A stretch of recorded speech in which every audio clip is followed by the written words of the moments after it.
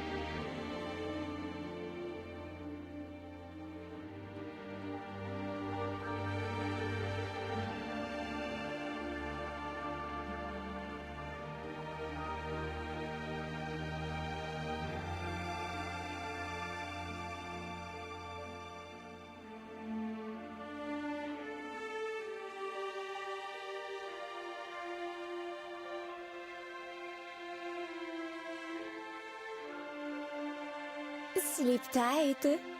Enjoy your sweet dreams while you still can.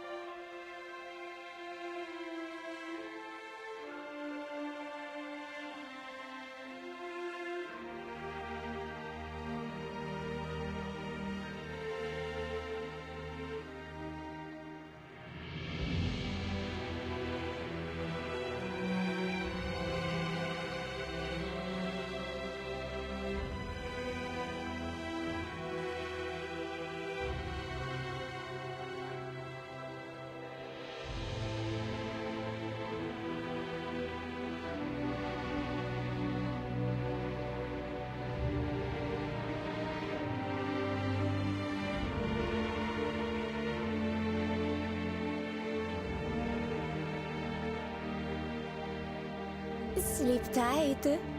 Enjoy your sweet dreams while you still can.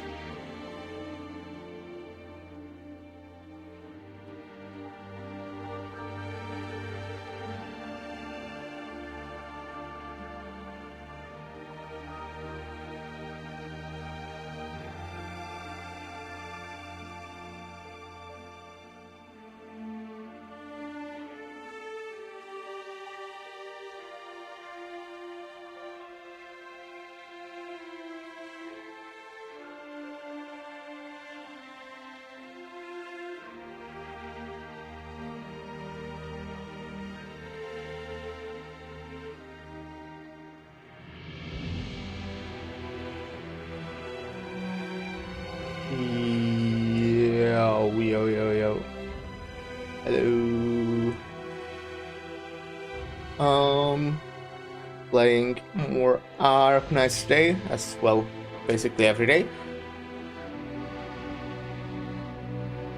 But yeah, we'll be playing more of the event. We played yesterday. I think I kind of did everything already. I normally do my dailies at the start of the stream, but I've already been playing. I've been trying to do this, but I'm struggling a bit with the last one on challenge mode. But that's not what this is about. This is about... I also need to do this thingy at some point. I really should, but I found it really not too fun. But I obviously want the rewards. But yeah, we're doing Breaking the Ice event. We start yesterday. So, yeah. I don't think I'll be finishing it today yet. But we will see how far we get. Oh yeah, we didn't do... Well, we did one stage and one story stage and one tutorial stage. So yeah, I kinda doubt we will finish today. Maybe tomorrow. We'll see. I do also want to play a bit of Expedition 33 later. I also want to, at some point, play both Chaos Zero Nightmare and Endfield. Specifically stream. I do play both of those games off stream. But specifically, I would like to stream it at some point. I think that would be neat. But yeah, maybe at some point. For now, let's go here. Smoothing things over. Those who are driven by impulsive emotions can be hard to reason with. Give them some space to calm down.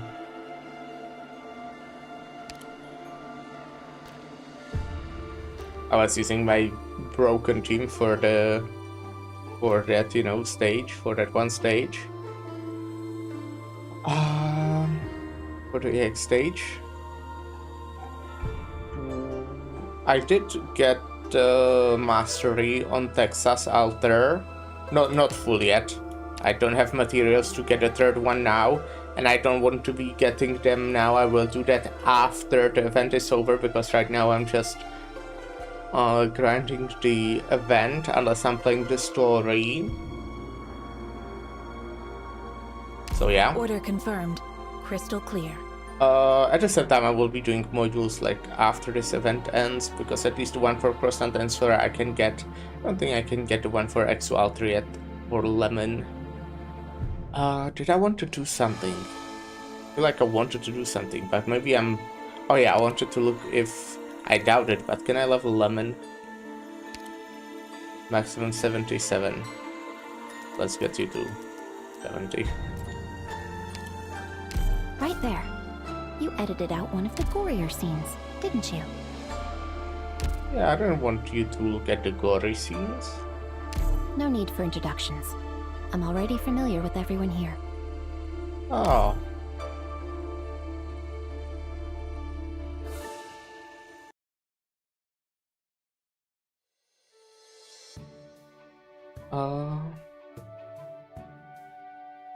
Lara, you're a lovely one to your family, having with work the second you're back. No, I'm just doing what I should. You'd love to take a good look around too. Ah, it really does change once you study outside. Far better head on you than my little brother. Do you see that thing that just flashed on the screen? What was that? What a wonderful girl you are. Shame. Who knows if I'll ever find one as nice as you again after I move. Wait, Sasa, you have been living fun here all this time, right? Why the move? My dad, you know, yesterday at the Three Clan Council, they announced that Saint Stress would lead the free, right? Now that's all fired up. Oh, Uncle Zoer was always against Sir Enzio's open door policy. Right? We all moved here from up north back then so my brother and I could get work. And here Dad pretty much got used to it over the years. And now they announced the resignation yesterday, and he's all over the moons. All dinner last night he was going on and on, mad at Sir Enchiodas for everything he'd done these years, and I was fed up hearing it. I have even had an argument with him. But he can't change his mind in the end. We might end up moving straight back to the Belleroches territory. So, what about your brother's job? Who knows? Once the resignation's through, it's up to the air if Turkum can still do business like before. I heard the Belleroches say, see, in the first place, it was the Sainstress last council who wanted Sir Enziodas handing the valleys and mines over. If she's going to govern Cherag, Sir Enziodas probably isn't getting any favors. That's true. It's a good thing too, though. You might have missed it being outside so long, but the three clans got along fine at first. It's just lately they have fallen out more and more with each other. A lot of people were scared after last council we'd get into a full-blown war. Yeah, it's amazing how Sir Enziodas yielded on this. He's putting power with the Sainstress. Yeah, just it should have happened long ago, if you ask me. I don't hate this open door policy, seeing as our family made a good living from it too. But sometimes it really does feel like the old people say how Cherag's not like Cherag anymore. Him deciding to give away now and make less of a fuss, everyone approves of that. It's just old grumps like your brother against it. My brother. Who's your brother?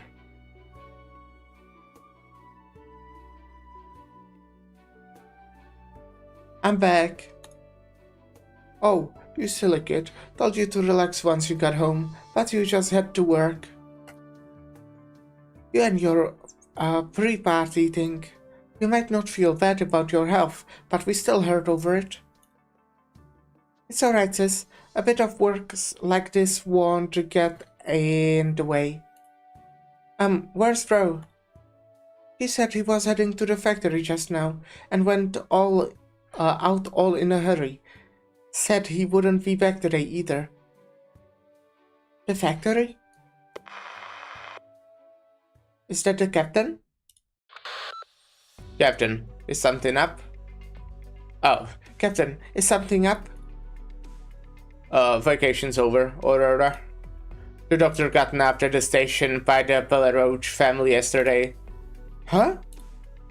Doctor went with them, voluntarily. You should get what I mean. Like some sort of plan taking under that hood. I took a rough look at the map. Takes some time from the station to the Belleroches. The doctor should have gotten there by now, and we ought to be on our way. Keeps something popping up in the middle. I don't know if it shows on the OBS. Actually, I also have no idea what it is because it's always like in a flash. So I don't manage to read it or whatever it is. I'm using the pretext to head to you now to check the situation. Then I'll come out and converge with you. Got it. I guess I'll go rendezvous with the captain then.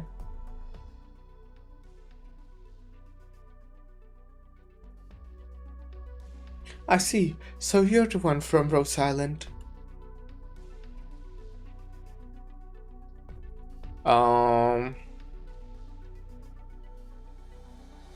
So you don't recognize me? Correct.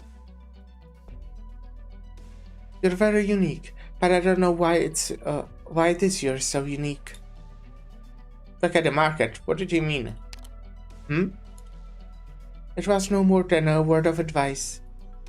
You see, are you under the watch of group?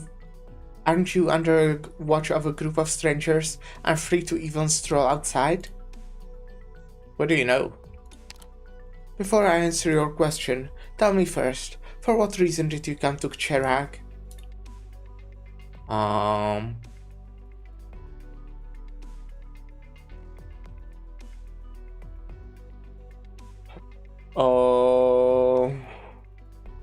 To help Cliff Hart make up with her siblings. Mending the Free Silver Ashes relations? You speak from some hefty words. I'm very curious, from outsider like you, how outsider like you regard this land of Cherag.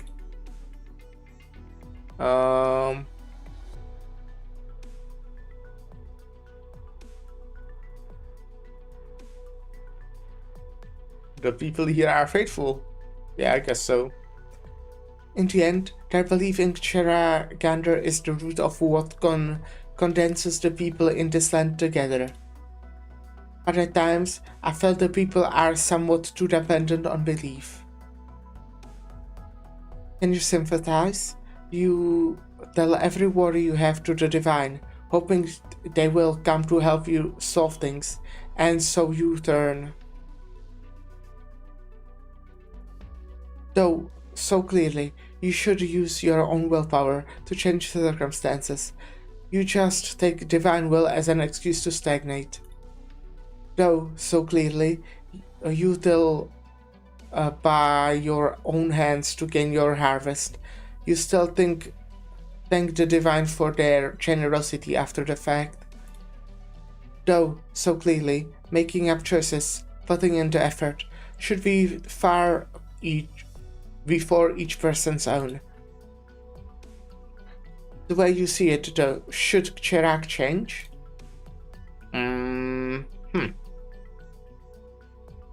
I feel like I don't really know this place enough to say. Oh, that's literally the last option. I don't know this place well enough yet. How cautious. But I don't mind the cautious at all.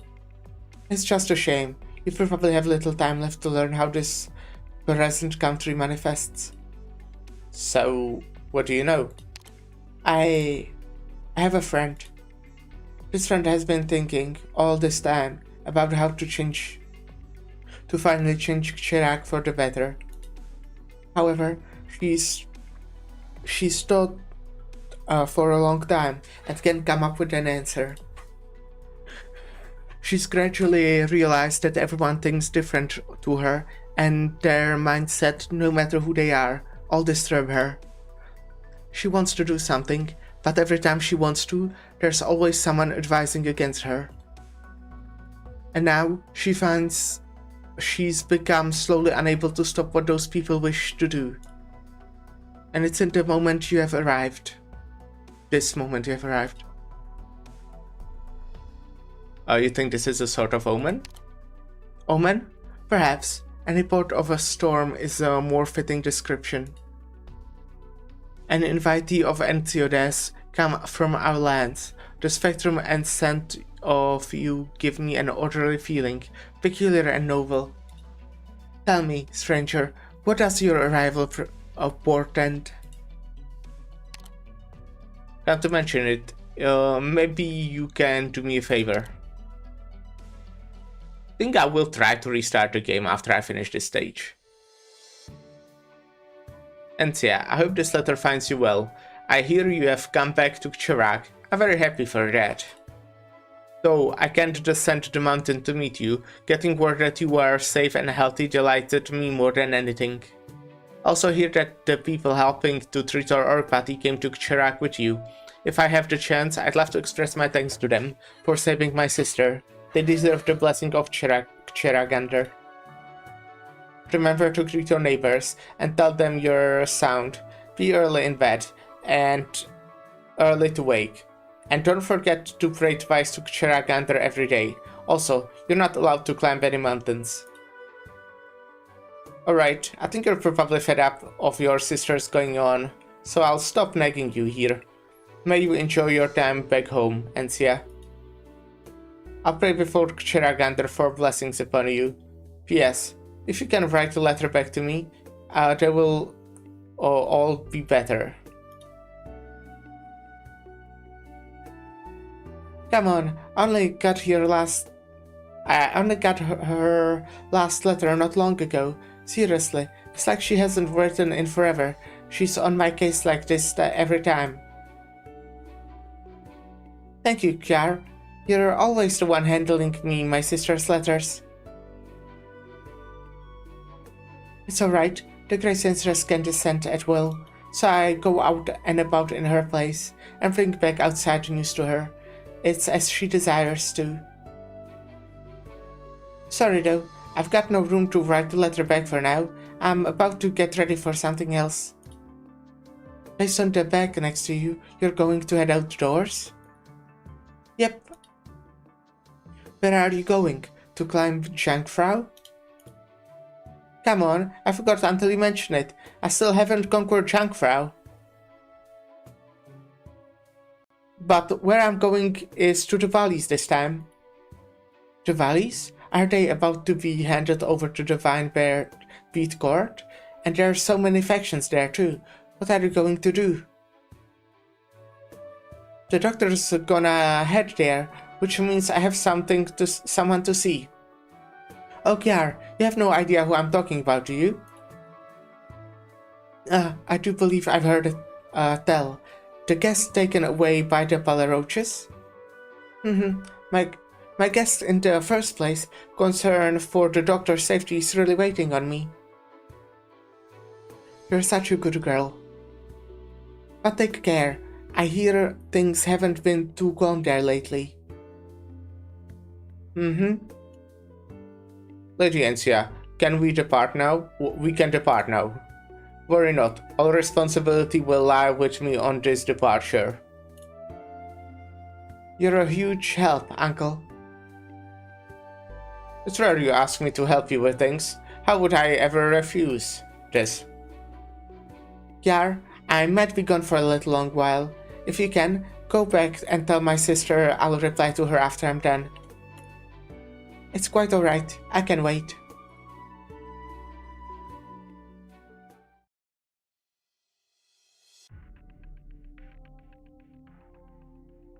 Aurora, I need info to make judgment calls, especially your views as a local. Tell me how you see the doctor's current situation.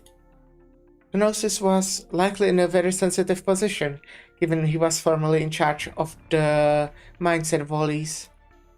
Sir Enciodes, putting the doctor in that same position, now is bound to draw Arctosh's attention. Tell me the detail about why the mines and volleys are such a sensitive area. It would be more convenient if we had a map on hand. Cherak's topography isn't too complicated, and it's not very finely partitioned either. Usually, as locals just call each area the mines, valleys, woodlands, lakes, mountains, creeks, and plains. The creeks and plains and most of the lakes are the Palaroches in the north. The Browntails in the west are mainly the woodlands and the minority of the lakes.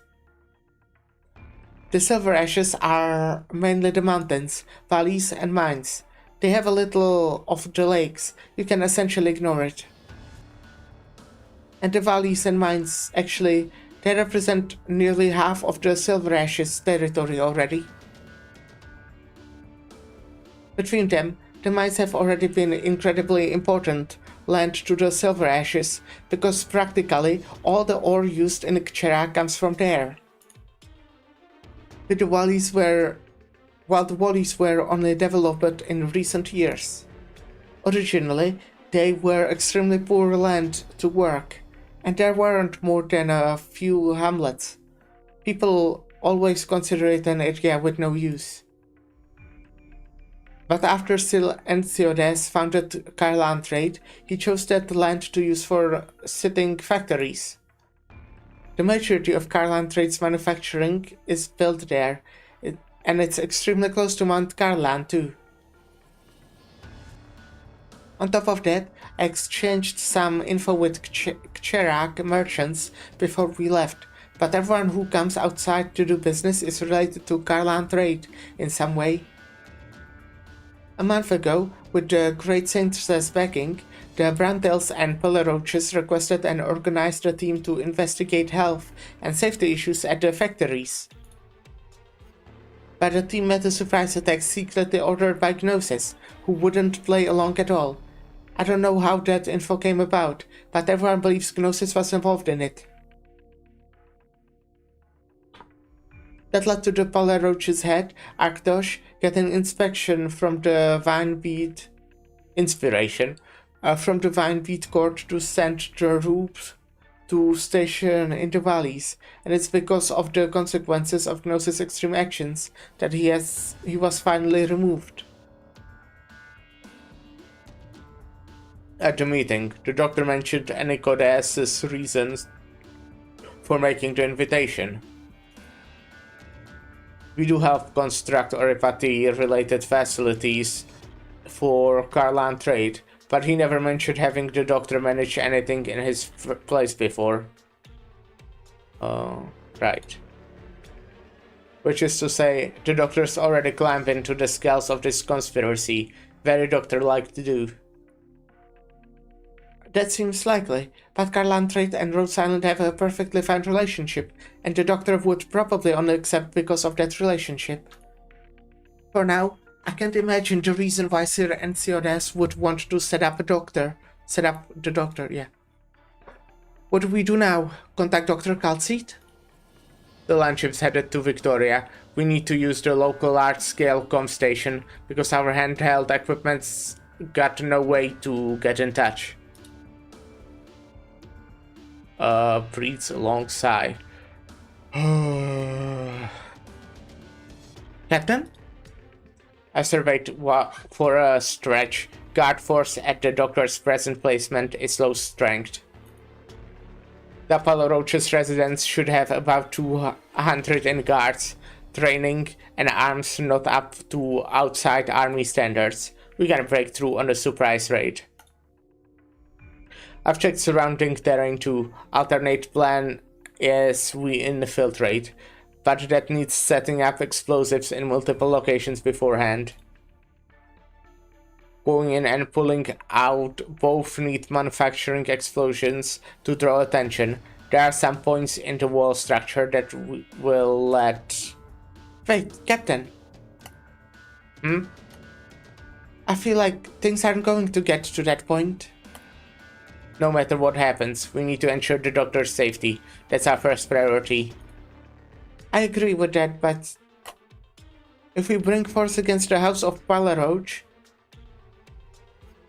in the run-up to the grand ceremony, then I'm worried Rhode Island will end up the enemy of Mount Carlan.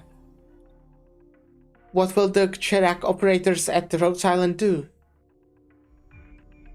I need to consider the worst-case scenario and the least honorable way of solving things. The present outlook is pessimistic, and if I have to make a choice, I'll only choose the doctor. We all hope things won't go that far, but as well as I that it doesn't depend on us, and I have a responsibility to the doctor and Rhode Island. I just can't shake the sense that Sir Ensiodes probably has his own plans. The doctor chose to play them at their own game, so some kind of a clue must have been there long ago, and the doctor's already prepared to deal with it. I've never doubted the doctor's abilities for a moment, I believe. But I need to make my own preparations beforehand. The doctor put me on standby, so there's a place for us in the plan. We need to get in touch with the doctor first. Aurora. You respect Ensiodes a lot. Yes, without him I would never be able to leave Cherak and come into contact with the outside world. Understandable. But for the moment, I want you to forget that. Starting now, you treat him as a hypothetical enemy. Can you do that? If you feel like you can't, you can head back right now. I won't blame you. But at the same time, I'm an employee of Rhode Island too. Remember what you've just said. Understood. But do we have to watch out for Cliffheart and the rest too? I trust Cliffheart, but we have no confidence in Encia Silver Ash. For now, we figure how to meet up with the doctor. You're the doctor's subordinate? Oh. Slash. In an instant, a hardened steel blade streaks through air, stopping just a hair width from the woman's neck. Well, good, he stopped. Wow, that's a... that's a rare way to use a sword here. Who are you? Well, there's no need to be this ferocious to an ordinary girl you have just met. Winning this position and cracking a joke in this context, does that make you an ordinary girl? Put the blade down first. Your Rhode Island doctor sent me. I was asked to bring you a message.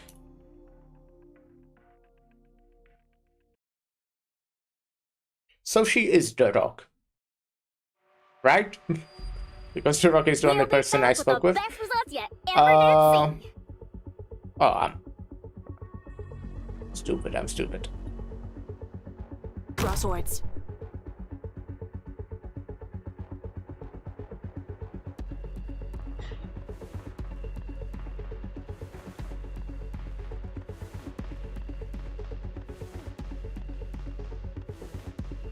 Awaiting orders. Cut them to pieces. I don't think Croissant here will be good enough to... Will she be able to push people away to the hall? I want her to push people to a hall. That's my biggest wish.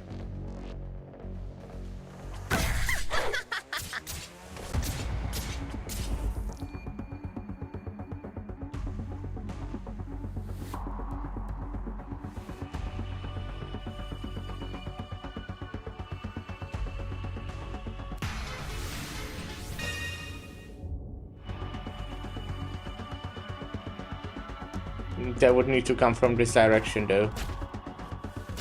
And it doesn't look like they are doing that, oopsie. I fucked up. I fucked up. Awaiting orders. Cut them to pieces. Let's get normal Exu here. And alter Exu here. Real estate question. This wonderful realm or a panoramic view of I see. both? Which did Mirage?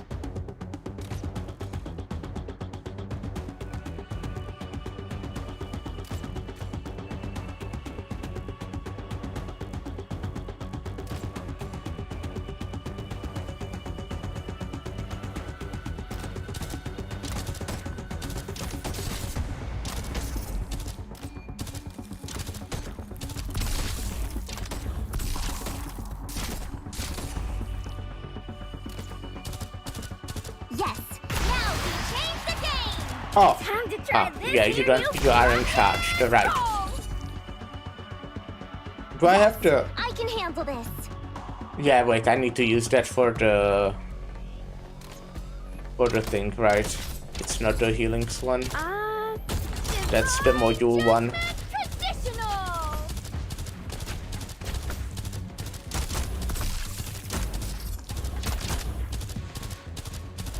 Mirage! Isn't my turn? You have my full support. Guess this will speed it up. Keep you quiet.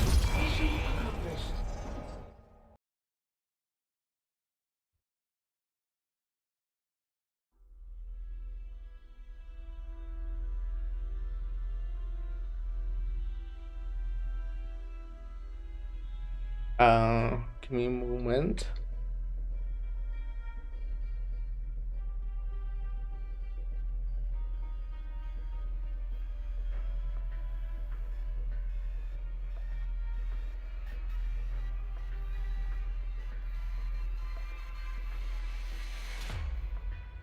Well, you actually came to us Browndale's territory for a visit all by your lonesome. You got balls, Gnosis Edelweiss. I've always been upright and honorable. That's a rich coming from you after you were kicked out of Karlan trade for your shady business. I thought I'd see your Ratatos here. And one could bluff like that. Ratatos wasn't going to just take your word so easily. As I said before, it takes two to cooperate. It seems my word have reached her, and that's more than enough to me. Talk all you want. So since you came here all by yourself, you said that time things have come to this. What's that all about? What things have come to what? Why do I think Ensiodas proposed this transfer of powers? Why do you think? Isn't that because he can't take on both the Belarosians and us, and so he figured to compromise? Compromise? Compromise. Think again, Madame Tsiurus. I dare say that your sister thinks otherwise. Ever since Ensiodas came back to Chirac, was there any single thing he did that wasn't in pursuit of his ultimate victory? Is this proposal to put the Sangstress back in power really a compromise? Here's a hint. The ceremony. What about the ceremony? Don't tell me you're going to throw a fit there and refuse to turn over his powers. The ceremony is nigh, and there will be more trains coming in and out of the Silver Ashes territory, transporting both resources and people. Take a guess, why did Ensiodas himself propose to hand the Sangstress his powers, even arranging for it to happen on the day of the ceremony? Arctos is a short-sighted man. He thinks Ensiodas will put some kind of dirty trick once he's in control. And so he resigned his men to guard the valleys and the mines, even to keep an eye on the doctor that Ensiodas invited. But the funny thing is that he doesn't know it's all pointless. Tsiurus looks at the corner of the room for a brief moment. There is nothing there, but Gnosis notices it. Gnosis looks straight at the wall there. Ratatos, you can't be that stupid. I will tell you what Ensiodas is planning. But you'd better see me yourself next time. Even if I have to see the schemes come to fruition and you two imprisoned. I won't allow myself be made fool of again. Wallboards. Now excuse me. Ratatos. Hey, Ratatos, I know you're there. Pipe down, Tsiurus. There's a rumbling noise that the wallboard slowly moves to a side, and the wallboard slowly moves to the side. Ratatos, sitting inside, slowly rises and steps out. You believe in what he said? Maybe. I should say I'm shocked that you never considered the possibility, sister. But even the Sangstress is on our side now. Can Ensiodas really be so unscrupulous that he... Don't be silly, Tsiurus. From the moment he first trampled our fate, when he laid his train the track straight to Chirac and broke away from the Sangstress. No, ever since he so calmly agreed to let his sister become the Sangstress in exchange for his seat in the Tracklet Council, he hasn't cared. We all know how well those siblings got along in their earlier years. I also once thought that letting the devout Enya become the Vine Beatgar's hostage was a brilliant move. But now, I couldn't be surprised if he one day brought his men up the mountain to burn down the whole Vinebeard Count.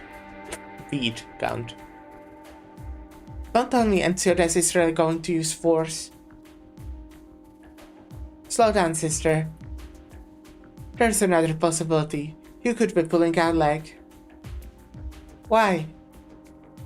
To make us think he's up to something shady. So we end up making the first move. What good does that do to him?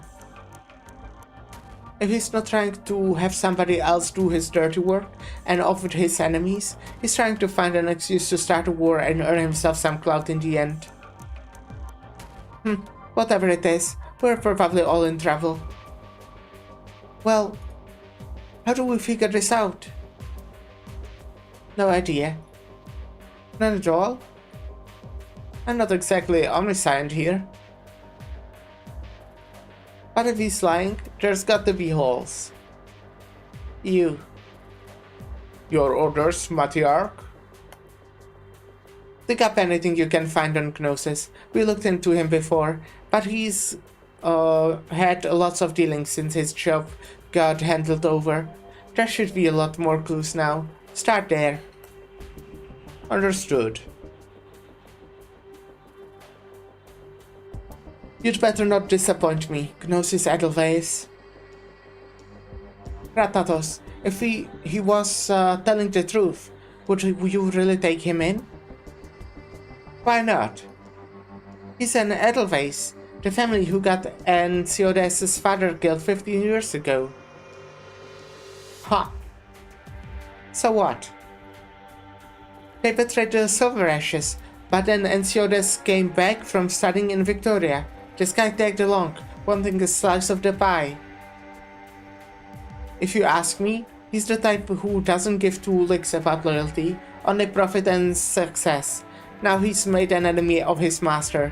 He's got to find a new sugar daddy to get his revenge. Right, that's the most obvious reason. So you... Stewarus. The Silver Ashes control the gates. The Peliroches have their rich farmlands and their army. But the Browntails have nothing. Why do you think we stand as one of Cherak's three families? Because what we do earns the highest return. I learned Grandpa's lesson just as well as you did. Right, since I'm letting you in, there's lots of things you really must spend some time pondering. As a child of the Browntails, in times like these, you need to know the best course of action. It's more than just knowing the risk of dealing with a criminal. You need to learn to assess all this yourself. Profit always comes with risks. We need to learn how to mitigate these risks beyond just shutting them out along with the profits, dear sister. Our biggest worry is that everything he just said was true, but also part of a lie. Another thing. You've gotten really close with that servant of yours, haven't you? You mean Monch? Monk. Gonch, whatever. Don't trust anyone too much, sister. Here, I don't need you to tell me what to do. I'll show you how much stronger I can make Browntails without you. I should never have given Ensiodes this chance. I have that brain-dead moron Arktosh to thank. Take Enya away from her scumbag brother. Don't make me laugh. Whatever, you got on. Yes, Matriarch? Let the Peliroches know that I'll visit in a few days. Of course.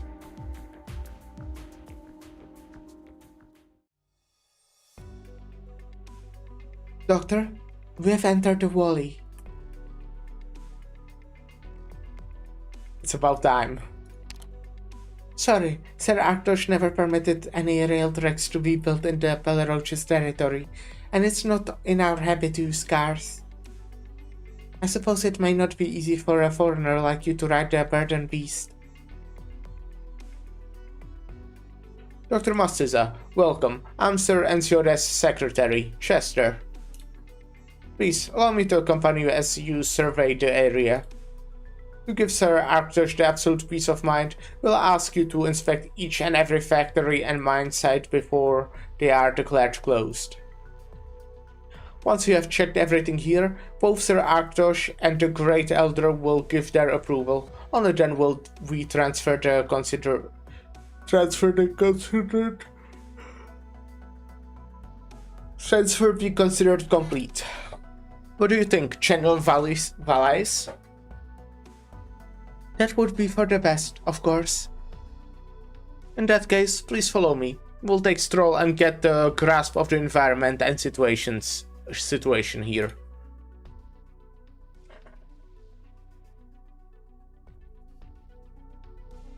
Still, this is just way too sudden. Right, I had heard there are bad news from the last Clan Council, but that's not enough to send us running. My son was hurt while working in the factory not too long ago. I'm still waiting for his medical subsidy. We have always believed Sir Ensiodes. He's not going to abandon us, is he? All of us put in so much work to improve the Cherag's livelihood. We can't just shut the factory down like that. What about the infected like us? We finally found work at the factory. Please, everyone, calm down. Listen to me. Oh, nice timing, Doctor. Courier? It's been a while. I'm really sorry that we dragged you into our local affairs. Please, bear with me for a little longer. Once the ceremony is over, the Silver Ashes will properly receive you. But before that, I think I might need your help with something. You want me to help calm these people down? Sharp as always, Doctor. Looks like you're doing well yourself. Don't be so humble, Doctor. Your abilities are on another level. I've seen for myself. And we'll need your help with many other things as well. Well then, I'll need to borrow the Doctor for just this job of mine. Just for a bit. Would the bile roaches mind? By all means. Friends and countrymen, Sir Ensiodes has personally instructed me to offer all those affected an explanation on his behalf. It so happens that the Doctor is here too. The Doctor is Sir Ensiodes' esteemed guest, and Carlantrade's current Chief Technical Officer.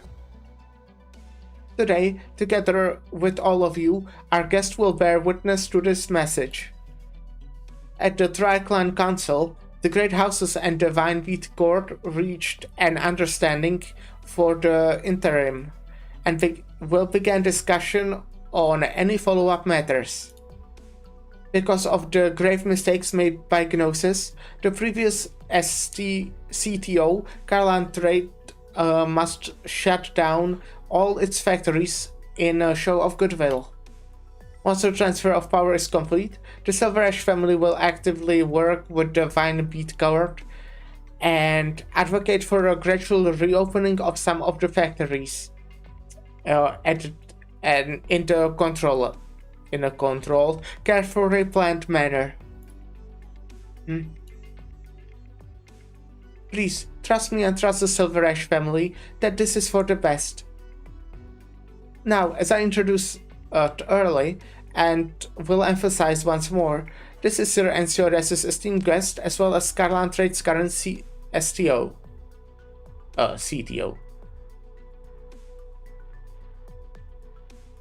Our guest is a master not only of the production and mining technologies that we are all familiar with, but also the prevention and treatment of oropathy.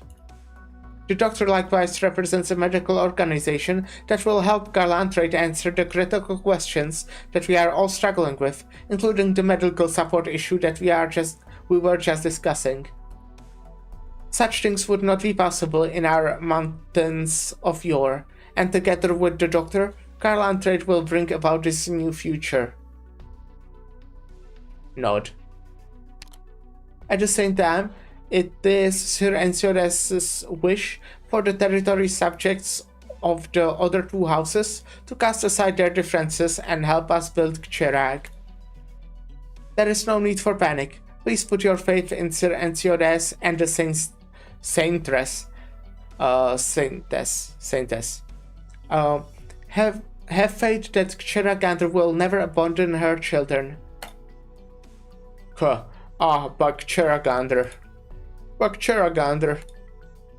Bakchiragander. Now then, I will... Wait! Oh, hold a minute. After hearing you out, I have something to say.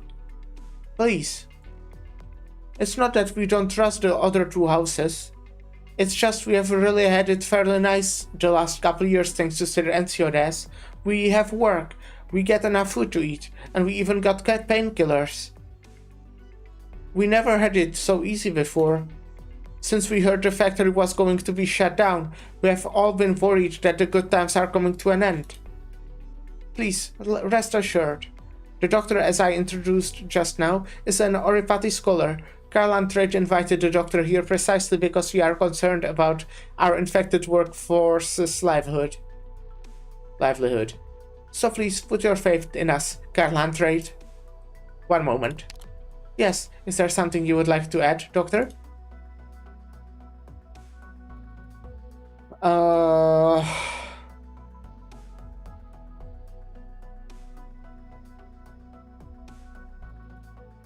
Trust alone isn't going to keep anyone fed. Oh, so merciless, Doctor. Friends, it's true. I'm not done yet. We didn't keep our internal affairs in check, and that led to you losing your jobs. This is entirely our fault. Carl Andrade promises to keep your original positions unfilled. You will continue to be compensated, and we will arrange job opportunities with equal or even greater pay and benefits. Let's go. I think my answer may have just granted these citizen benefits. Bulgars, I'm good at my job. And I'm sure you can already tell that, unlike Gnosis, the doctor actually understands what you truly need. The doctor will bring Carl Andrade the technologies that will truly benefit our day-to-day lives. Right, this is what Sir Enciores truly wanted all of us to know. Sounds great. I'll head back and let everyone know. Good, that's very good.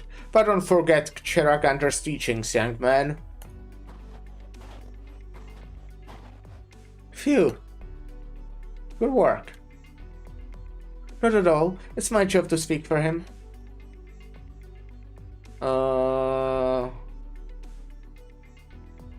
Is that the help you wanted? Thank you, Doctor. But I'm sure you'll agree that this was worth helping. Okay, I will take my leave now. Courier. Yes?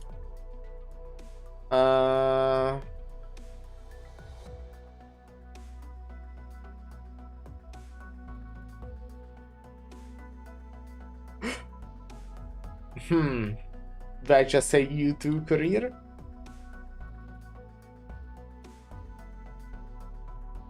We can't be here just for that.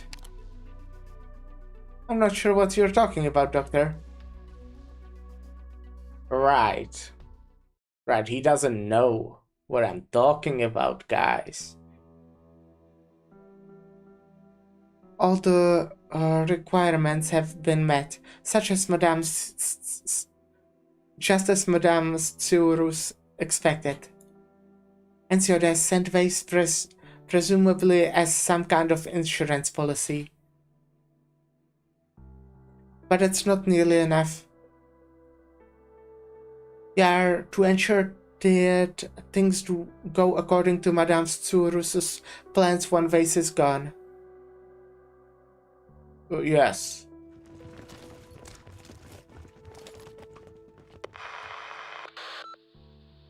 You were followed. Huh? What? I didn't... There was only one of them, now long gone, running after the man Sirius assigned to you. I'm very sorry for betraying your expectations, Sir Gnosis. No, perhaps this is for the better. I'm prepared to be your pawn and do whatever you say. Really? I'm just a researcher. I don't know if it's like monch or monch. Monch. Pawns are meaningless to me. What I want is a partner that I can work with.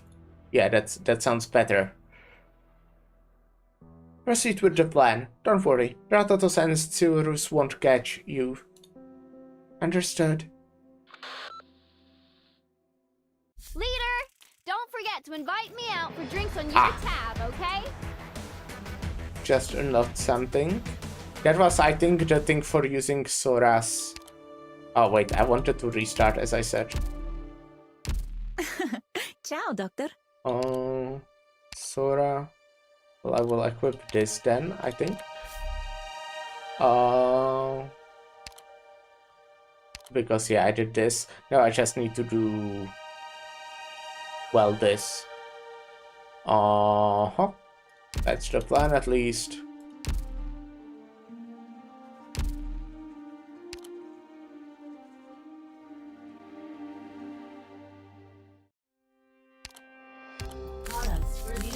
You want something to drink, Duck? The newbies are intimidated by me, you say? That's only natural.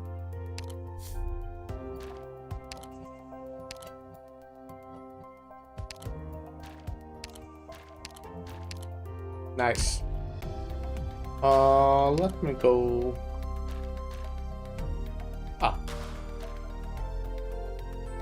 Still credits for my friends. And then I will do as I said, I will like restart the game. And also I'll go take a short break, make myself a coffee, also need to use a bathroom.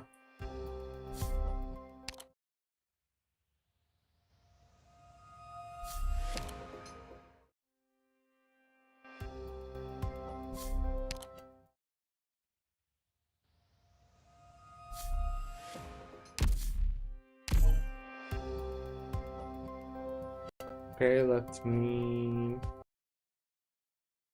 Oh! I did not even need to restart the game. It crashed. An unexpected error has occurred. Try again later.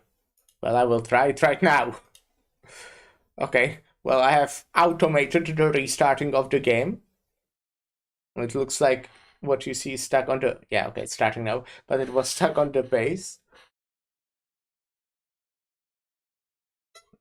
Yeah. Du, du. Du, du, du.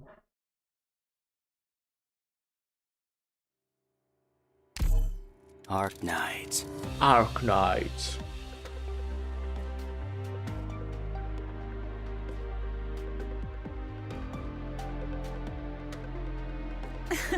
Ciao, Doctor. Okay, let me quickly use some of the credits I have, so I'm under 300.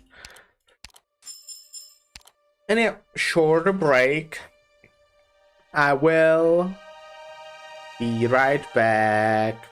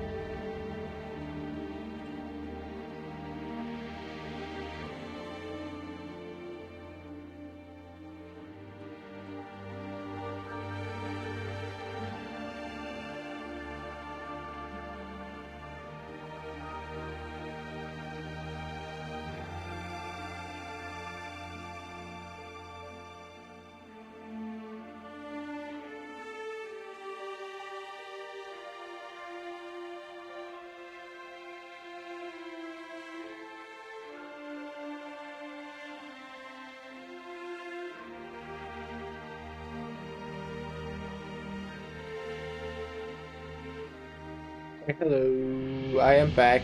You know what I realized? I was looking at a calendar when I wasn't here. I was streaming daily for the whole of January. That's pretty cool, right? I'm cool. Please tell me I'm cool. That red one. Oh, Doctor, keep her away from me. She definitely killed me in a fight. But I have this feeling. Oh, why do I want to fight her so badly? Well, Panda is so cute.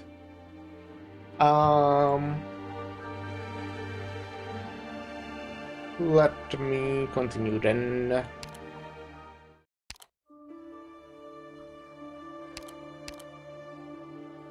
Inscrutable. Unlike the single-minded claw beasts, humans will weigh the options most likely to give them their desired outcomes.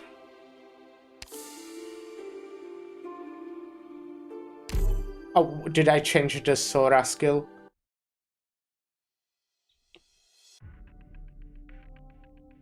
Status report. Things aren't quite right.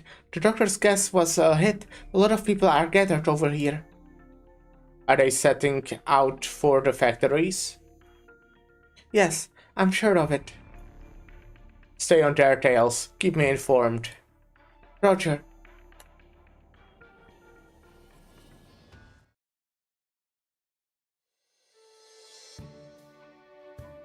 And that will conclude this factory's handover. Everything's up till now has been smooth as ice. Thanks to your mediation, Doctor. I mean, I might have been a little neglectful beforehand. I'm very sorry for that. Don't mind it, I'm just a scholar. No needs to be so humble. There's plenty of time, plenty still to come that will require your guidance. One moment. Do you have some qualm about this, General Valais? An ambush. That's General Valais for you. Where are you? We are here to get an explanation. Weiss and the doctor should have just conveyed to the subject's representatives the steps Garland trade staking. There must have been some misunderstanding. Misunderstanding? Sorry, Mr. Chester, I think you don't get it. Sir Anciodes was tricked by this foreigner. Come again? We were all kept in the dark. We only realized that what was happening once someone told us. Mr. Chester, you should know this foreigner's original purpose in Chirac was to advise on homeopathy and infected handling methods. What's your point? Our informant is never wrong. This foreigner's already in cahoots with Arctos, and it's your job to keep eyes on the guests, General Valais. Everyone knows Arctos and the Vine Beat Corps were never happy with how Sir Anaxiodes opened up Chirag. The foreigners going to say the factory spread homeopathy as an excuse to shut them forever with gross slander around against the Lord. You're the one speaking slander. The Palaroches would never stoop to such unsightly lows. The Palaroches and the Van Beat Court are all tied up. You don't think anything unsightly. You don't think enough people have lost their lives. Father, are you alright? Come, drink it. Drink it all. Drink and all will be better. Chirag understeers will cleanse the taint of Chagata have left. What proof do you have? Bah, you're asking me to prove your own misdeeds? Doctor, this... What do you think? Don't think you can smooth talk your way out of this. There's only one thing you need to say. Justify yourself to us. Guards, protect our guests. Take them away. Get that foreigner now. Where did you come from? It's not safe here.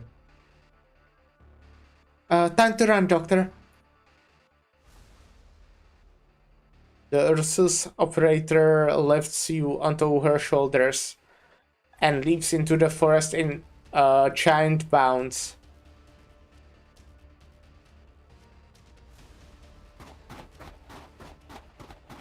You can stop running. Let's put me down. Oh, alright. Bend. I need to reiterate, Doctor. No matter what plans you have, this is far too dangerous. You probably don't remember, but I've told you the same thing many, many times before. Believe me, I believe you. Anyone can make mistakes, even me. If you're willing, I hope you can make my work a bit easier on me. The possibility is not high, but what would you have done if more professional combatants were snuck into that attack? If they brought crossbows, what then? Don't worry, their goal isn't to kill me. I report the situation to the doctor. Captain Sharp and I both followed your confidence message, heading separately to the Browntails residence and the Silver Ashes factories to pursue suspicious personnel. Our trails ended up converging into one, surprisingly enough. These people were very likely incited by the Browntails. Incited. Agitating civilians and smearing the competition are both common schemes, but they are crude.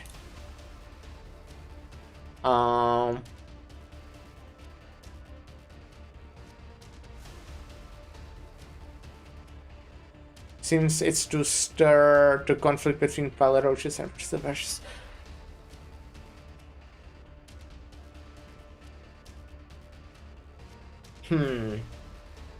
Seems to stir conflict between Palaroches and Silver Ashes. But it's also probably a trap. What do you mean? Their equipment and combat strength aren't up to par. It's not even enough to get them out in one piece.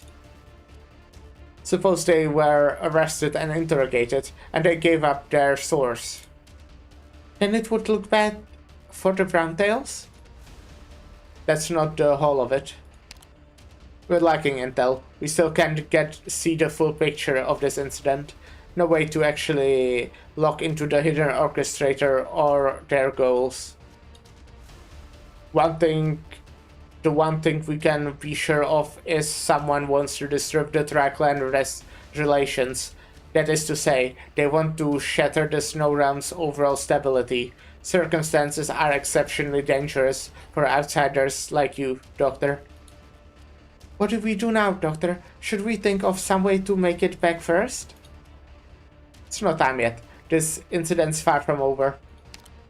That's right. This charade's just one small part of the giant storm.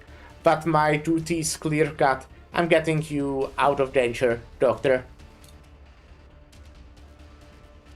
I'm going to get more info. The more you know, the more dangerous your situation. We likely won't have the time to ensure all the details, Doctor.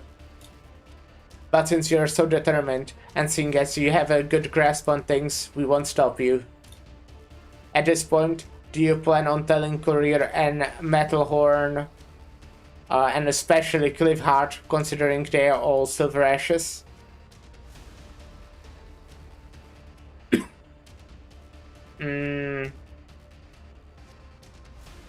No. We can say after you.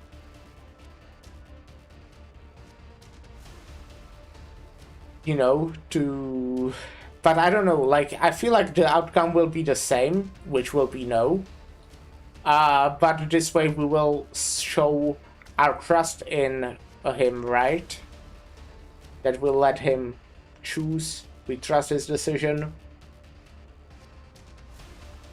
No shows more of our own, what's the way, like, leadership, I guess?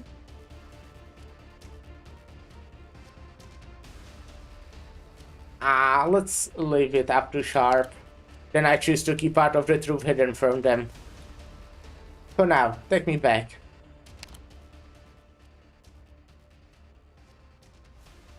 I do like Sharp so far. He's very quick to point swords and like get aggressive, but also like I kind of get it, right? It's understandable. Is there anyone else? None. They have all been suppressed. Then what about the doctor? Whereabouts? We saw someone taking the doctor away, running into the forest.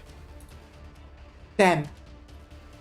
You lot, with me. There'd better not be a single scratch on. Is it me you're looking for? So I thought you thought I ran? That was a difficult situation there, and I lost sight of you. I hope you can forgive me. I made a mockery of myself, when I should by all rights have prioritized your safety. As you can see, the people here have all been contained. Don't move. Settle down. Don't think we don't know. You're here just to frame Sir Ensio's ass. You self-righteous hypocrite. Pah! Bro? Lara, why are you here? Bro, what are you doing? Why are you all mixed up with these people? That's my boss. Leave it. Now's not the time. Understood, Captain. To be honest, I have a nitpick with Kylan Trade's factory safety measures. What?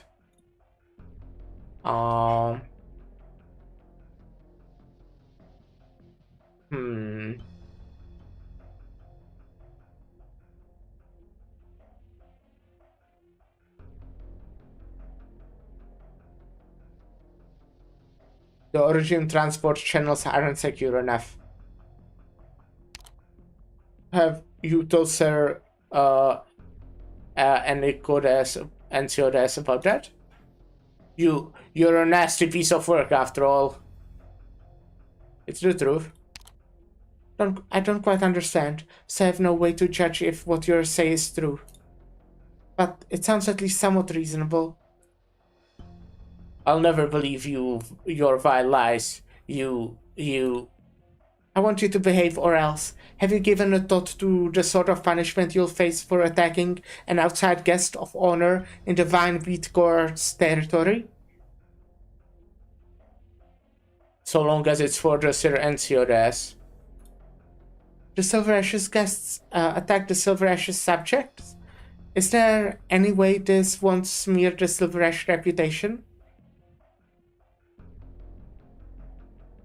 Is this how you repay Sir Ensiodes? Dad. Think about it. Bro, you used to be so cool-headed. What happened? Forget it. You wouldn't understand if I told you. General Valais, let these people go. What?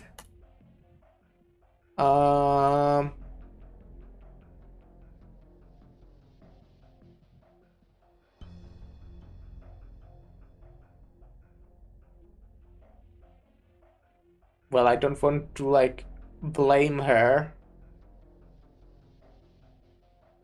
Well, but maybe she deserved it. I still don't want to do that, though.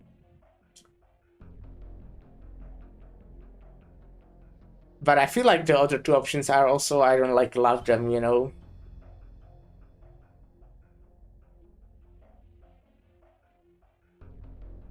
This is a misunderstanding, don't make it any bigger.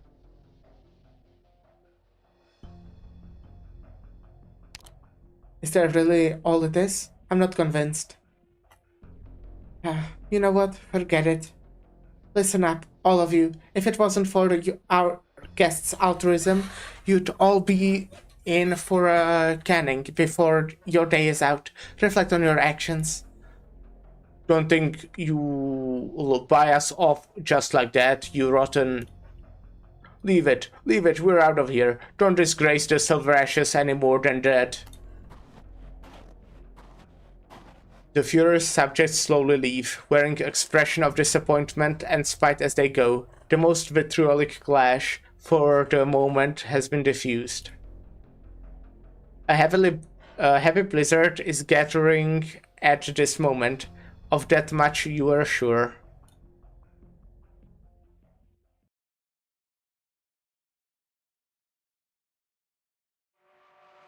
And we have gameplay. No need to make a scene. As always, I would like... But there are no holes! Why are there no holes? What the fuck? Draw swords. I want to push people into holes!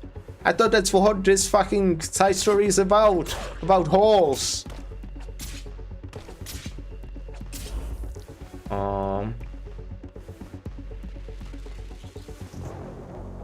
Let me probably do this. Solid positioning. Awaiting order. Cut them to pieces. Alrighty.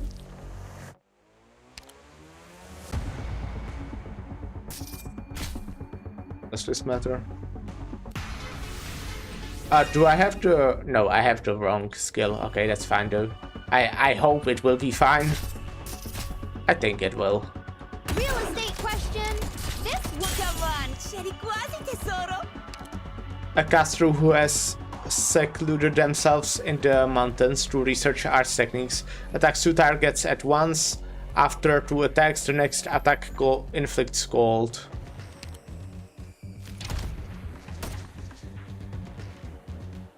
Will this be good enough? Follow me.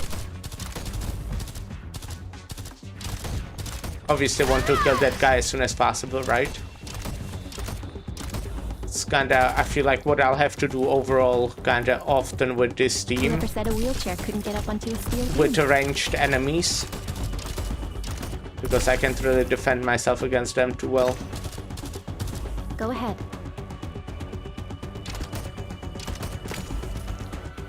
Go ahead. Target eliminated. Rock and roll. Got it. Shut up.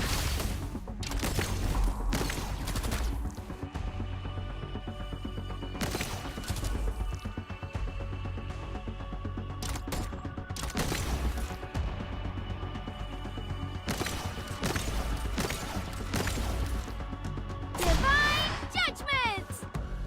Divine Judgment. We're fighting you guys. Then please do your best this job, or I'll be really bored.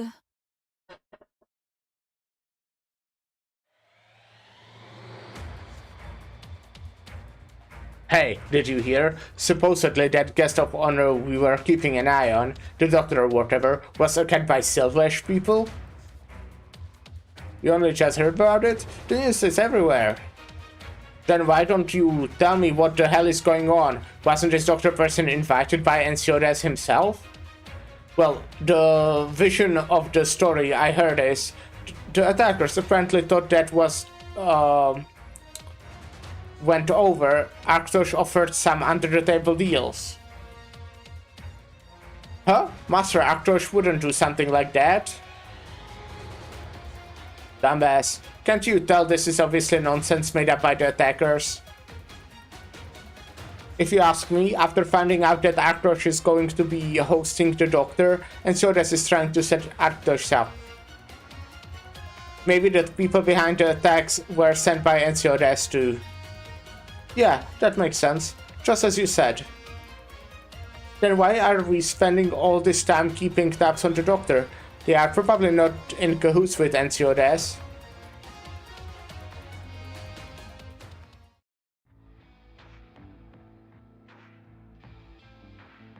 I don't fully understand I didn't fully understand you before, so I ask for forgiveness if I have offended you in any way.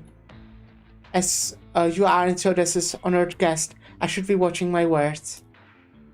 But sometimes something doesn't add up about this attack made against you. Indeed, it doesn't add up.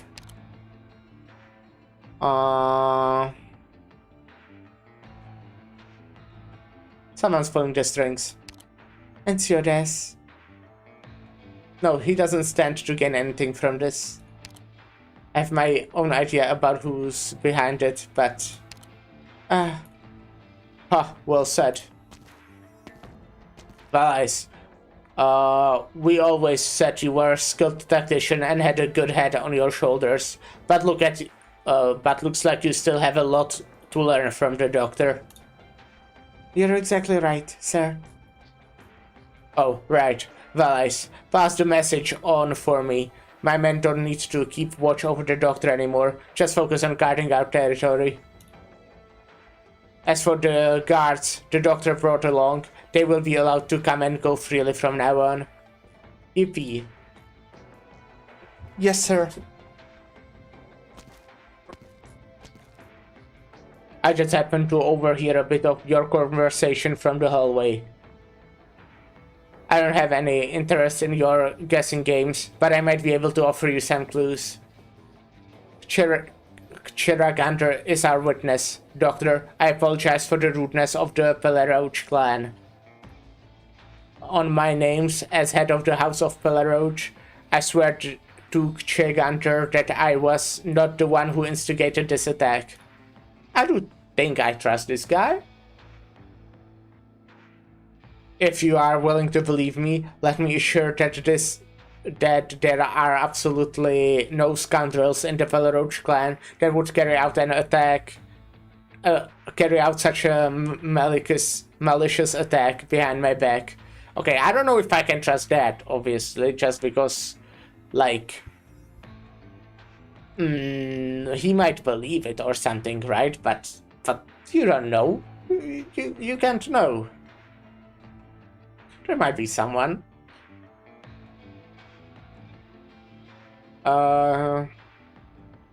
Thank you for your trust, Arctosh. I never said anything about trusting you, Doctor.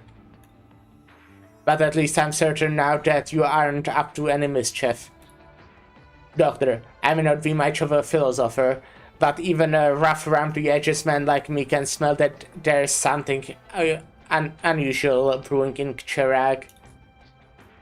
That damn Dancio that's suddenly talking about setting people back to the Saint's dress, then driving Gnosis away, and now putting you in this position. And someone attacked you in the midst of it all. Let me be honest, I can't help but suspect that Ensiodas is up to no good, even if he hasn't shown the slightest flaw in what he's doing. But I'm not going to sit around and wait for the land granted to us by Chiragander to fall into danger. In that case, Arctosh, what is it?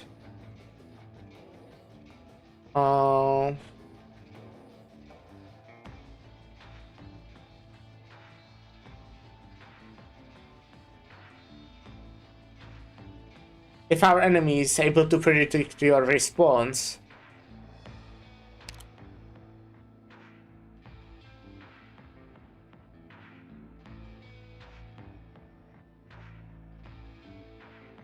they have finished their preparations and there's no much time left. What? Boom. A massive explosion goes off in the distance. The people outside whisper amongst each other, debating whether or not it's going to snow. The people inside lower their heads, without a word, shouldering an intangible burden.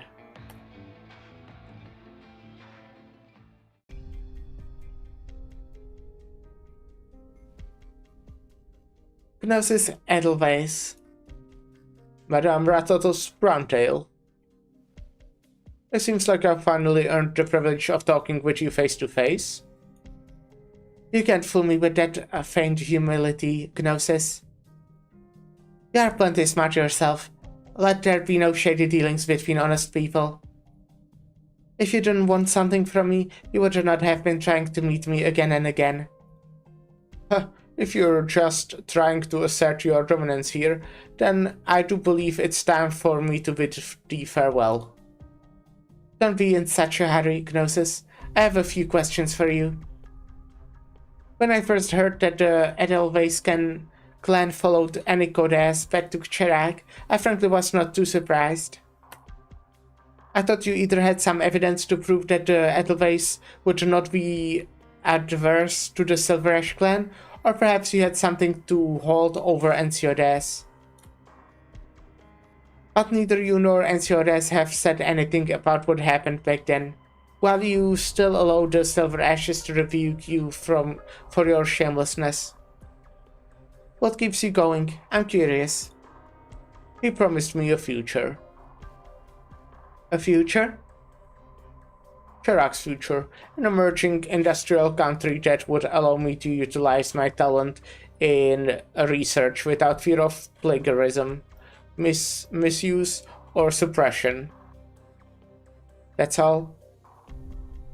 Needless to say, I never expected you to understand in the first place. Ratatos, you will never be a researcher after all.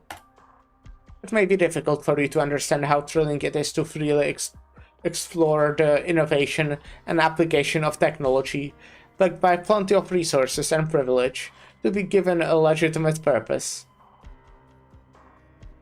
So that's the deal you struck. You give him your skills, and he provides you a stage. And then what? Surely you aren't going to tell me that he pushes you out and made you take the fall just to protect himself. Is that all that Karlan trade costs benefit analysis amounts to? You seem to have a lot of faith in Karlan trade. Why don't you expect the offer to work under Ensiodes 2 years ago? Don't be ridiculous. No matter how powerful Ensiodes is, he cannot change the fate that he has been deeply rooted in the bones of the people for thousands of years. Karlan trade can only grow as big as 3 Clan Council and the Vinebeat Court allow, and it is impossible for Cherak to industrialize. Wait. So he's found a new bargaining chip? Exactly.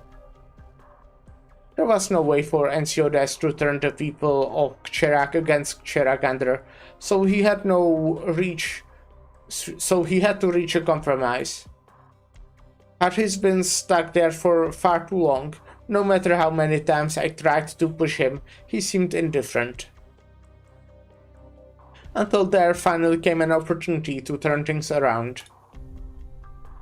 Encia's oripathy symptoms are under control, and though there still isn't a cure, she was able to return to him alive and well.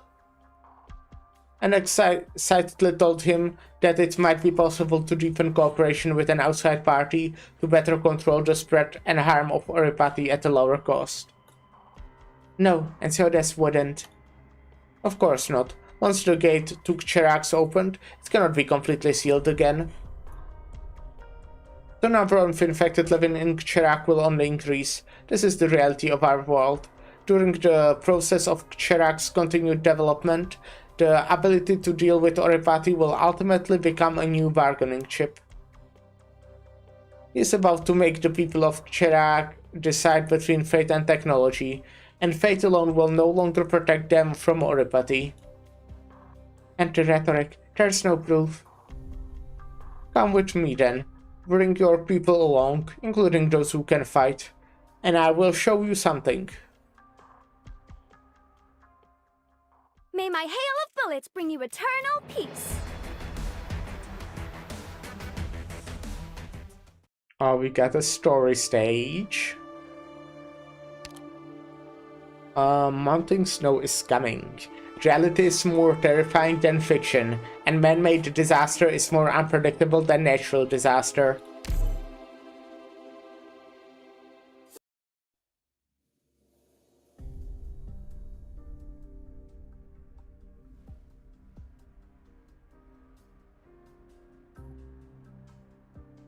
Oh damn, I spilled a little bit, fuck.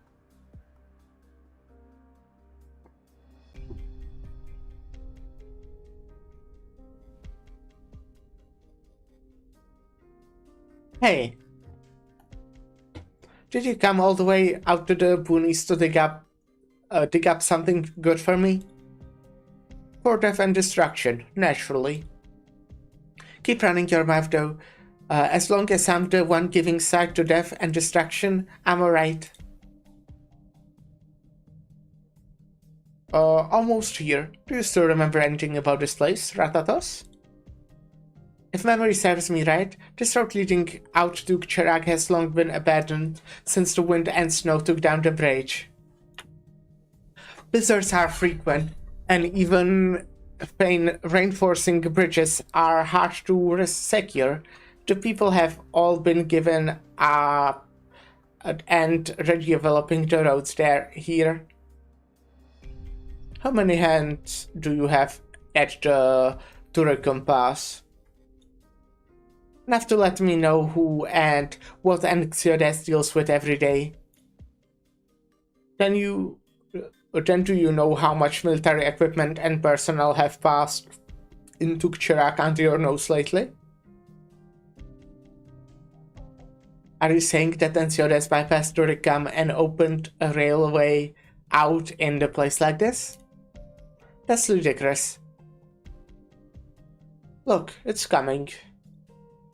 But that road leads straight down into canyon. Not anymore. Is there a bridge? Impossible. Tools were used to enclose the bridges, tracks and load-bearing structures into the cliffs on both sides. To avoid prying eyes and ears, the structure extends from the mountain to form a bridge only when a train is about to pass. Such a simple idea, yet incredibly intricate to implement. A pity that I didn't come up with it. The fresh snow on the ground shudders imperceptibly, and a faint sound gradually grows stronger. The bridge's bearing springs to life from spark of lights, just as the light of civilization shines into Cherag.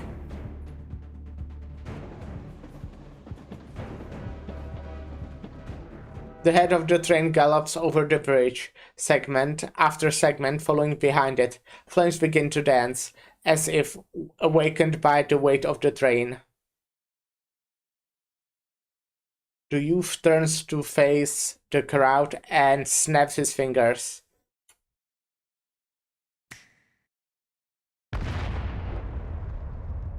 Oh well, that shouldn't be happening.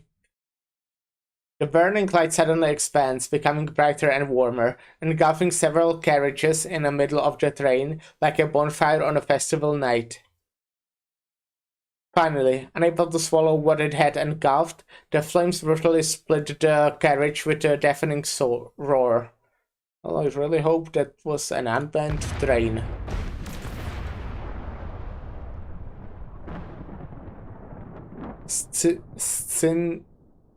Scintillating. Okay, that's a googling time.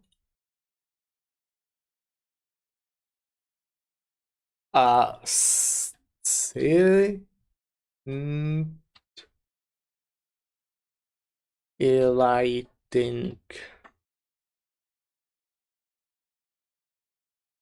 Just okay, that's AI overview. Fuck that.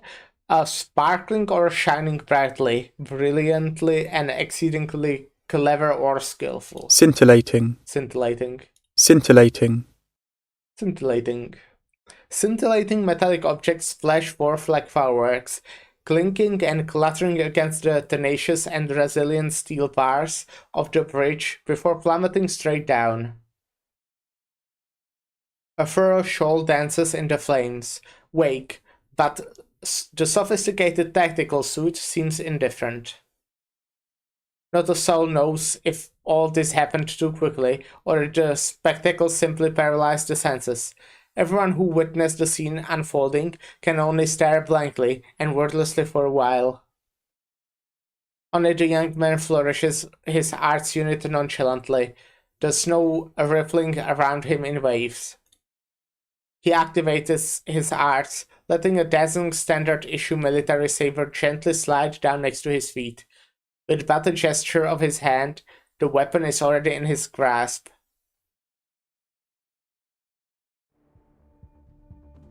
Victorian craftsmanship. It's quite sharp. This vague, wispy blue texture. I wonder if you have ever seen any similar metals in Silver Ash's quarries? Let's get to the point. You want to get information about Ensiodes from me, and I want to use the Browntail's power against him. As I said from the very beginning, I am not the only one here who needs to demonstrate goodwill. I am, after all, too familiar with how the Browntail's clan does things. Should you find yourself at a disadvantage, or even realize you cannot deal with Ensiodes at all, you'll capture me right away in an attempt to curry favors with him. But time is short. Even I cannot estimate how many people Ensiodes plans to bring in, or how many weapons. I need to act now and destroy his transport route before he has enough power to bring everything under the sun into Cherag. And beyond that, I need to cut off your retreat, as you all are now my accomplices. Even if you choose to surrender to Ensiodes, you are all inextricably tied to today's explosion. For just standing here? After I seal off this path, Ensiodes may well lack the manpower to fight Arktosh head-on. Now we no longer have a choice. Come arrest Gnosis. Easy now. Ratatos, I take it that this is your answer? No, Gnosis, you got one of your premises wrong. From the very beginning, I never trusted you. I'd never fall in that easily with the traitor. I've always wondered how you were always walking around all high and mighty after getting kicked out of Galan trade. I always believed that Ensiodes let you go because the information you have means nothing to him, and he expected you to backstab him. I assumed he was using you as an unwitted smoke bomb to mess with us, but that's no longer the case. How could he allow you to go around doing whatever you want, disclosing secrets like these? How could such a crucial route not be guarded by any garrisoned troops?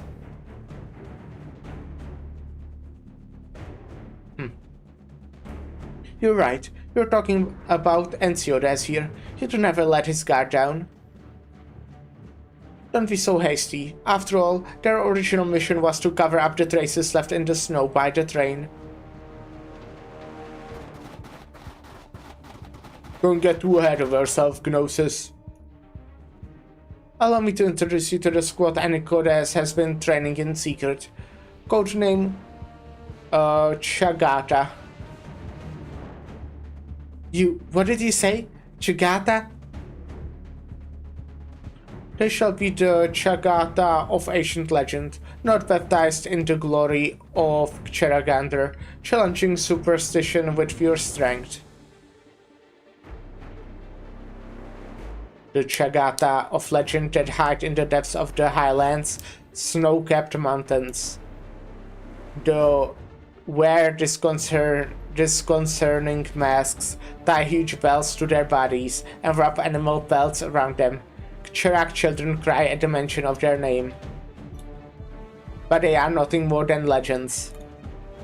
The outfits formed by the troops in front of her bears little resemblance to the equipment scattered from the train. Seeing the masks on the faces, Ratatos cannot help but shiver.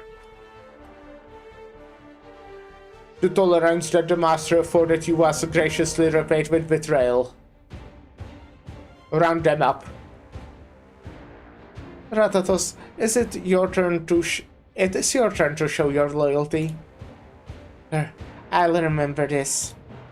There's about to be an accidental avalanche caused by the lightning strike. The subordinates secretly dispatched here by Ensiodes are, unfortunately, about to disappear.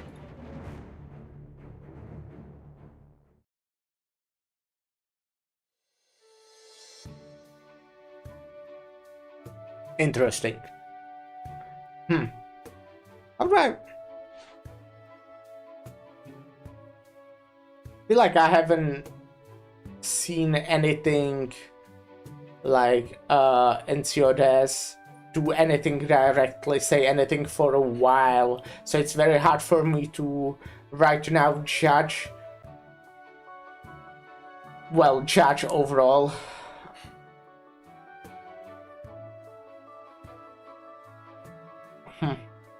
Like who caused what, basically. What's like a part of whose plan. But well, we will see. The name of the squad was something like Chugata. There weren't many present, but seem to have all been taken alive by Ratatos. The other two, Chugata in charge of the freight, then survived. Freight train survived, but were also locked up. That's the extent of what I saw. I'm confident I wasn't seen. And so that certainly would not see this as a simple natural disaster either. Doctor, over here! To avoid drawing the Silver Ash Clan suspicion, I will back out for now and wait the doctor's further instructions.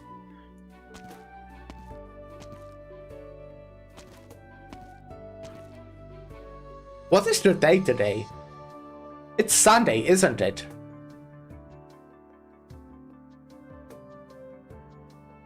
Give me a second.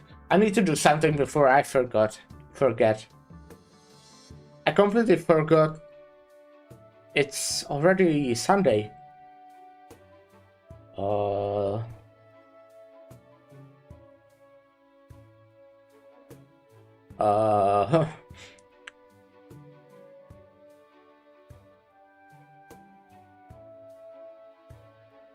I think I need, well, I don't need to, but I would like to order myself for plasma tomorrow. Yeah, I can. Okay, sorry, I'm stalling. This is quite important because, you know, there might not be enough place if I do this later, since it's only one day in advance. We'll be quick though.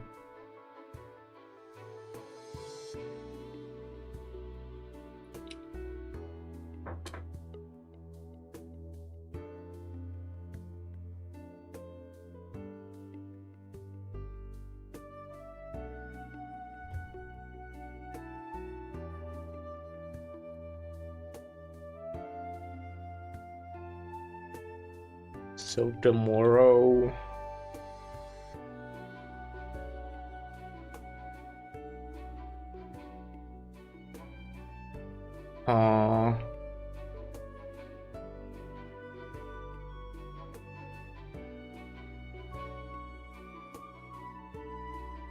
Could go probably a bit later so I don't have to wake up like super early.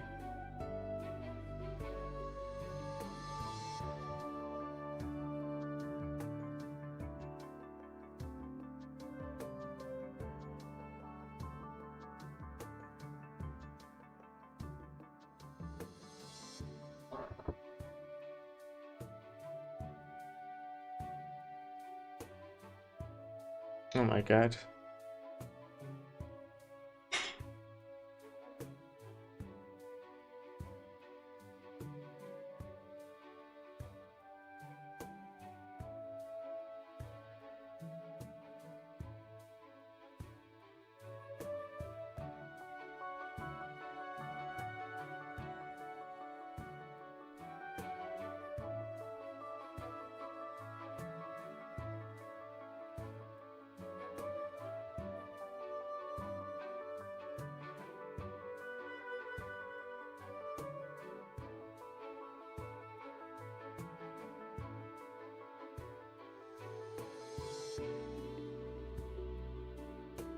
I'm writing my friends that I'll be there, you know, as well if they want to join. But yeah, I'm done. We can go play.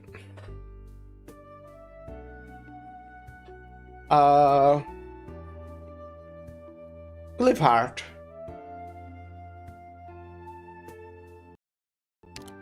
Hey, I'm glad to see you're still kicking, Doctor. Sheesh, they told me I wouldn't be able to see you because you'd be tied up with official business or something.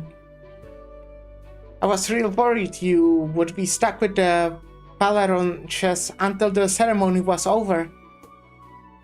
Oh, but I heard that you're getting along well with Mr. Arktosh? Not sure what that would surprise me though. Why that would surprise me though, after all, you're really popular around Rhodes Island. Oh right, is there anything I can help you with, Doctor? I feel bad that it's been one thing after another since you came here, so I was thinking I could maybe run some errands for you. Ah.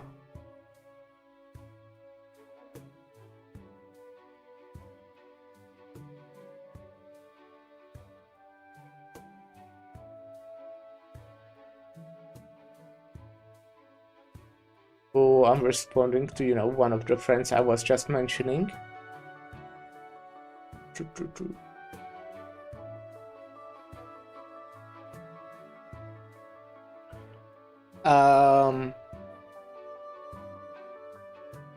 Can you say hello to the Saints dress for me?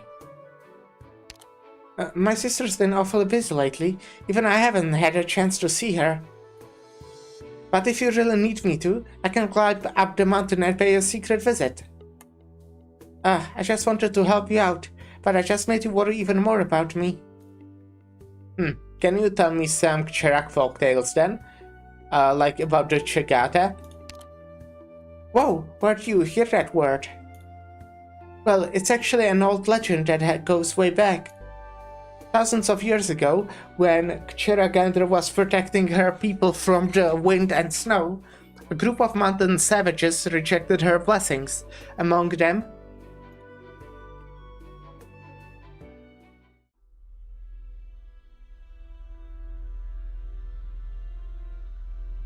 we have confirmed that several segments of track suffered similar damage. The losses have been tabulated, and repairing them will take some time. But more critically, of the points of access between Cherak and the outside world, several of the routes that were completely under our control have been cut off. In other words, outside forces will no longer be able to enter Cherak without great effort. But we still have a relative abundance of various supplies and materials in our reserves, enough to hold out while the tracks are being repaired. That's not the important part. Additionally, we have confirmed that Gnosis and Ratatos have been in contact and have been lingering around our borders. Of course. And what of the Doctor? The Palaroch clan is no longer keeping a close watch on the Doctor. The guards are so discreet that they are unable to track them. Wait, let me... Huh.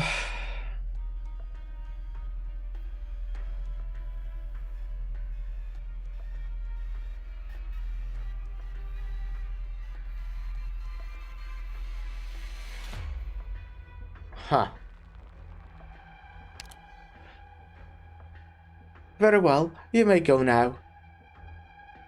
Yes, sir. Well done.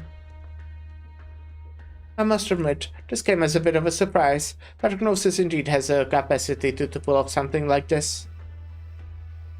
Your idea of trust is rather twisted.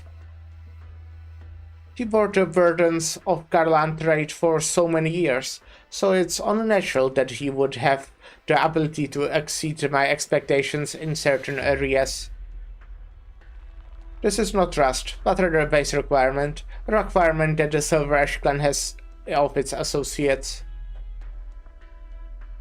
I always thought I would have the right to shoulder Cheragander's burden only when I was prepared to shoulder all of Cherag. It has been so long, too long since the Tri-Cloud Council and the Vineweed Count left this burden. Don't tell me that's why you and Saintress have to shoulder all of Cherag. She may eventually come to make the same choice. And I need to prepare for the next step.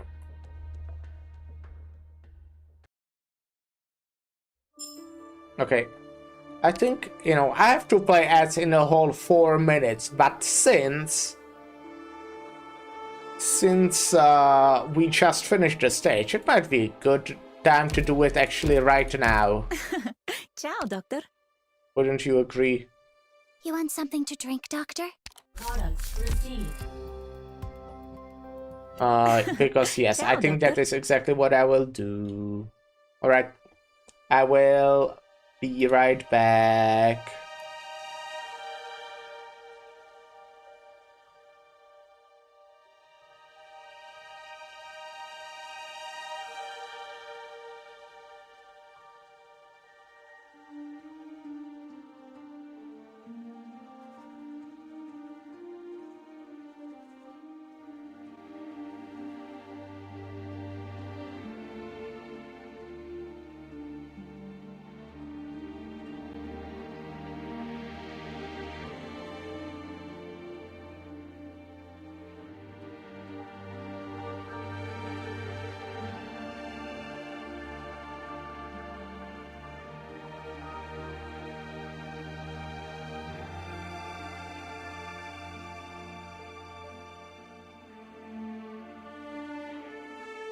Sleep tight.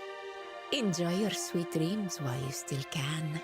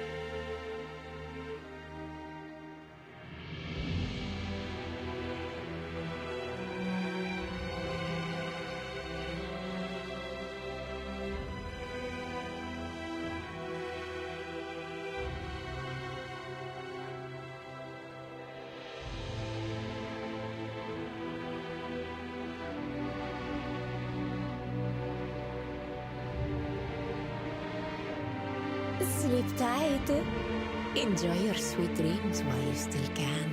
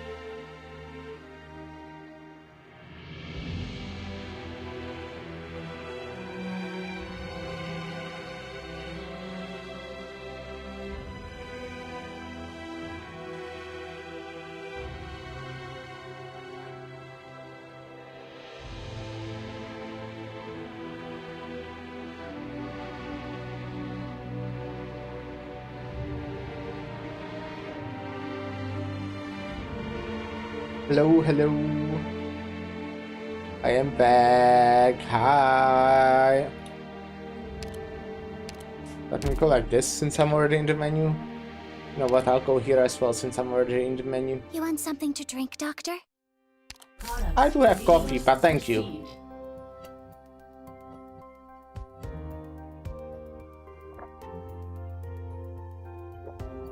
Let me check something real quick. Or not this.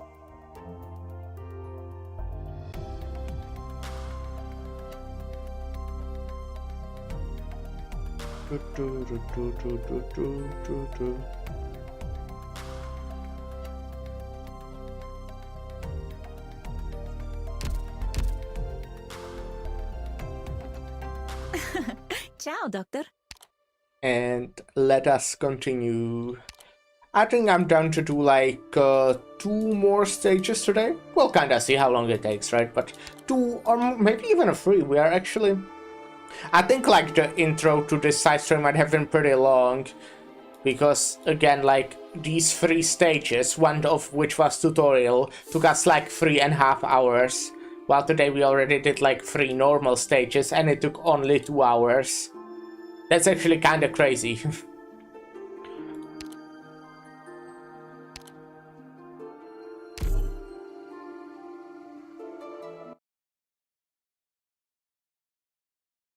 And yeah, I hope you will work to become the Saints. I am enjoying this side story quite a bit so far, by the way. It's... I wouldn't... Well, okay, we'll see. We're obviously not even halfway through. But... I would say so far it's very good, I would say. Great even. And yeah, I hope you will work to become the Saintress. Why? For Kyla and Trey to go further in Chirac, we need the Saintress. And this is the perfect opportunity. Why? Of course, things won't be so simple.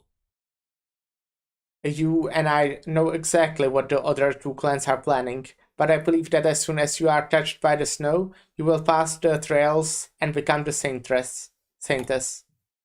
And yeah, I know you can do it. What if I don't want to? What if I fail? Of all my arguments and doubts, I voiced not a single one. Because I knew exactly how he would respond, just as always. You are a Silver Ash, and yeah.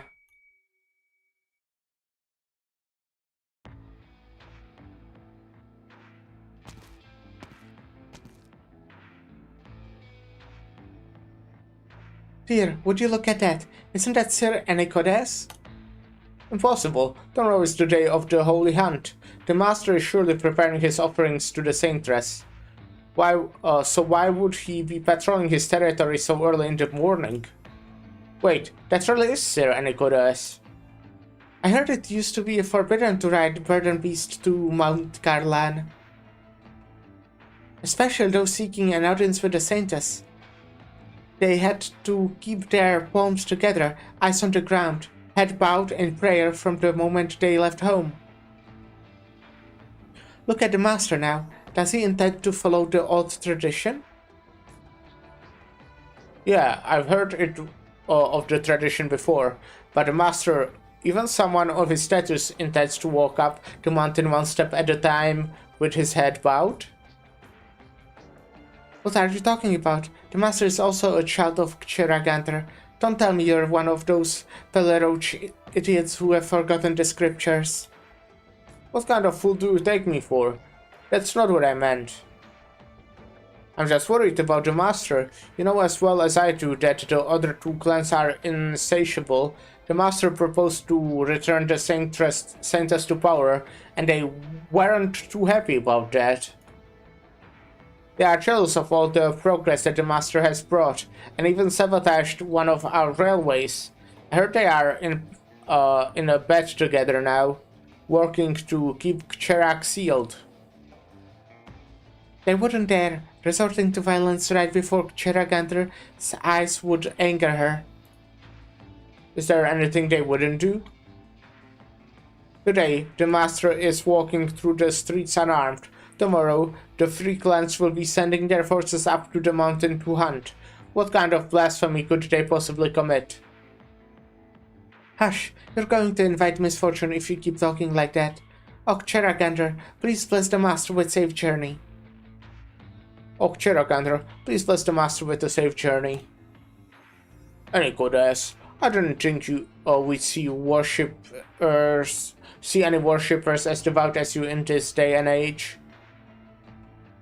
My apologies, Mr. Pale. The master is participating in an important ceremony and has to pray all the way there, so he cannot answer you right now. But allow me to offer you my regards on his behalf.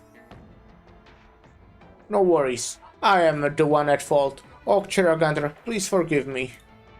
However, the road from Turikam to Karlan is long, and I'm afraid that others will be worried if they see any goddess like this.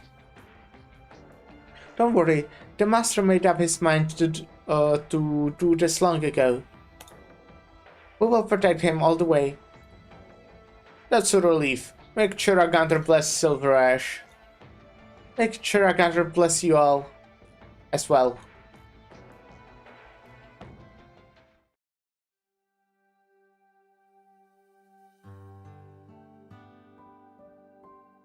It always feels like the beasts start panicking before the hunt even begins. You can tell now how the beasts are behaving just from looking out the window. From the shifting of the snow. That being said, make sure you watch your feet tomorrow on the day of the Holy Hunt. The Great Elder is here. I have plenty of things to watch out for as it is.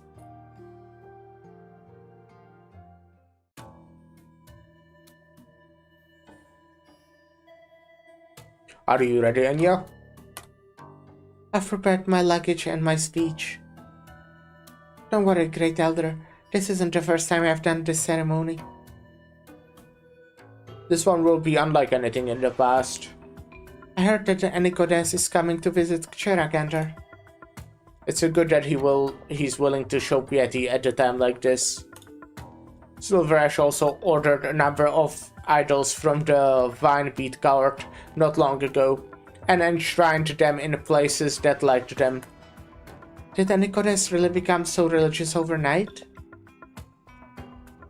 Saintress, whether or not this devotion is true is for her to judge. It is not our place. But even those ignorant of Cheragander will be converted and pray to her after seeing a majestic aurora.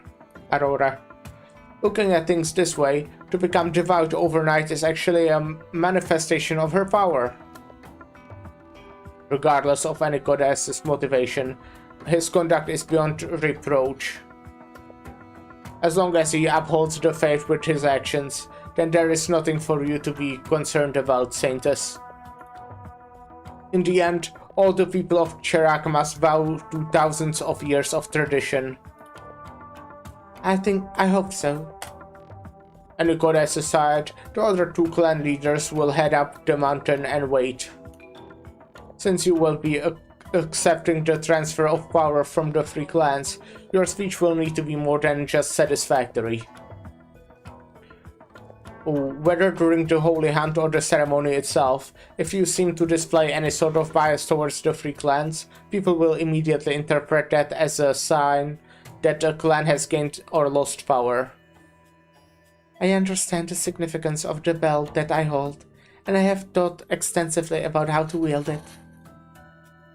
There's just one more thing, the hunting longbow.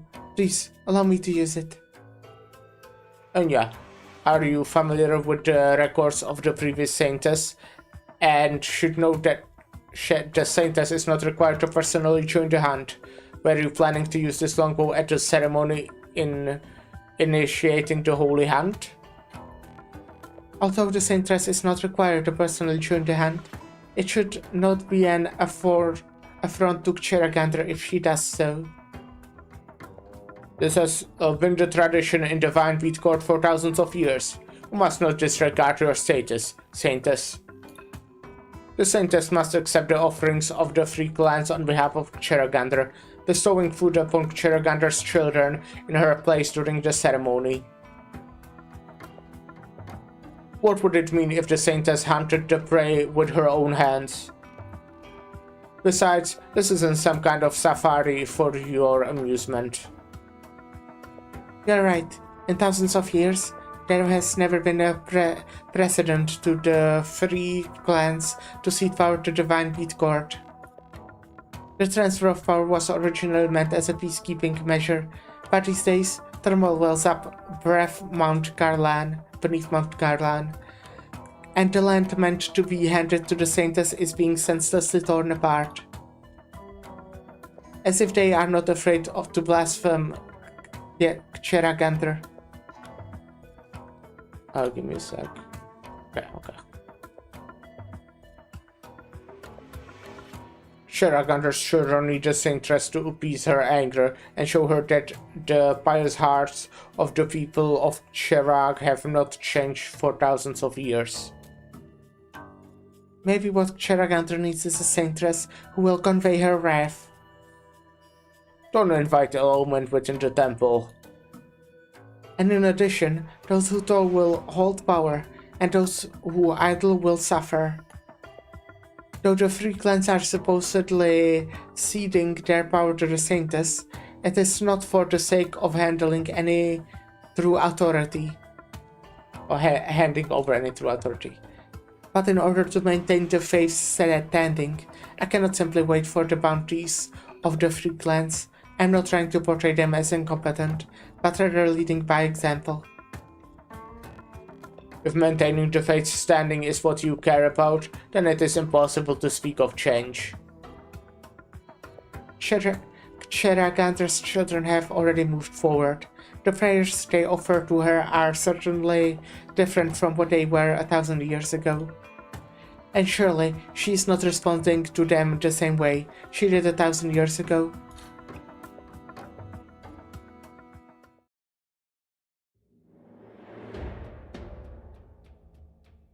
Heard that the master set off from the Old Silver Ash estate early in the morning and walked all the way here on his 2 feet, without resting or taking even a single sip of water. Dad, let's fetch a bowl of water for him. To follow the old ways, he cannot eat, drink, or sleep the entire way there. But it's already been a whole day, Dad. Our town is only halfway to Mount Garlan. He's about to leave, and the sun's going to set too. Who knows what kind of dangers are out there in the snow? Oh, he's coming. Silver Ash's team quietly passes through the street at dusk, and Nicodemus keeps his head bowed, his palms folded as he silently prays in the direction of Mount Garlan in the distance. Those who hear his footsteps peek out from the windows curiously, leave their doorways, or stand on both sides of the street. Dad, if I can get him some water to drink, then I want to follow him to the foot of Mount Garlan. I decided to follow the master when he opened the factory to teach me about technology. Now that he is demonstrating his faith and going to worship at Mount Garlan, that makes me want to follow him all the more. Without a word, the people stand up, go down the stairs, and follow the Silver Ash guards into the snow. Alright. Well, I wonder how religious he actually is, or how performative, possibly, you know?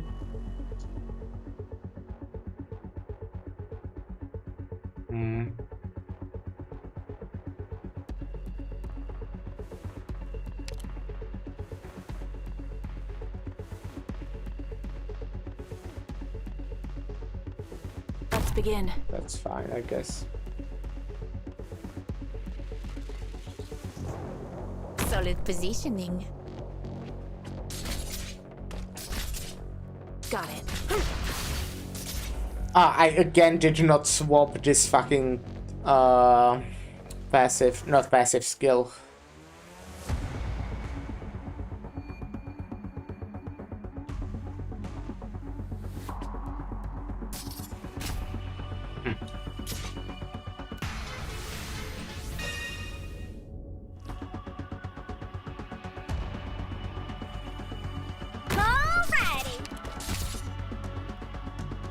Right, okay.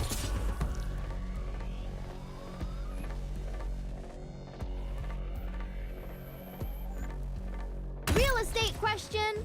Nanda. This wonderful realm or a panoramic view of hell? Which did you want again?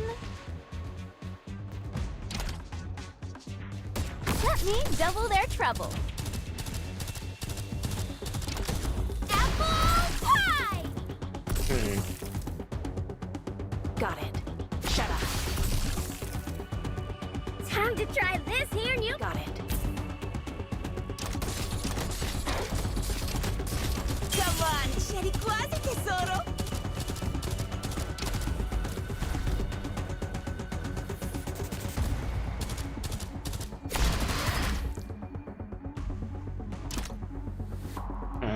Let's do this like this. I should try adding a jet engine next time.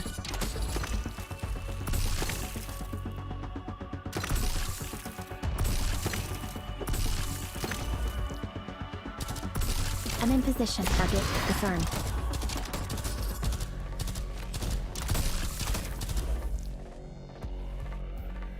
Divine judgment! This will keep you quiet. Yeah, that guy will be quiet now.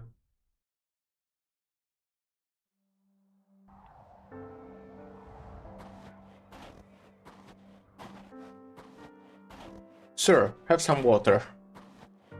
Haven't had so much as a sip since yesterday. You still have a hunt later. This is to... No need. You cannot speak, man. Why did you just talk? But... This is my decision. Don't make me say this twice, Metalhorn.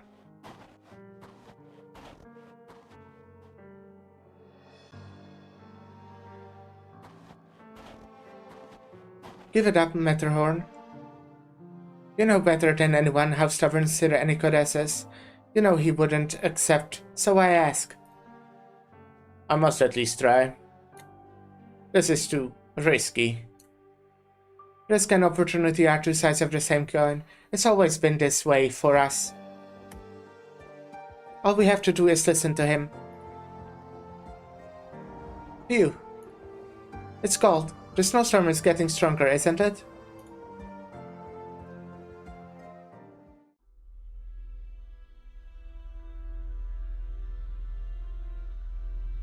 He's taking too long. What a showy guy he must be to have the two other clans wait for him. He's walking all the way here. That's not so bad, if you ask me. What a surprise. You are commending him? From what I heard, Anicodes is enjoying quite a celebrity status on his way here.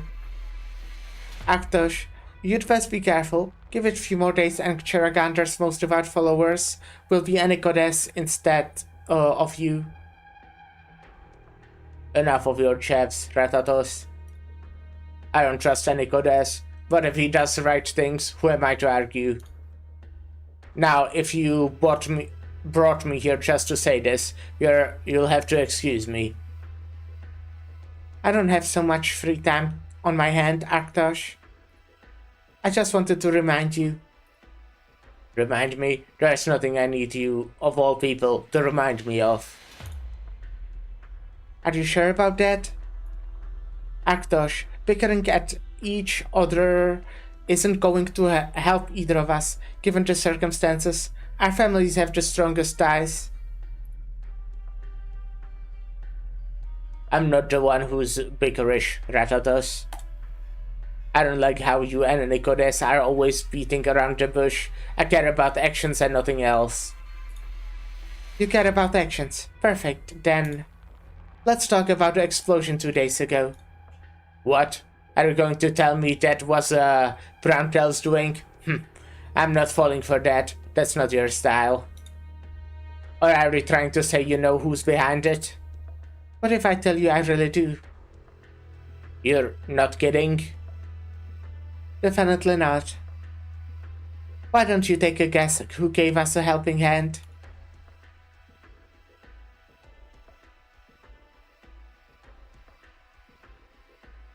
Munch. Just where did she go? Are you looking for me, madame? Do you really need to ask? You're usually pretty quick on your feet. Why are you wandering about like you're going to the park? Now of all times. I told you we must be ready for this hunt. Whatever, how are your preparations going? To tell you the truth, Monch, you're the most dependable warrior I have. Well, I wouldn't trust her. It's all down to you whether I can bring honor to the Browntail clan and get back at that bitch Ratatos. Madame, if I may speak my mind. If you have something to say, say it. Right.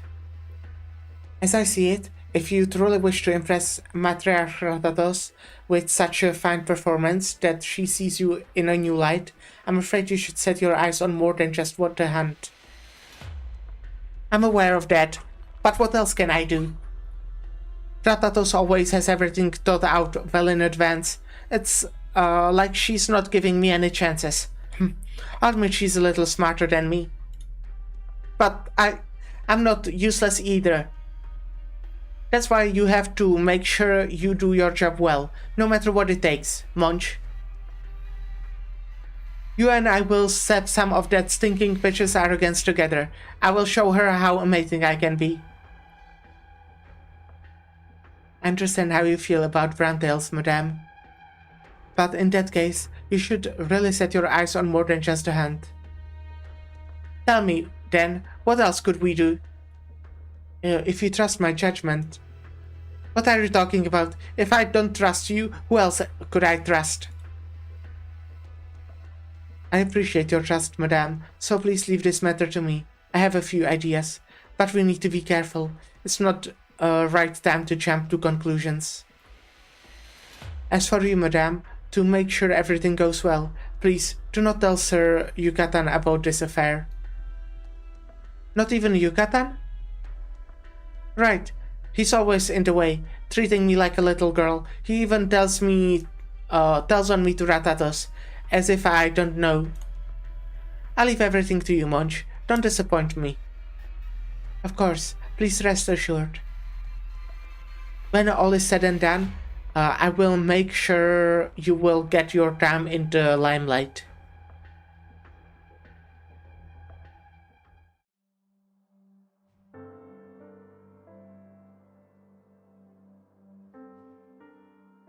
The sound of the bells rings from her purest soul.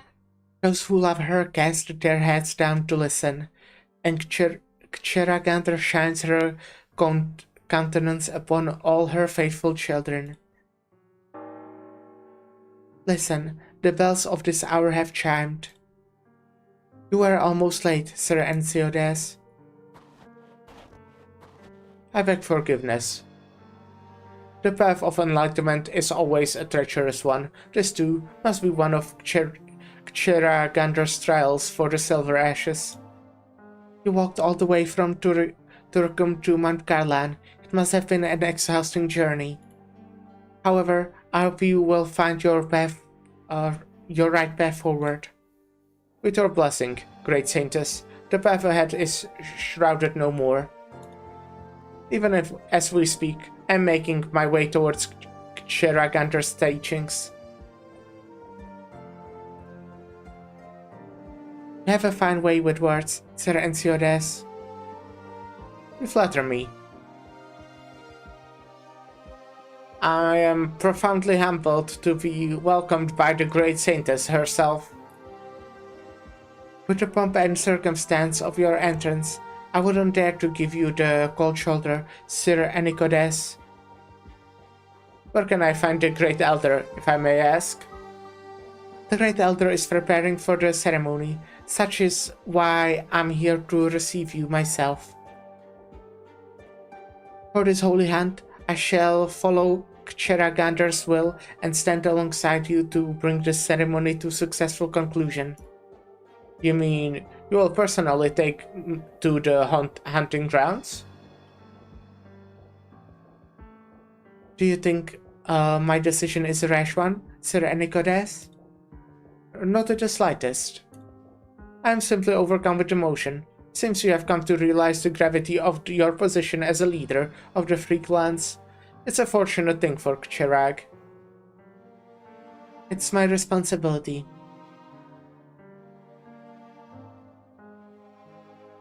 Great Sentress, Sir Enicodes, the Holy Hand will begin shortly.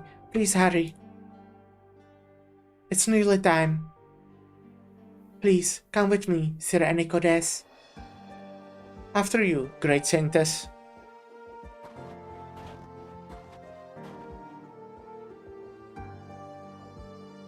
Sir Enicodes. What is it? Whether your path is right or wrong, Cherag has its own path to follow.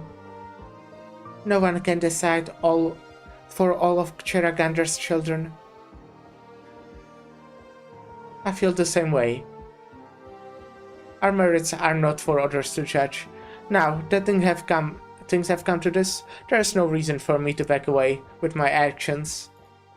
I did all that I could, nothing more.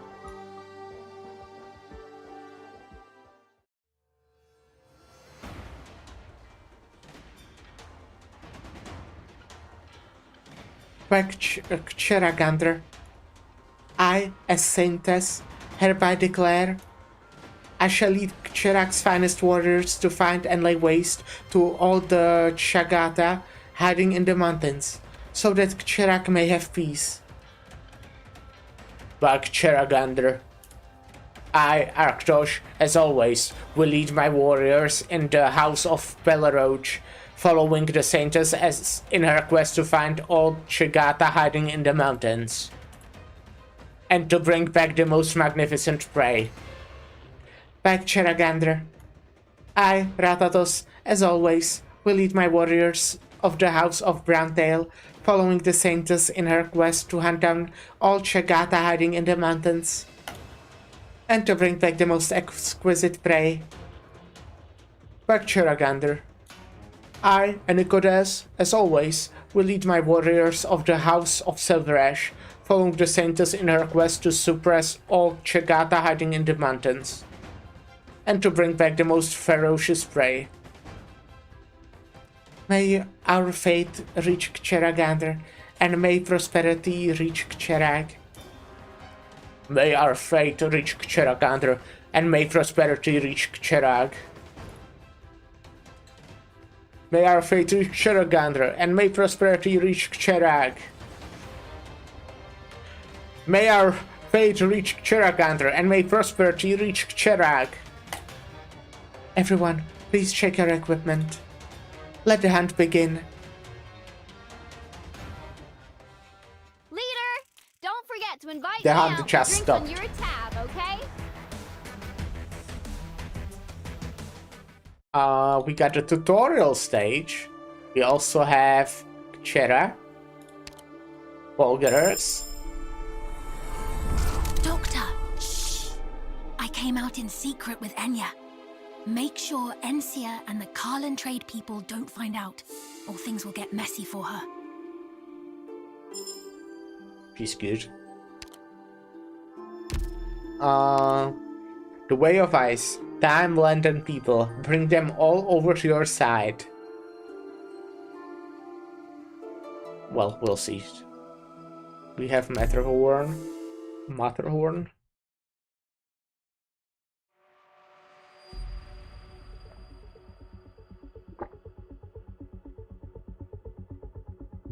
These special enemies are particularly dangerous. We absolutely cannot let them through. Seems like we're in a rough snowstorm. The penetrating cold that comes with a snowstorm will push enemies in a certain direction. We might be able to work some wonders if we can coordinate this effect with the terrain. The direction of the wind might let us use the pitfalls here to secure our victory.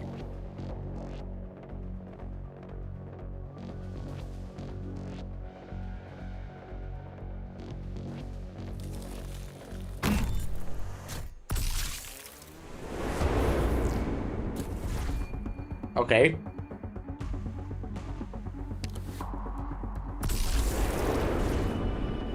All is ready.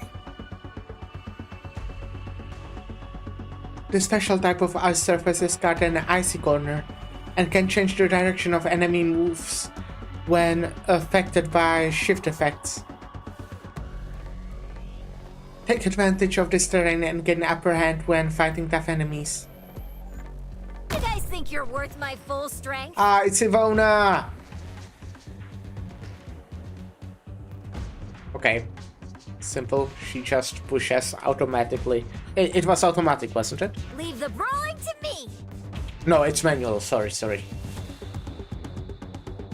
So I will Leave the brawling to me! push. You're not dodging this! Cool. I shall be your vanguard. I shall be your vanguard. I shall be your vanguard. You are a defender. You are not a vanguard. You don't have what it Dummy. takes. Mission accomplished. Their strikes can barely tickle me.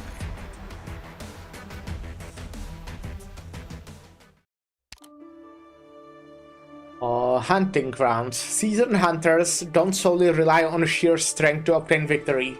Even the blood they spill during the hunt can become a deadly trap. And let me finally change this and hopefully, As a you know, squad member, not forget. I'll try my best to learn from the basics.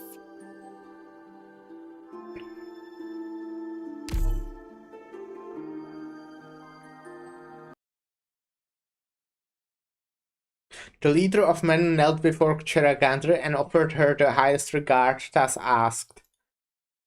These lands are no longer masterless. All who live on these lands worship and revere your holiness. And so, please tell us, what is our name? And Cheragandre answered, I have a name for thee. From today, these lands shall be called Cherag. And thou shalt be known as the children of Cherag. Cheragandre, page 2.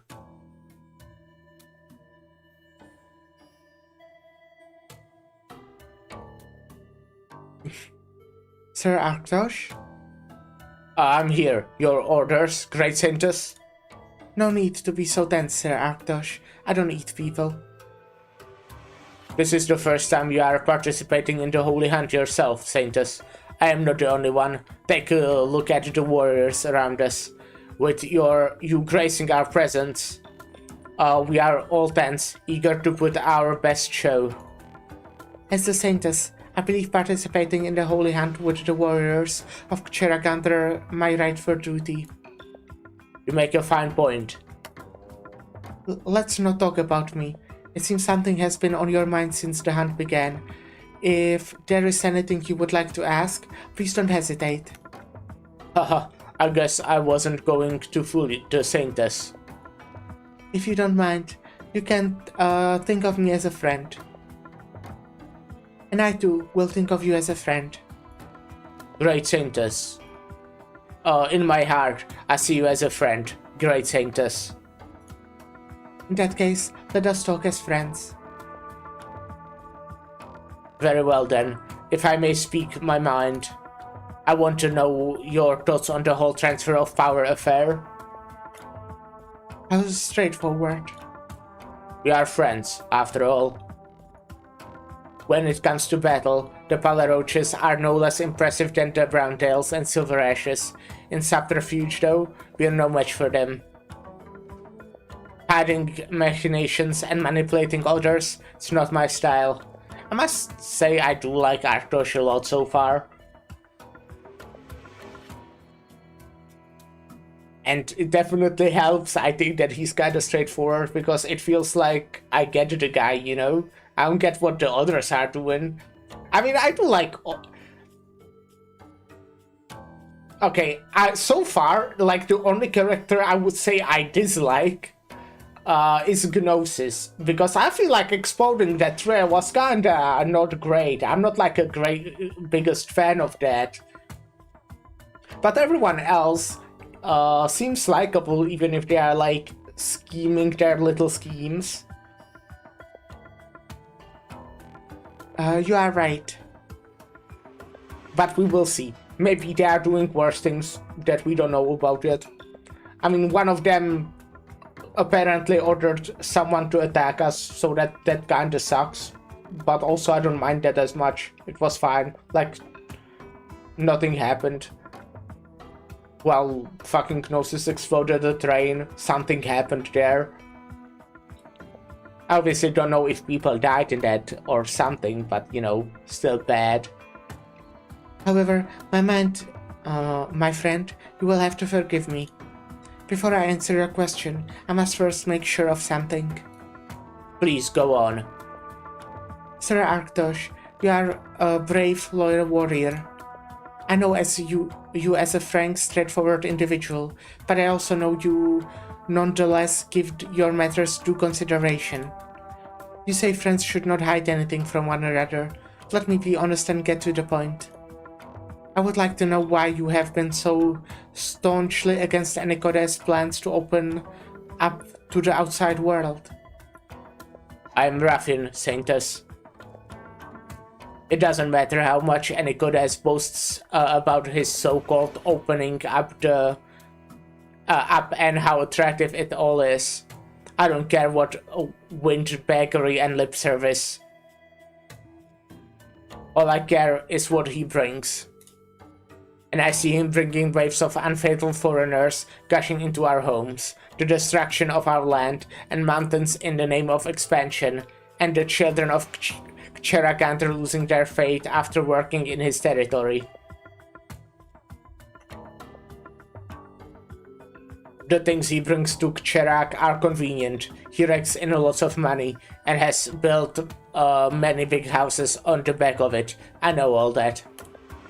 But if everyone takes after him and casts aside faith in the name of prosperity, what will become of our lands? Well, I think specifically here, faith is like a big part of their culture, you know, so I'm very much like,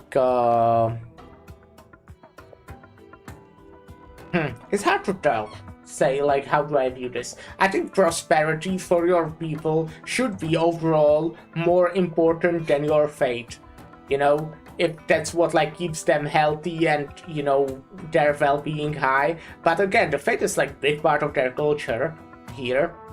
And I think it's kind of important to keep that, to not, like, you know, what's the word?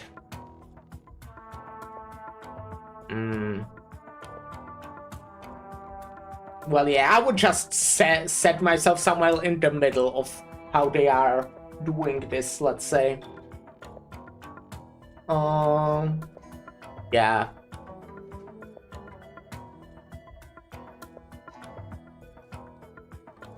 Cheragantr observed the Panpala roaches to protect Cherak. As such, I, Arktosh, will not allow anyone to bring it to ruin, however they try. Now I understand how you feel, Sir Arktosh. In that case, it's time for me to answer your question too. Sir Anikodes proposed to turn over all his coral lands to me. It was so sudden that it got me by surprise. So you didn't know beforehand? Indeed, I never expected him to make such a suggestion. But I don't claim to know understand Sir Anikodes' thought process and how he arrived at the idea of turning all powers over to me. However, if we took a look at the outcome, I don't think this is a bad turn of events. You mean? At the Vine Beat Court, I watched the masses pray to get Cheragantr all day in and day out. There is one thing that I understand better than Sir Anikodes, and that is the fact that Cherag has not yet lost its faith. I suppose that now that this decision has been made, whatever happens from here won't be so easily influenced by any one person. The unexpected always comes to pass, no? If Sir Anikodes hasn't thought of this before, then I must have thought too highly of him. Fine, whatever the case for everything else, I trust your words on this. To tell you the truth, Great Saintess, up until you just spoke, this conversation made me feel as though I had been talking to someone entirely other than the Saintess. I guess I must be overthinking it. I'm saddened to hear how you feel about our conversation.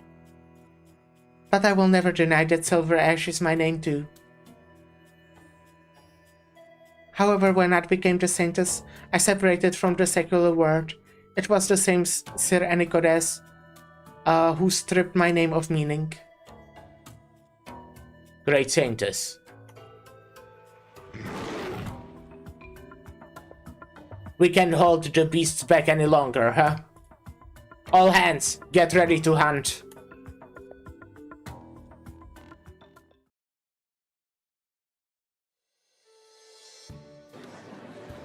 Saintess portraits, Saintess embroiderment, Saintess sculptures. What about plush toys? The symbol of the Chirac faith. What are you waiting for? Bring Chirac Hunter's blessing home with you.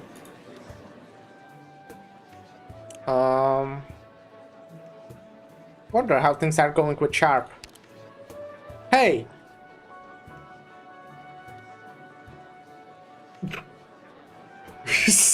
What the fuck are these options? Indescribable shrieking or attacks reflexively. Let's just tell her hands are cold. Woke you up, huh? What are you spacing out for? You have been standing there, not moving an inch. Oh, did that scare you? I'm fine. Haha, you seem fine to me. Thank you. What are you looking at? Did you catch the Holy Hand ceremony? Even the Saintress is joining the hand this time. Everyone's here been looking forward to it.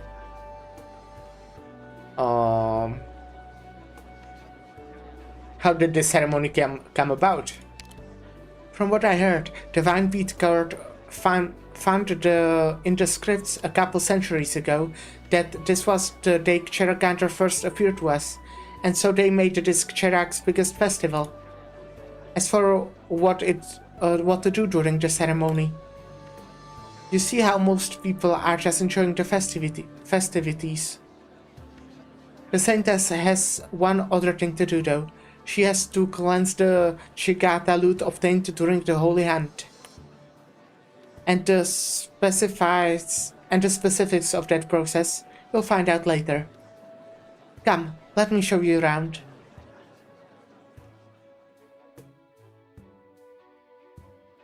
This season, every year, the devotees who teach and study at the academy come back to the Vine Beat Guard to preach or to give lessons about Cheragander. Let's have a listen. A millennium ago, a forebear angered Cheragander. She vowed to never again protect Cherag, and a harsh winter befell our lands. Every year, to calm her fury, the Vine Beat Guard picked a girl with the purest soul to head skyward toward a mountaintop, carrying a bell that represents her until the young maiden sacrifices her soul to her. Human sacrifices? When she heard the cries of the 100th girl, Cheragander at long last forgave the people of Cherag, and the cruel winters came to an end. That's good. That was how Cherag's first Saintress came to be. That again, huh? Right, I read a different version of the story in the Vine Beat Guard's texts. A different version? Every year, to claim Cheragander's fury, Cherag chose a girl to be the Saintress, who was to sit atop Mount Garlan and pray until her death. Cheragander is said to have appeared before the masses as a young girl, and so everyone believed that the maiden's pure soul could reach her and beckon her back to us. This ritual continued for almost 100 years. Over time, the people gradually turned against these unreciprocated rituals. there was a rebellion against the Vineweed Court led by a small clan leader whose daughter was chosen to be the Saintress. Many of the Vineweed Court's buildings were leveled, and many of its texts, kept since ancient times, were destroyed. Ever since the Vineweed Court's understanding of its past has been widely off the mark. And the most dramatic things about this turn of events is that the Saintress still climbed to the top of Mount Carlan this year, and Cheragandra regained her strength after a century-long slumber. Hearing the prayers of the Saintress, she awakened. The signs of her awakening were so obvious that the people immediately noticed. Their resistance against the Vineweed Court came to a close, just like that.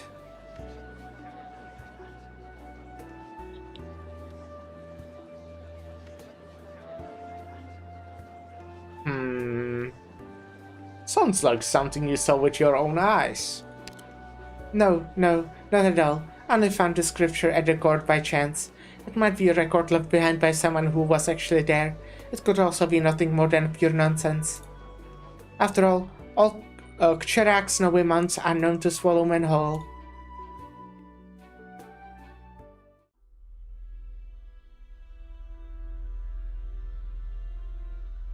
Sir, a large group of beasts have been spotted up ahead.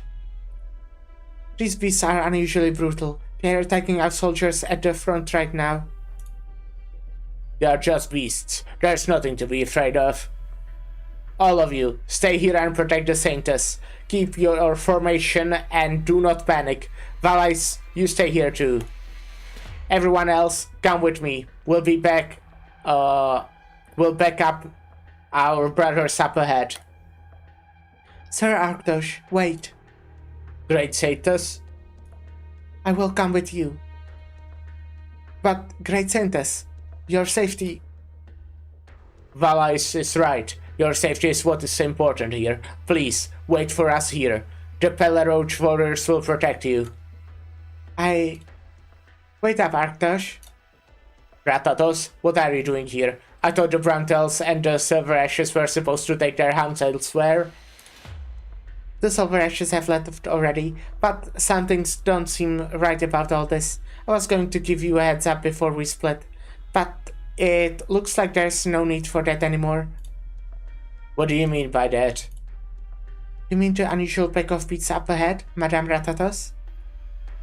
Fine observation, Great Saintess. I don't know the specifics, but I have a bad feeling about this. Only hope that no one is trying to pull anything funny during the occasional as dignified as a holy hunt, let alone putting on a show. Anyway, we should be more careful. For the first time ever, the Saintess is personally gracing us with her presence during a hunt.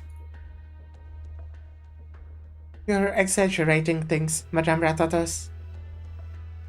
You do have a point though. Since I'm here, I must stand alongside our brave warriors, instead of cowering in the face of danger. Please, the situation is urgent. Let us, talk on the way. Well then. How fortunate is Kcherak that you feel this way, Great Saintess. I won't stop you. Valais, lead the way. Yes, sir. Why aren't you here yet, Munch? The Saintess doesn't personally join the Holy Hunt every day. We have to seize the opportunity to take care of as many beasts in front of her as we can. But what if we hurt the Saintress by accident? Whatever. It's not like that bitch Ratatos would do anything. Worst case, I'll own up to it. You must take the chance, Munch.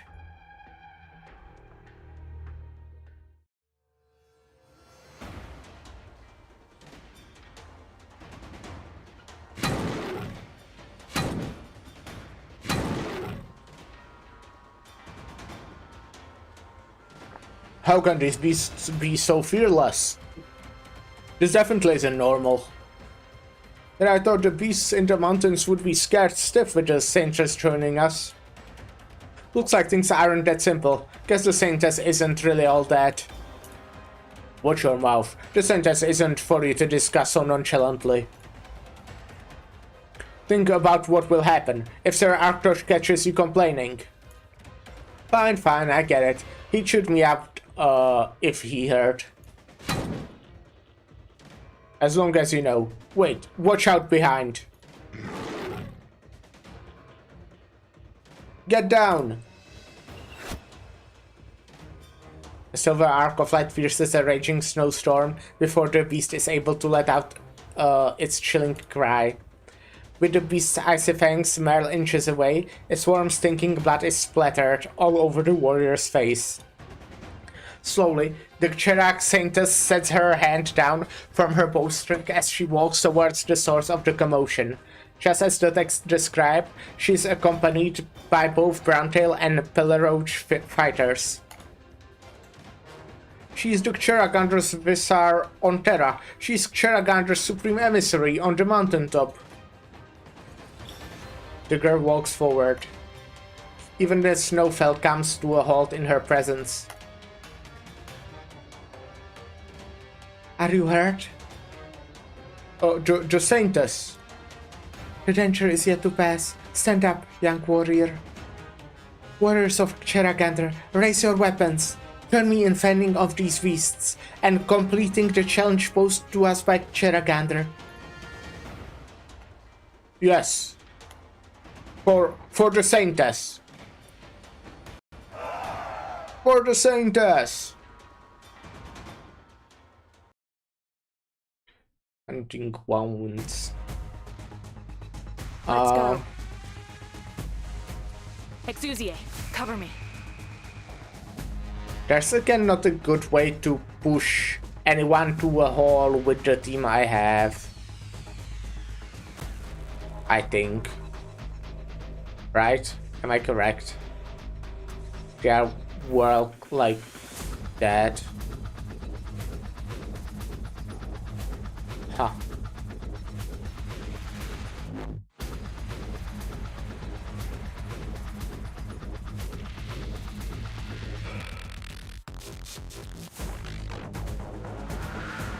I'm looking.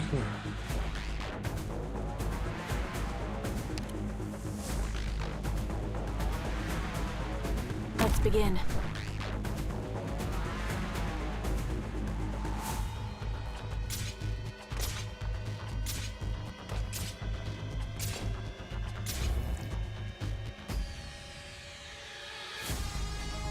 Let me double their trouble. Shut up.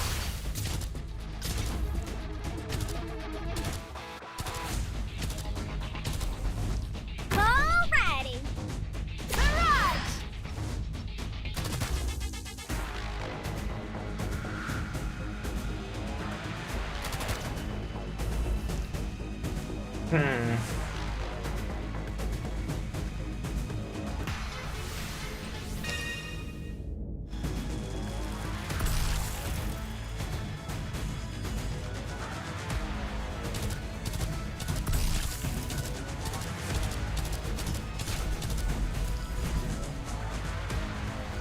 Is it my turn?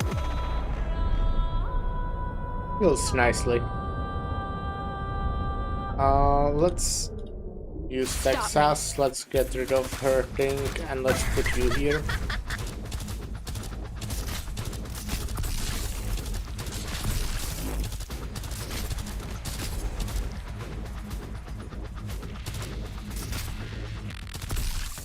Whoever said a wheelchair couldn't get up onto a steel beam?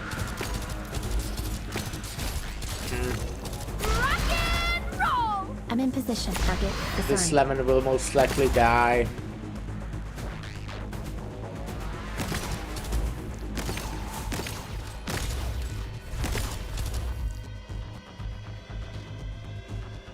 But maybe not.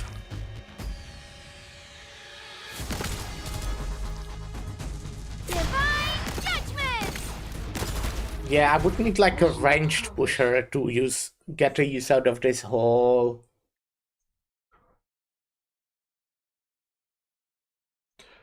Are all the preparations in place? Yes. Sir Gnosis, may I ask you a question?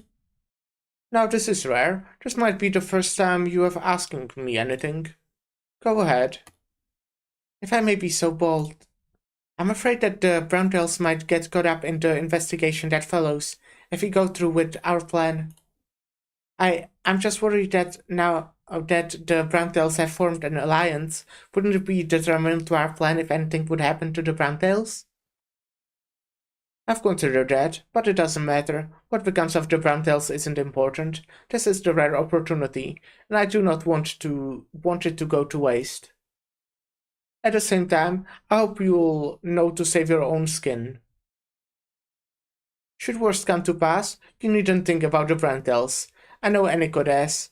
If your testimony is useful to him, he won't harm you, at least for the time being. And when the time comes, I will send men to ensure your safety. Sir Gnosis, What's the matter? If you are having any second thoughts, we can bring others to execute this plan in your stead. No, please, let me do it. Whatever your orders, Sir Gnosis.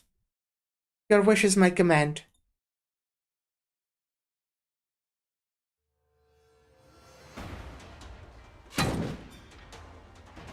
We have taken care of all the beasts now.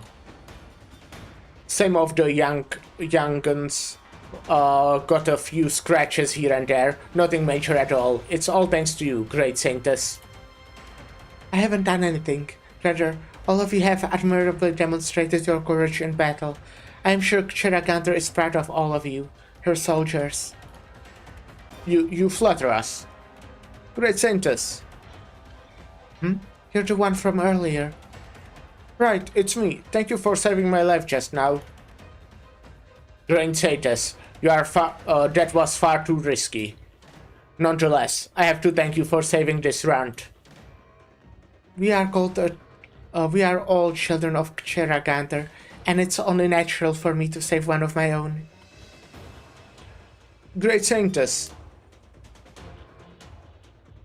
That was truly a fine shot. I didn't know you were such a capable archer. The Saintess must be able to protect the people of the Snow Realm. This is hardly worth mentioning. She's really nice. I really do like her.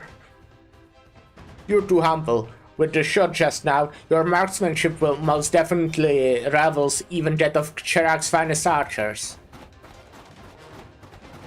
Great Saintess, Sir Arkrosh, Madame Rathatos. This is bad. What are you babbling about? How is any of this bad? Oh, sorry. That was Rathatos. You're the one of the Silver Ashes. What's the matter? Don't tell me you're ambushed by beasts and Enicodes is looking for your help. For our help?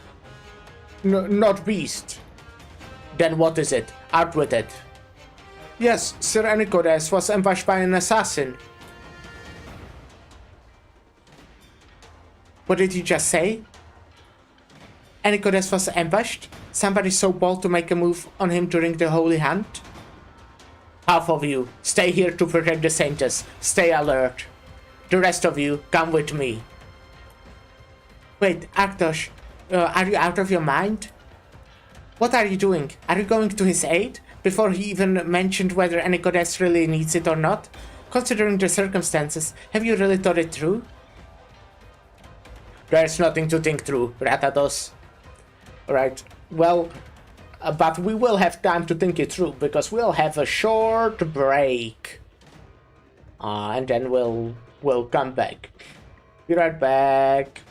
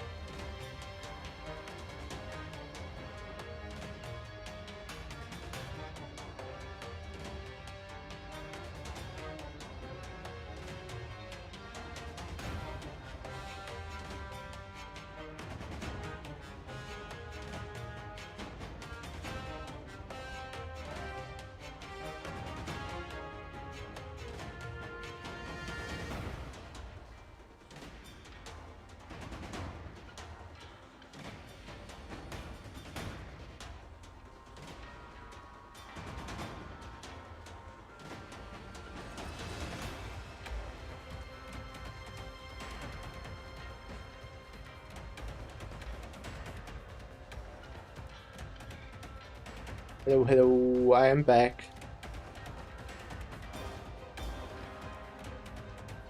I know what you are thinking, but it doesn't matter to me one bit whether Anicodes is really turning over a new leaf or is just putting on a show.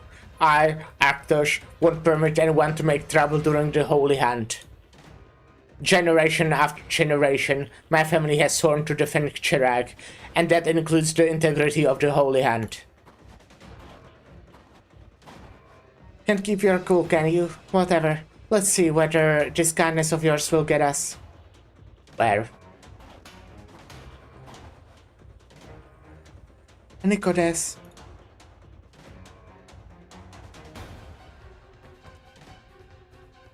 Sir Anicodes, you're bleeding. Are you hurt?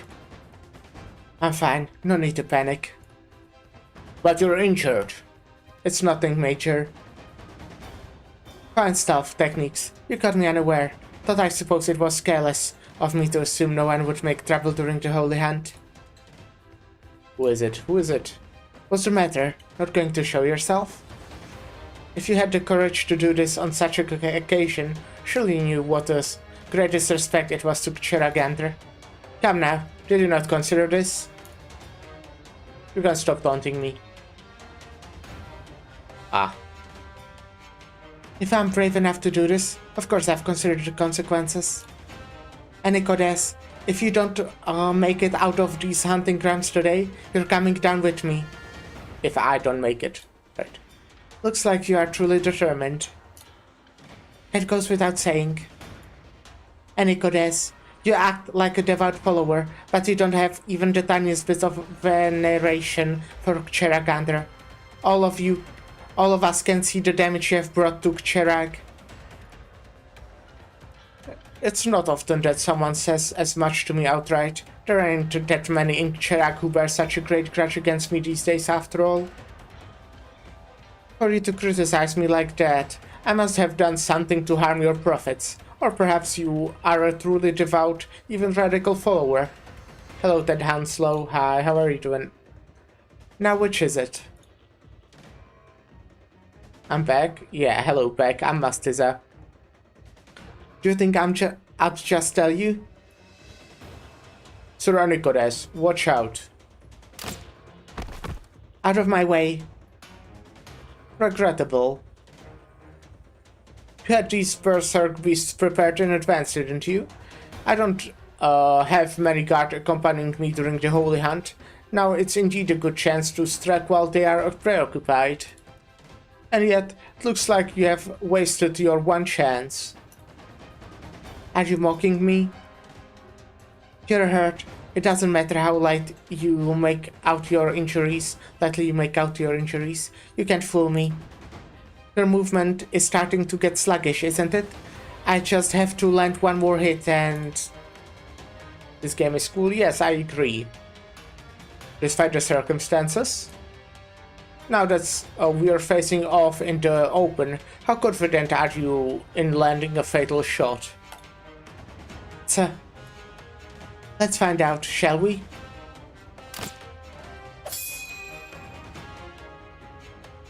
Damn it, you can block arrows with that cane? Are you screwing with me? Please, don't get the wrong idea. It's not my intention to look down on you. You came well prepared, and we have an excellent plan. However, all plans must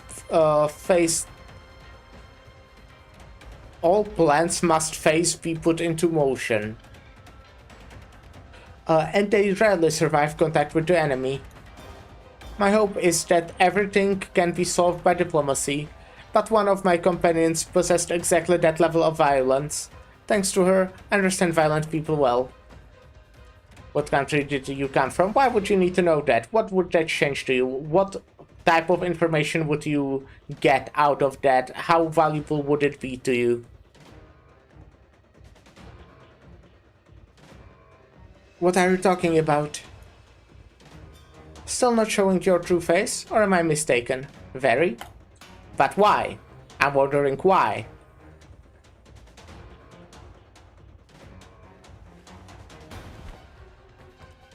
Ah, it's sharp. It's a little harsh to slice through an arrow after all. You... I don't know, I'm from the UK, cool. But what's just part of, that's just part of the job, Mr. Enikodes. So will you two keep the fight up? That is not for me to decide. Giving up the best course of action here, at the very least, no lives will be lost. You can drop the contact, it disgusts me.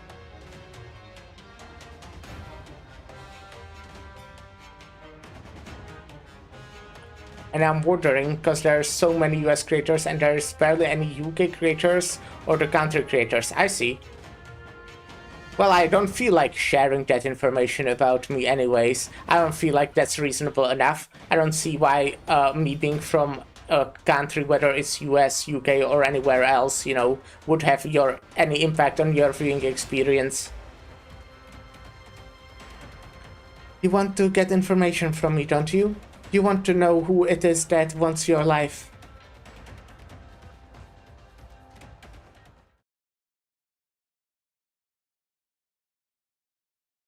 I've considered that, but it doesn't matter. What becomes of Brandstills isn't important. This is a rare opportunity, and I don't want it to go to waste. At the time, I hope you'll know to save your own skin. Should worst come to pass, you needn't think about the Browntells. I know Enikodes is your testimony. If your testimony is useful to him, he won't harm you. Do you like Donald Trump? Not really, no. If your testimony is useful to him, he won't harm you, at least for the time being.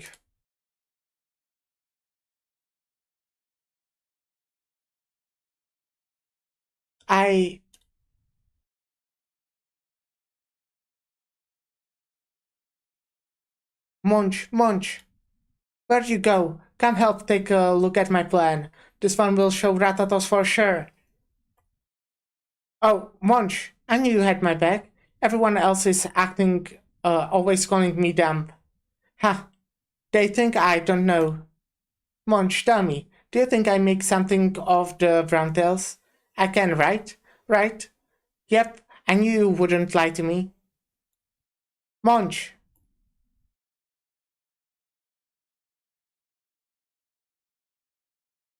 I assume that's the sister of the Ratatos, but I don't remember her name. It's like Sa,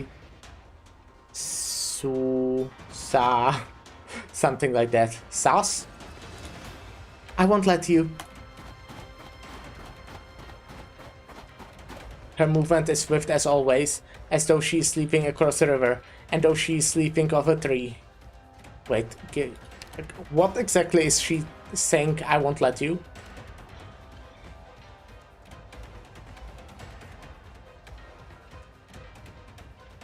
I see. Getting information out of her, I guess. Her movement, yeah. In an instant, her black figure springs off the ground before falling and disappearing below the cliffs. She leapt off. An unexpected choice. You didn't stop her. That's not part of my mission. You didn't seem so surprised either. There aren't many who can properly set out the pieces of the hunting grounds.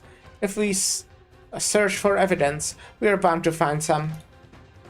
Of course, having a witness would have saved us some trouble, though whether the witness is alive or dead doesn't actually matter all that much. Your underlings are absent. Perhaps they are tied up with the beasts running amok.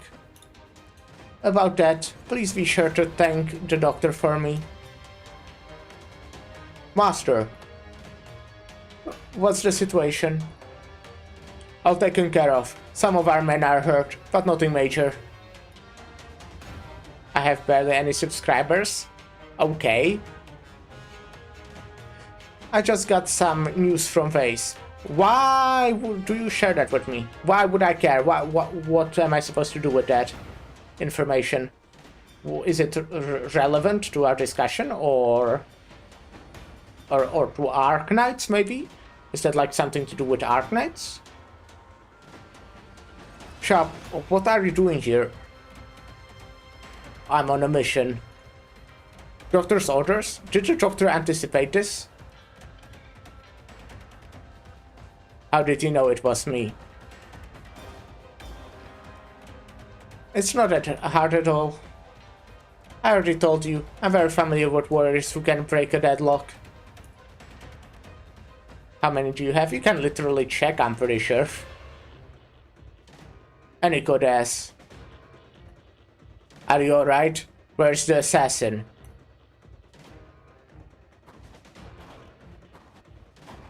Arctos, I never expected to see you here. Perhaps this is a portent of the Silver Ashes and Pala Roaches finally burying the hatchet? I'm here, but that's got nothing to do with you.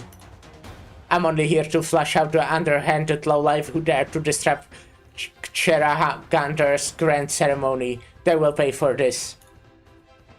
You are truly Cheragander's most faithful follower, Arctos. I'm afraid you come too late, though. What do you mean? You would never let an assassin go. Where are you hiding him? Wait, this cliff, don't tell me. Exactly, Arctos. My men will look for any traces of her.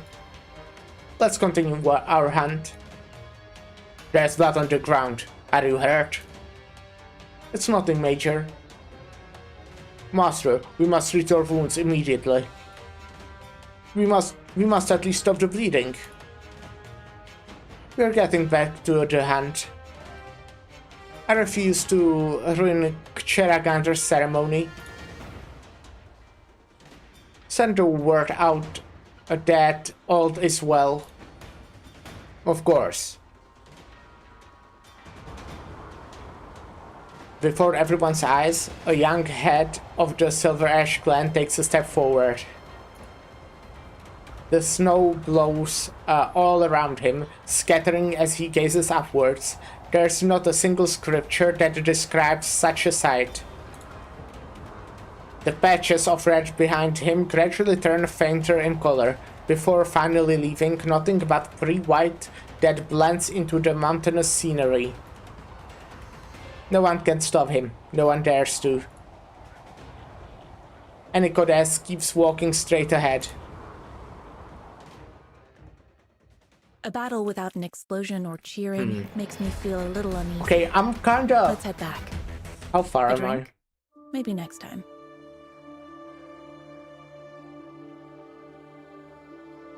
I'm kinda interested in continuing. But also, maybe we should just keep the rest for tomorrow. You know, I'm assuming there's like 4 stages left. And I've already done like 5 stages today. Well, basically 4 actually. No, 5. I've already done 5 stages today.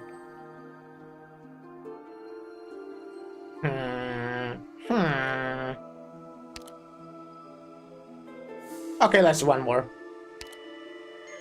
One mindless move. Many people believe that their loss is determined by a single move, without even realizing that every step before that was forcing them closer to defeat.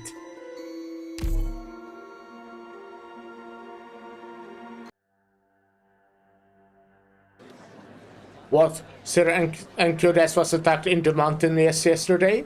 Yesterday? It was already that long? Huh? Is that true?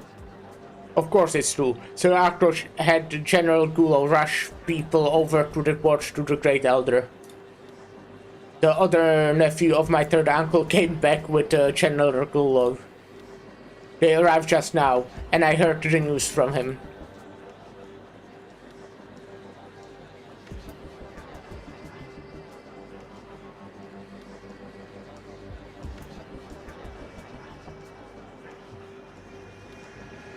What a good lad. Now, that's good news. Heh. But who would be so foolhardy as to attack Sir Anikodes on his way to the Holy Hunt, no less? You think it could have been Shigata? How the hell would it been a Shigata? Didn't we already say a person did it? If you ask me, it must have been the doing of the Balroaches or the Browntails. They tried so hard to suppress the silver ashes, saying something about how Sir Enkiodez had trampled upon our teachings. But who knows, maybe they were really after the Silver Ash clan's land. I wouldn't go around making super claims like that. Spurious? Do you have any idea how much Silver Ash land the Browntails clan gobbled up after Sir Enkiodez left Charak to study abroad? Now that Sir Enkiodez had a change of heart and took the initiative to show favor to the Saintess, the other two clans are panicking because they no longer have an excuse to keep the Silver Ashes down. Well, who do you belong to? I'm with the Browntail clan. So what? You're a Browntail? How can you say such things about your own clan? Because I've been working down in the valley for so long. Honestly, fear Sir Enkiodez has been wronged. Please? What? Please what? Sir Enkiodez has brought so many good things to Charak, but has been kept down in the three-clan council. Even now, after he offered to return to the government and taken the initiative to repair his relationship with the Vinebeard Guard and the Saintess, look how they treat him. Even if you're a Balroach, does that not make your conscience ache? You have a point. That's right. No matter what the circumstances are, an attack on Sir Enkiodez is simply going too far. Besides, to do it during a ceremony as important as the Holy Hunt is also a grave insult to Cheragander. Exactly. No matter what the facts are regarding this situation, there must be some kind of explanation. Sub to my... Let's see where this is going. Sub to your... Sub to your... channel. No, I will not do that. I think I won't.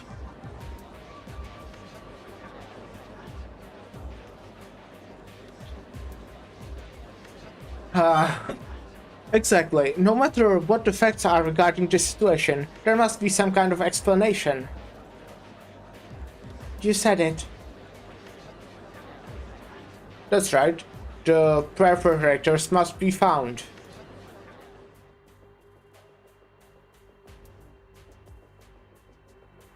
What's wrong? Didn't sleep well last night? You don't look so good. Well, that's rude. I think I look great, actually. Enkiodez ended up running into trouble after all. Well, the of it has spread, and everyone's talking about.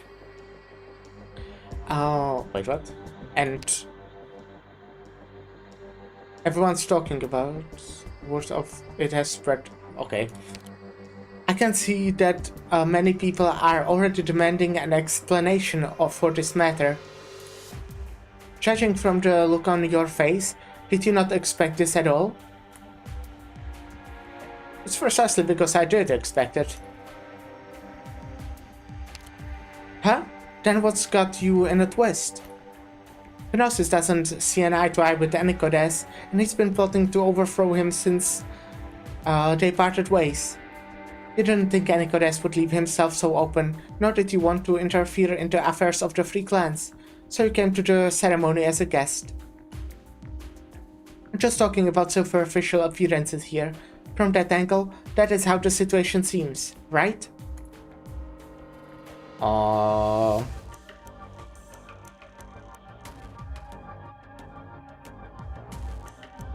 Wait. I think everyone has a skewed understanding of this situation. What I was just answering to her right, I see.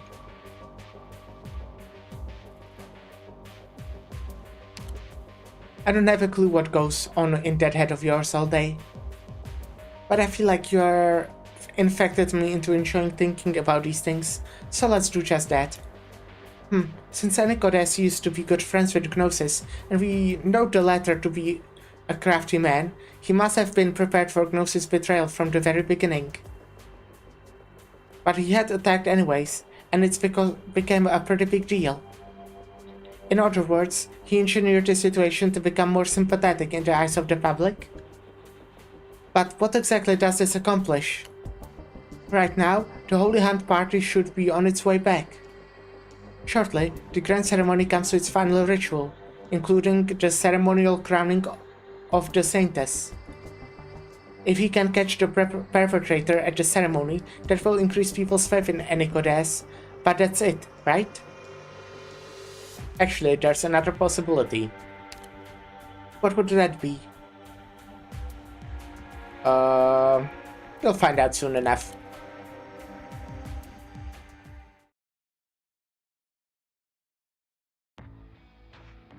The Saintess shot and killed the prey herself during the Holy Hunt? Yes. And news of the attack on Anicodes has already spread among the people? Yes. Not only that, but a number of people are demanding that the perpetrator be punished before the coordinator's ceremony. To injure the countrymen during the Holy Hunt is a grave disrespect, Cheragander. Is to gravely disrespect Cheragander. Of course, this deserves punishment. But this is still a Saintess coronation ceremony. Both of you bring up good points. Great Elder, your judgment? Given Anicodes' superb abilities, there's little chance that the mastermind behind this will not be sniffed out, regardless of who it is. If only things were that simple. Please, do explain, Great Elder. The Saintess' behavior has gone increasingly out of line, yet Anicodes' response has been quite uncharacteristic. What are these siblings planning? What does the Great Elder mean by those siblings? No, there's no possibility of any closeness between the two. But perhaps this is the silver ash blood that runs through their veins. Everyone, the elders, the Great Elder, and the Saintess teams are about to arrive. Enough. Let's go meet the Saintess. Do we think Saintess is on whatever is happening?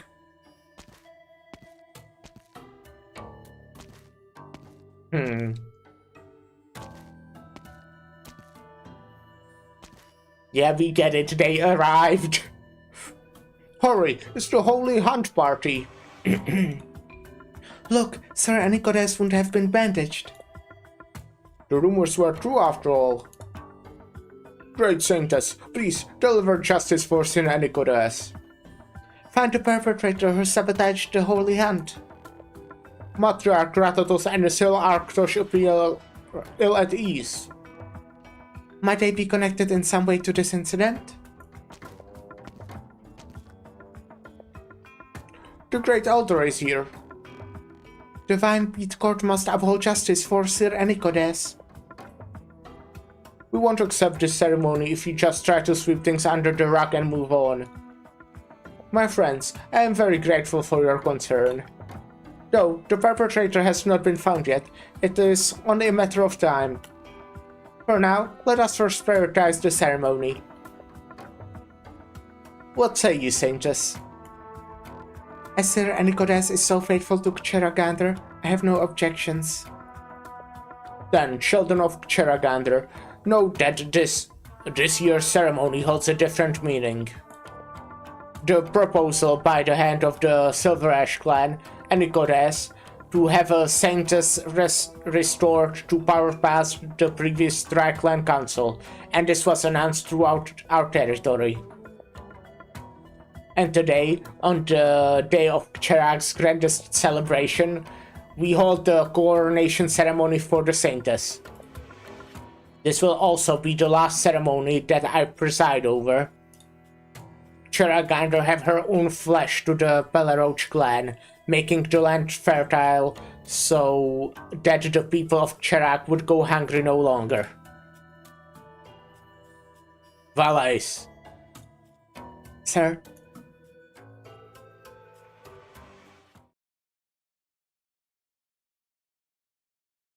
I'm a researcher. Even should I lie, I would never lie about my research. You may distrust the result of my analysis, yet you still hold on to my simple form back then. You can use it as an experiment to verify the things that I said. Or you are ready to accept this truth? Do you truly believe that your father died for blaspheming Cheragander? Ah. Valais respectfully brings forth a cup of wine. This cup represents a bountiful harvest. I offer this wine made from nourishing grain to Cheragander, so that we may be blessed with a bountiful harvest next year. The Great Elder receives the wine and drinks it in one gulp. As head of the Pelaroach clan, I, Arctos Pelaroach, pay the highest tribute to Cheragander. Your prayers will surely reach Cheragander. Cheragander gave her own hide to the Browntail clan, making the forest lush and full of peace to life, so that the people of Cherak would no longer succumb to the cold. Yucatan. Matriarch. Yucatan respectfully brings forth a scarf. This scarf represents comfort and good health. I offer this cloth knit from a warming fire of Cheragander, so that we may be blessed with comfort and good health next year. The Great Elder takes the scarf and drapes it across the Saintess. As head of the Browntail clan, I, Ratatos Browntail, pay the highest tribute to Cheragander. Your prayers will surely reach Cheragander. Finally, Cheragander gave her own bones to the Silver Ash clan, making the mountains rich with metal, so that the people of Cherak could forge tools and weapons. Metalhorn? Sir, Metalhorn respectfully brings forth a small knife.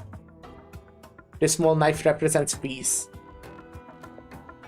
I offer this weapon of refined ore to Cheragander, so that we may be blessed with peace next year. The Great Elder takes the knife and hands it to the Saintess with both hands.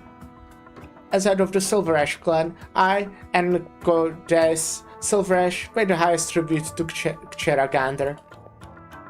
Your prayers will surely reach Cheragander. Next. Master, the perpetrator has been found. What convenient timing. Great Elder, now that the perpetrator has been found, I know not whether to continue the ceremony or interrogate the perpetrator. Continue the ceremony? What the fuck? Easy answer. They won't run away. Well, okay, you just found them, doesn't mean you got to them, I guess. The perpetrator must be brought to justice. That's right, the perpetrator must be punished.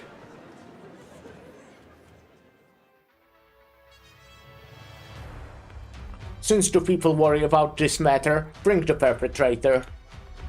Very well. Come.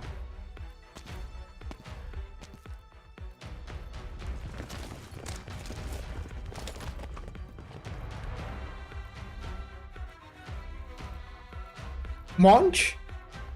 What's going on? Why is Munch in custody? Does this have something to do with the assassination attempt? Damn it, that idiot. Wait, Russ, what are you doing? Assassin who dares disrupt the Holy Hand, state your name. Why would you seek to take Sir Anicodes' life? I kill what needs to die. Assassin, keeping your mouth shut will not spare your life. Your sacrilege against Cheragant during a sacred ceremony is a sin that must be punished accordingly. Know that if you persist, then by the commandments, I can order your execution on the spot. Fine, then you shall be dealt with according to the commandments.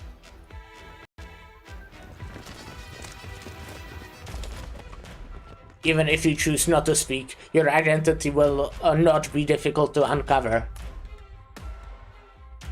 Wait, hold on. Sirius. Yucatan, what are you doing? Let go of me. Monch is one of my people. I won't let you hurt her. Is this true, Sirius? Sirius, go, get back here this instant. You get back here this instant. This isn't a time to place to be fooling around. Yucatan, get your wife under control. Russ, you don't understand the situation.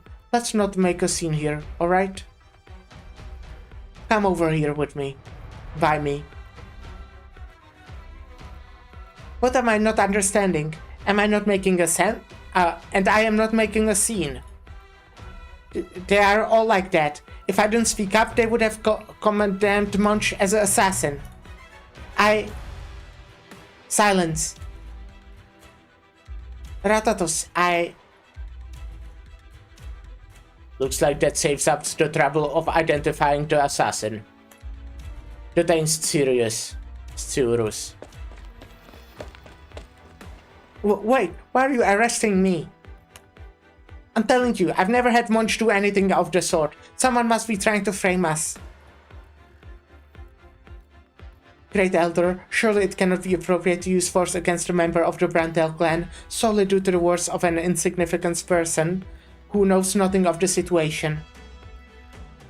As you can see, my stupid little sister could not possibly seek to assassinate Sir Anicodes, for she clearly lacks the brain cells to do so. Hey, what are you trying to say?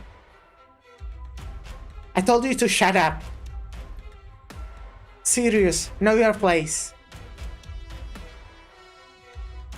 What do you mean to say is your sister has been deceived, Ratatos?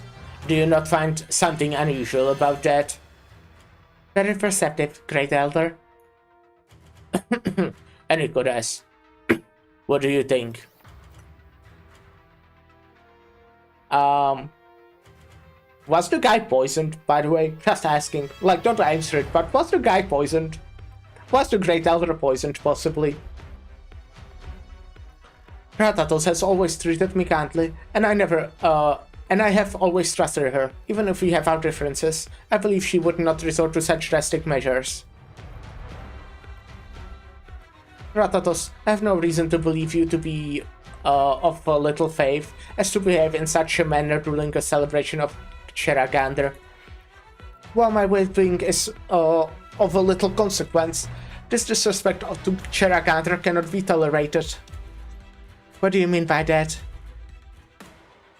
Now that we know that the perpetrator is a member of a Brantel clan, no one will believe the empty rhetoric that the Brantels have nothing to do with this matter. Without providing some concrete evidence or turning over a real perpetrator, even if I'm willing to turn the other cheek, I'm afraid that the House of Brantel will be hard pressed to convince the public.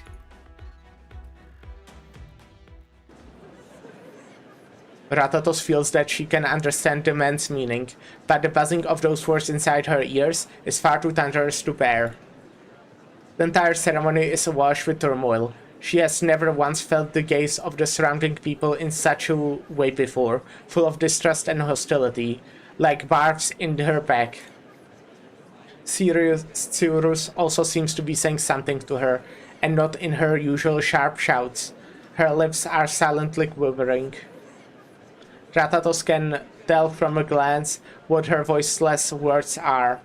In the past, the two of them played similar tricks without the notice of adults. Her sister says, But I just wanted to do something for the Brantel clan. Great Elder, what is your opinion? Your words ring true, Enikodes. Great Elder, is there something wrong? I'm fine. Great Elder, what's happening? I was correct. Possibly. There's some real liquid coming from the Great Elder's lips. He's been poisoned. Someone poisoned the Great Elder. Let me see. Stay back, Saintess. There may be other poison. I'm not afraid. No, the poison is too potent and is suppressing my healing arts. I can only barely maintain the Great Elder's life for a while. Who would poison the Great Elder, and when? Wine! It must have been the cup of wine that Arktosh offered to the Great Elder. Bring the cup. Oh, here it is. Without a doubt, there are traces of poison. That's impossible. So that's your game. Arktosh, I never could have imagined that you would dare poison the Great Elder in your bid to take over Cherag. What? What reason would I possibly have to poison the Great Elder? The Palaroach clan has always been on good terms with the Vine Beat Court, but to leverage this relationship to gain many privileges throughout Cherag, the people gathered here are all witnesses to that. Over these years, you have used this privilege to suppress me, something I endure to this day. You have all seen this with your own eyes. And now, even as we have compromised by proposing to return temporal power to the Saintess, you still have to terrorize the House of Silver Ash. Once the Saintess holds all the power and the three clans are equal under her leadership, will the Palaroach clan still enjoy its privilege as it does now? Perhaps, because the Great Elder was no longer willing to support you, you then chose to contact Madame Cyrus, plotting the scheme unfolding before our very eyes. Madame Cyrus was responsible for assassinating me. You would poison the Great Elder, and the two of you would take advantage of the situation and seize power in Cherag. Not a bad plan, Arktosh. You dare slander me, Enikodes. Slander? It is a fact that your clan is on good terms with the Vine Beat Court. It is a fact that the Brantel clan is now allied with yours. It is a fact that the Elder agreed to return temporal power to the Saintess. And as of now, it is a fact that you poisoned the Great Elder. I would ask you to present to you. I would ask all of you present to pass judgment. I am the one who slanders, or is it Arktosh, the one who deceives? Nah, I think it's you who slanders. But Sir Arktosh isn't that kind of person. Sir Enikodes was injured during the Holy Hand, and the Brantel was responsible. Now, Arktosh poisoned the Great Elder. What is there to doubt? I can't believe I had such a wrong impression of Arktosh. I never thought he was faking his piety all these years. I refuse to believe it. Wake up already.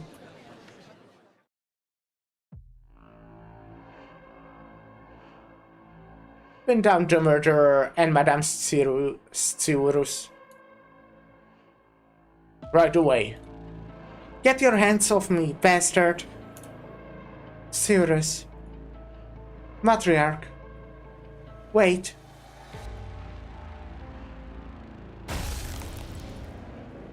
Go. Who's there?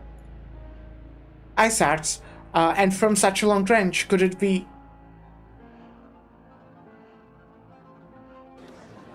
Who is it? Look, over there. Warriors, it's time to rescue your clan leader. That's Gnosis. Why is he here? And why are the Browntails with him? I haven't heard from him since he was blacklisted from Carland trade. From the look of things, he's defected to the Browntail clan.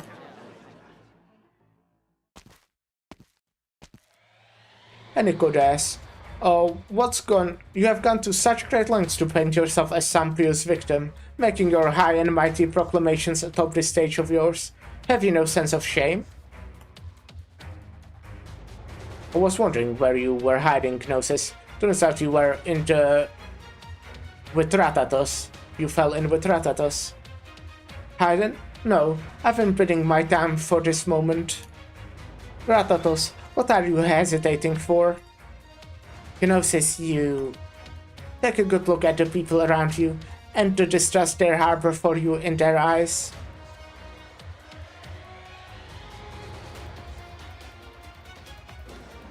Ratatos has betrayed Chiragandra. She must be punished. Arctos, I thought better of you. Strike them down, Sir Anicodes. Strike them down.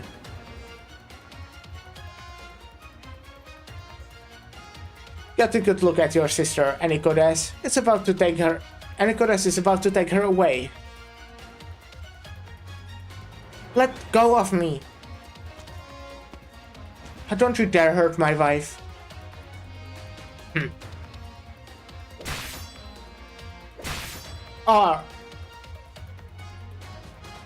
Yucatan. Sirius, Yucatan. Now is your last chance. Anicodes, Stan said that he trusted you, but did he actually trust you? You should have seen through this long ago. He's just forcing you to make a decision. But do you really think you can protect the Browntail clan simply by turning over the assassin that he wants? Look around you. See how the people are looking at you. Do you have any idea what will become of your plans should Anicodes take over Chirag? Matriarch. Ratatos, don't tell me you intend to protect neither your clan nor your lands, and instead will simply relinquish your public image and privileges.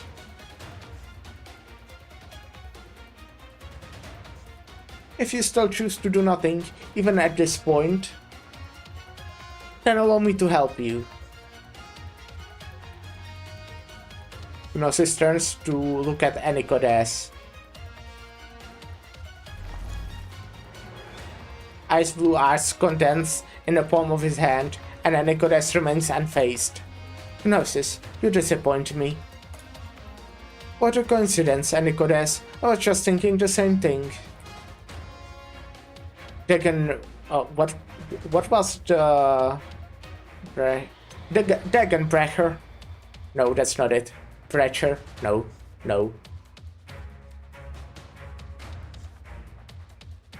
You think...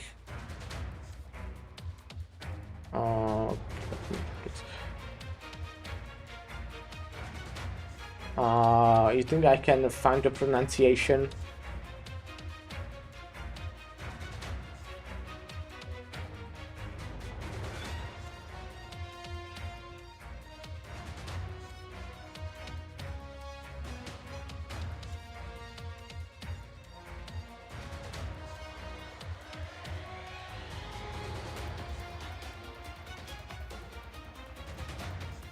Dagenbrecher.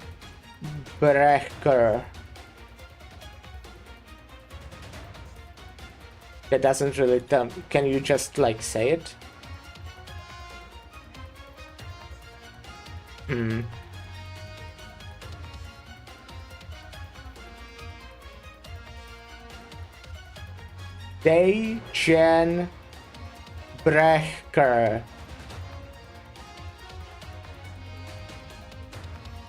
Dagenbrecher.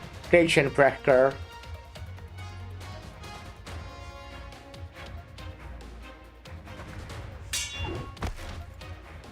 Go.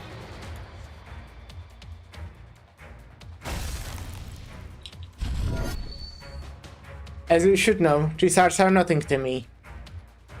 Alright, don't waste my time. Let's put you down, Gnosis.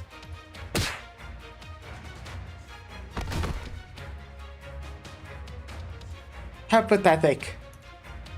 Pathetic? Even if you struck me down here today, it won't do you any good. You may be able to stop one person, or even 100 people, but can you stop 1,000? 10,000? Look behind me. The flames have been lit.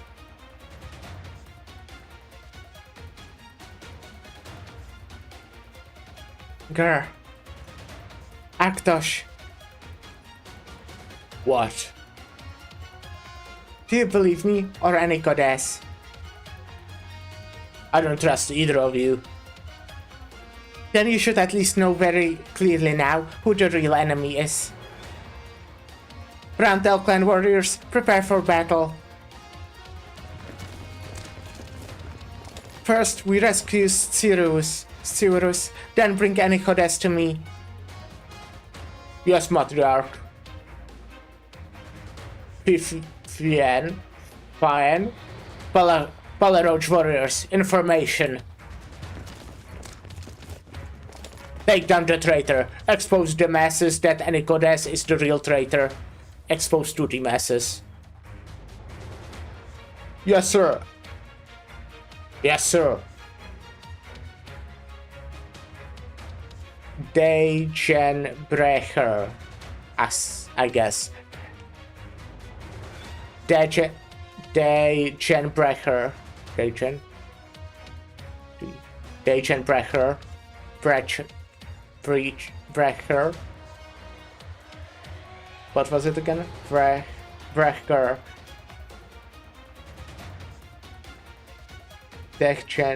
Degen. Brecher. I know exactly what I'm saying. Get Gnosis.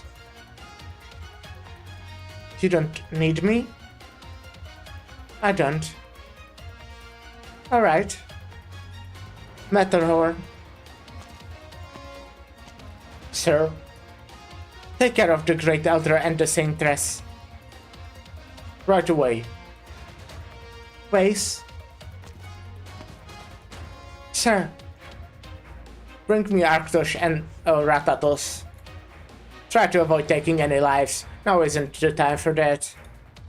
Understand.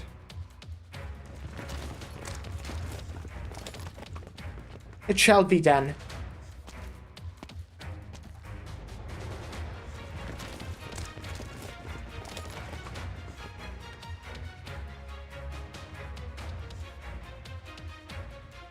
The other possibilities seem to have been the correct one. So what was all of that? That was all planned by Enikodes from the very beginning. Yeah. Didn't we know that all along? I mean, including Gnosis showing up.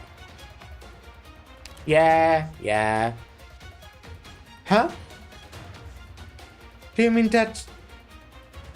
Sharp? Your orders, Doctor. Enikodes always has contingencies in place. Contingencies? I need you to rescue Arktosh and Ratatos. I'm not sure I understand. I need a reason to act, Doctor. This goes beyond my duty to protect you. At this point, Enikodes has already won.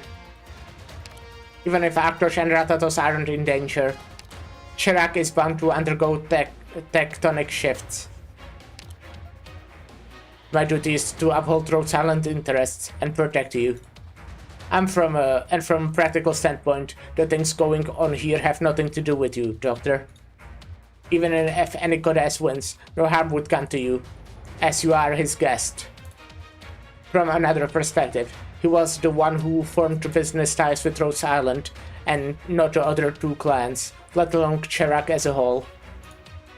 If anything, interfering with Enikodes' plans is more likely to threaten Rhodes Island's interests, as well as put your safety at risk. What I'm going to do is prevent wars and save lives. Doctor, people are dying in every corner of this world. If you go around committed to saving people, genuinely devoting yourself to that cause, you are just going to end up overcome with guilt when you fail. I break with a lot of Rose Island when I often find myself thinking that saving and protecting lives is kind of pointless. I believe in the victories you bring, and the discernible value that comes from those victories. Chirac's population is 1 in the millions. The people you are talking about aren't just a few, not dozens, not hundreds, but tens of thousands, maybe even hundreds of thousands. Is this the victory you promised today? Trust me, Sharp. Alright, I'll see you then.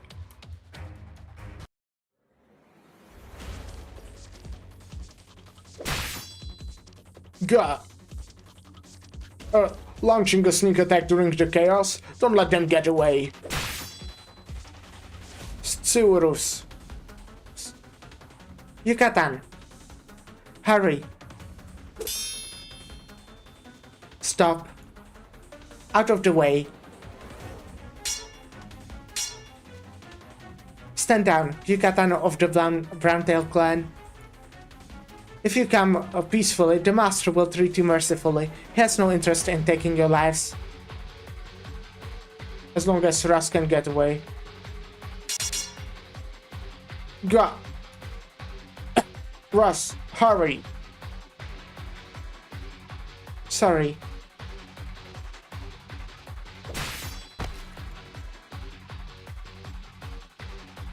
Hurry, Tsurus! Yucatan is still back there, and Monch too. You're still talking about the assassin? You idiot! She didn't do anything. But Yucatan, what about Yucatan? He's my husband. Look at what's going on around you. Yucatan sacrificed everything to save you, and you plan on jumping back into the fire? So you're just going to abandon him? If I was giving up on him, I wouldn't be fighting back. Now stop being a damned fool. Fine, I'll just keep running. Yucatan.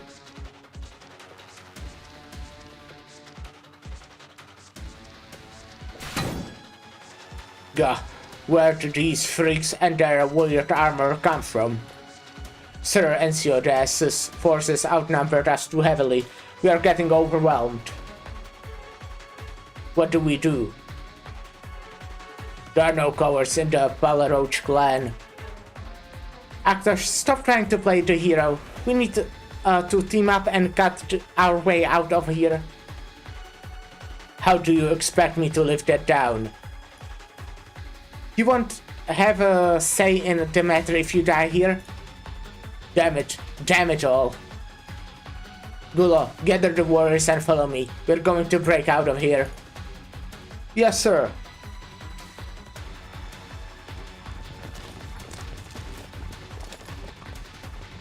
Sorry about this. The Chagata already have this place surrounded. You will have the option to surround before you pass the point of no return. Lucky of any Kodes, you speak only lies. We will fight our way out. I would prefer if you calm down first. You stand no chance. You can't run. Actually, they can. Who's there? A tall man stands in the corner of the entrance of the corridor, under a shadow of the eaves. Behind him, several Chigata who were supposed to have the perimeter secured lie in the corridor. Out of the shadow strides one of the operators most familiar to Courier during the time he spent at Rhodes Island. He knows exactly what this means. You, who are you? You're dead doctors. Why are you saving us? It's not my job to tell you things. The exit is this way. I've already dealt with the guards outside. Aurora, escort them out. Got it! You aren't getting away! Oh! Who's next? Try me. Don't do anything, Crash. Get information.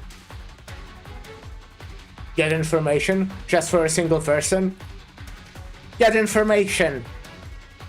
Understood. Very good. Captain Sharp. I'm so sorry. There's no need to apologize to me. Courier. Nothing personal. It's just business. Fuck you, Courier Joe. Fuck you. Okay. 15 minutes later. Well, let's take 3 minutes instead of 15. And I'll be right back. You know what, by the way? I think I'll just finish this side story today. I won't be playing Expedition 33. I'm quite interested in what's happening at this point. They hooked me, and I think I will finish this today. Alright. I think, okay? No promises. I'll be right back.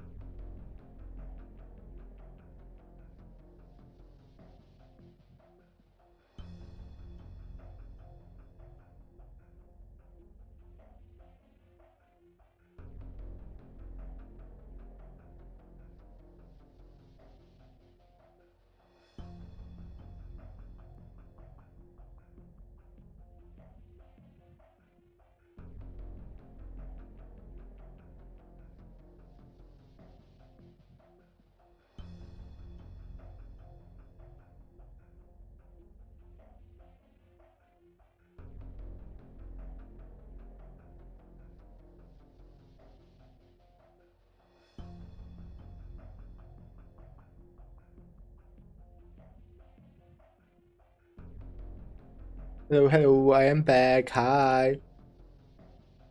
15 minutes later. Captain, you're injured. There were a lot of them, and Courier's blood is still pretty quick. Captain, Courier, I spared him, don't worry. So, what's next?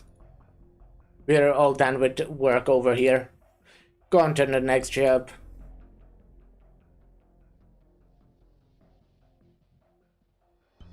How's the Great Elder doing? It's not looking good. Send the Great Elder back to the Vine Beat Court. Sir Anicodes will arrange for the special doctor. And Great Saintess, Sir Anicodes has invited you to return to the Van Beat Court and hold the coordination ceremony again after things have been settled down. I know. Anya does not resist. She knows that right now she does not have the way to resist. From a certain point onward, she has known that this was all a stage farce. And the one who set this farce in motion was her very own brother. He ruthlessly shattered all the mental preparations she made for this moment, as well as her vision for the future. Even if she could take down everyone standing in front of her right now, the people would still ask her to take the position that Anicodes prepared for her in the Vine Beat Court. She looks all around her. When she sees Metalhorn take notice of her gaze, she deliberately looks away. She sees the combatants clad in modern, cutting-edge equipment tearing through the formation of Silver Ash warriors, escorting Arctos and Ratatos away. She sees the eyes of the people focused on Anicodes, like a rapt audience in front of the theater's master. She sees the hope and fervor in their eyes. She sees Kiar, and she sees the person standing next to her, you. Your eyes meet her, and within them, you see sorrow, reluctance, and fury, or fleeting emotions. She finally averts her eyes and takes a step forward.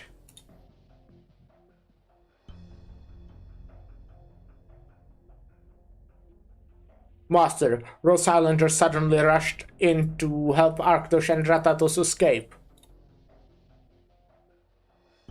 Dr. Mastiza, you always keep me on my toes. All this happened in the piddling amount of time it took me to suppress Gnosis. I must say, Rose Island's attack indeed surpassed my expectations. I reconsidered the possibility of them intervening, but underestimated their strength. This time, it is I whose plan have been forcefully disrupted. I'm glad. Fuck this guy, honestly, at this point, I kinda really don't like him. I still do like Dagger and Breaker. Should I go after them? There's no need. I still have a backup plan. Moreover, whether or not those two die here has no bearing on what I'm going to do next. Dr. Mastuza must have realized as much to make a decision like this. What do you think comes next? Assuming the Doctor isn't an impulsive fool, then those two still have a role to play. As for what comes next, since you seem to hold this person in such high regard, then it isn't surprising to me that your doctor would take advantage of this opportunity to manipulate the two clans into an obstacle for you. I do not take the doctor for such a flamboyant daredevil. You seem to really understand this, Doctor. It's just my intuition as a chess master. However, an outsider has rescued the heads of the Paleroch and Browntail clans. Even I cannot fathom what one can achieve in this situation. So I'm most curious as to what comes next. Of course, if what you said is true, then I eagerly await our match.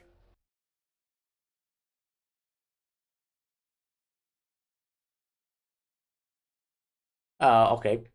The game is frozen.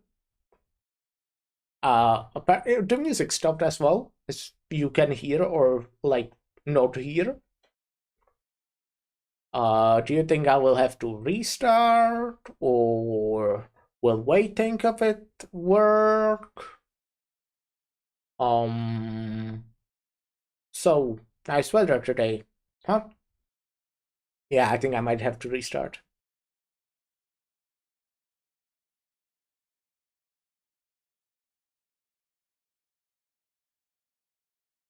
No, I don't. Uh,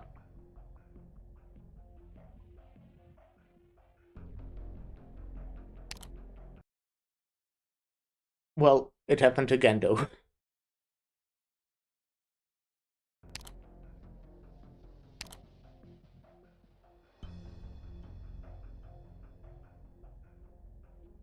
Let's just call it a day and shove those thoughts back in your head. You're the victor of today's mess.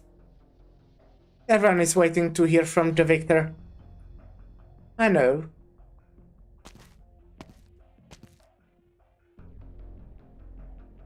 The scene left behind by the turmoil has not yet been cleaned up, and the people are heatedly discussing what just took place. But as Anicodes slowly makes his way to the center stage, everyone stops what they were doing, and they all turn to look at him. The crowd is waiting for him to pen and denounce the denouncement to this farce. People of Chirac, I am so sorry. It pains my heart greatly to see such tragic events unfold on a holy day. But this has given us an opportunity to see who the true traitors are in the land of Chirag. They are none other than the Arctos and Ratatos. They were dissatisfied by the changes brought about by my proposal to relinquish our powers, and tried to assassinate me and poison the Great Elder to seize control of all Chirag. Without a doubt, there can be no longer blasphemy to Chiragander. No greater blasphemy. Though they managed to escape justice just now, I swear that this matter shall not end here. Arctos and Ratatos will be given fair trial, without fail. Trial, trial, trial! Though in my heart, I truly wanted to see these individuals captured and brought to justice, I had no intention of starting a conflict. Chirag is the land of Chiragander, the land of all who dwell in the icy mountains. It does not belong to me. As such, let it be known to all people of the Belleroche and Browntail clans, there shall be no civil war, as that is something we all are worried about. Consequently, my Silver Ash warriors will only be deployed to protect the Vine Beat Court. We will await the Great Elder's recovery and then discuss Chirag's future together with the Saintess.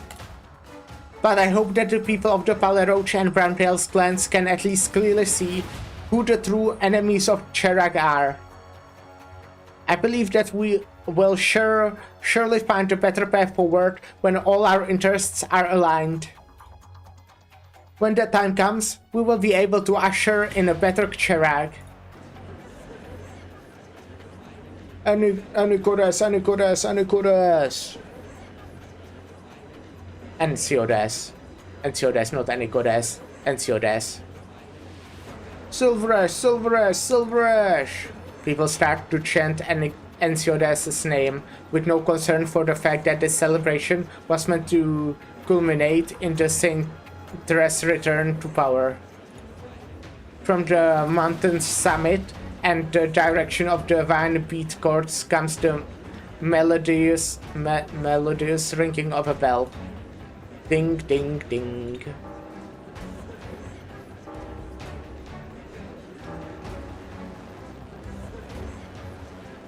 The bell was supposed to celebrate the coronation of the Saintess, but now it seems to herald a coming revolution.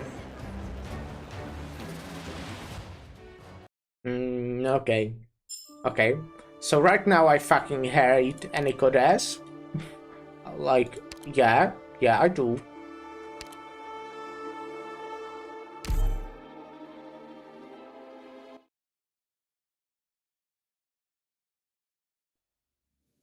He's not sending any men after the other clans. He's just guarding the Vinebeat court. Right, he's guarding the Vinebeat court. Now he's truly seized by the court. On the surface, he's won. Sigh, you're right about that. Even I understand the way NCO does things now. Him handing back power is all a feint. He wanted to flip the whole table over all along.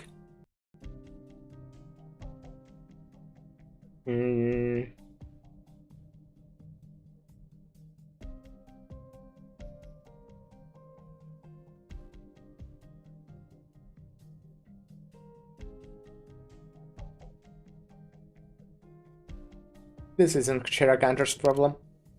I'm just musing. I'm not depressed at all. Fate is gradually becoming an obstacle. At the very least, that's how the Chirac people's fate in Chiragander is. I've known that for a long time now. Thank you, though. Not that this has anything to do with me. A lovely maid who serves the Saintess. Speaking of which, I thought you'd ask me why I'm here with you. There are many reasons to choose to be an observer. Just like you have many reasons to choose to interfere, right? Thank you, Doctor. I will stand firm with my choice, and I hope you will too. Doctor, the work is done. Where are they? No, let's say good work. Good job. Sharp deserves our praise. I couldn't keep the clan leaders. Ratatos asked me to give you her thanks, but it looks like she's got her own plans. She went back to her territory. Arctosh heading back to his place too. Looks like he's gathering his forces to fight it out with Enicodes. Doctor, if we let them go back to their lands, won't they lead inevitably to death?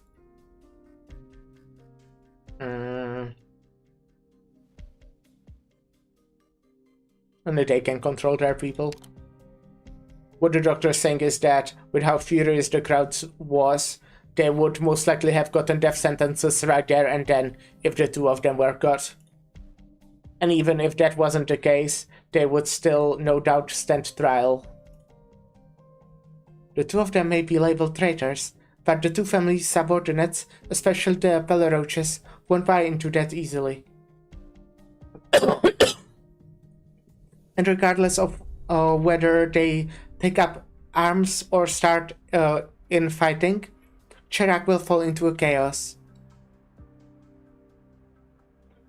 But whichever it is, Enicodes will be the righteous one. To him, even if things start out chaotic and there are considerable casualties during the process, the whole mess can still be cleaned up in the end. He's not the kind of man who will just sit it out. Right, Enicodes went through all that trouble to shape the situation. That means he cares about the masses. When I bumped around Garland trade, I heard a thing or two about his methods. Most of the staff were there thinks he's got foresight. And that he chose to stir the pot out in the open like that. And now that he's chose to stir the pot out in the open like that, you can tell it's his best option, despite all the risks it comes with. I sure hope so. The Silver Ash and the Browntails were on better terms in the past. Naturally, he's planted more than a few of his pawns who can help control the chaos. The problem is still the Peleroches. Their equipment and combat prowess may be behind the times, but their numbers are no joke. Right, and the Silver Ashes have always been on a pretty bad terms with them. Besides, the Peleroch's men are all very loyal. It's hard to say they will betray the Peleroch clan, even with everything that has transpired. That's why I can understand why the doctor decided to help the two of them. A family can only come together if the family's head's still alive, and as long as we can influence the leaders in some way, the doctor can still pull off some rough plan. Still though, Doctor, I guess I don't have to say it. Chirag's got some complex terrain. It's not easy to get around here. We don't have much time. Let's meet with them first.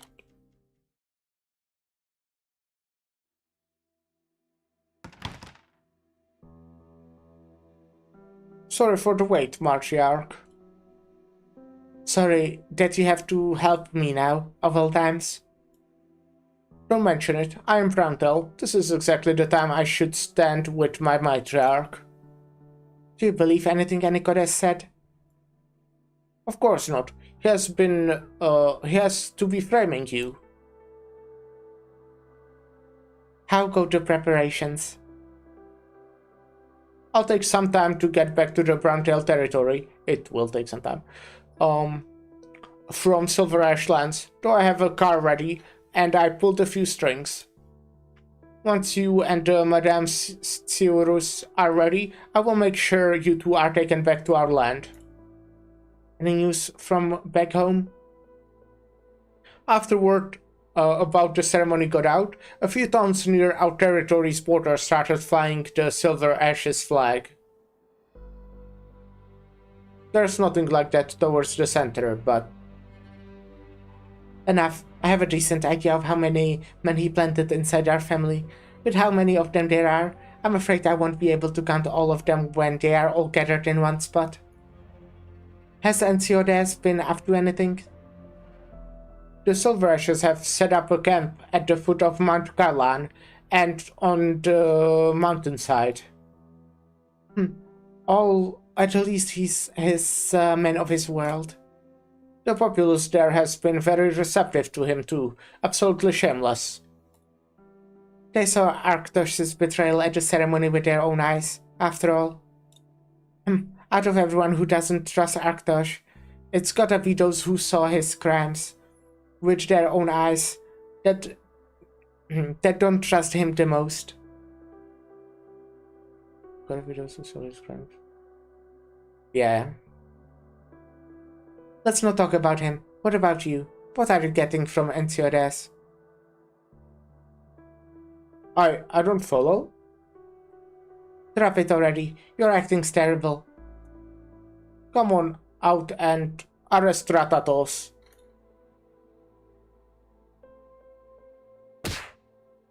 Go! I couldn't see through that trap of yours. Then I had no business leading our clan. If I couldn't, I'm bad at reading. Ratatos, I heard the cars... What's going on here? Take a guess. He was going to sell us out?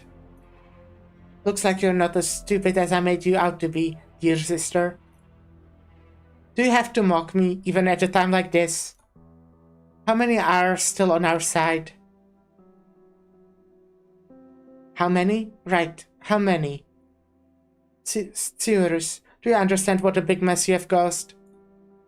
I never thought... That's exactly the problem. You never thought. You never think. What was I supposed to do? I just wanted to show everyone that I can do something for the Browntails too. I just wanted to help you. You look tired, Ratatos. Are you okay? And if I say I'm not? Fine, I get it. This whole thing needs to end somehow, right? I was the one who started all this, so I'll be the one to end it. And I still don't know how Yucatan and my subordinates are doing. I can't just sit here and wait any longer. Wait, where are you going? I'll find the prick Ensiodes and tell everyone that it was all a personal grudge between me and him, and none of this has anything to do with Browntails. He can take my life if he wants, but he has to hand my people back.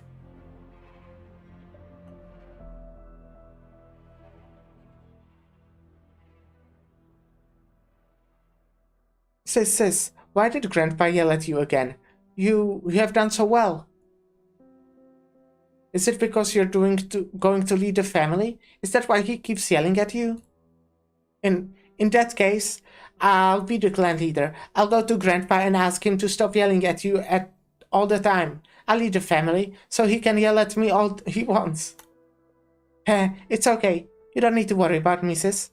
I've got Yucatan there for me. We promised each other we'll always play with each other. He'll help me. He's really good at studying too. Also, you never cry when you get yelled at, sis.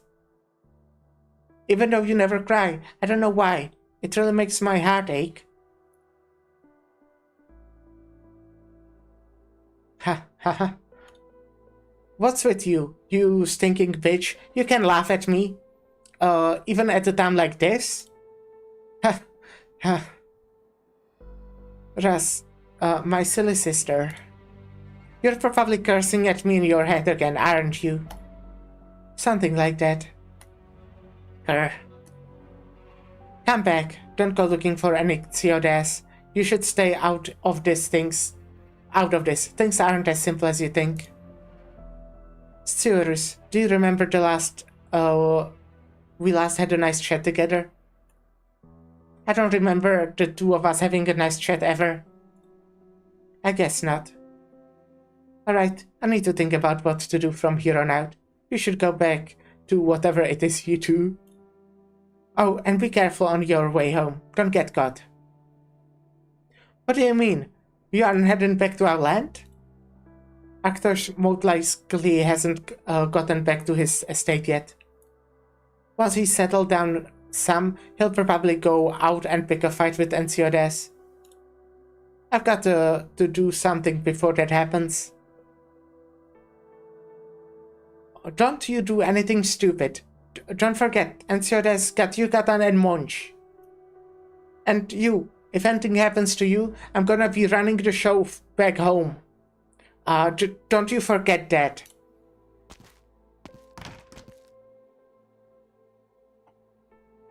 Cyrus could end up running the show back home, huh? That might not be so bad.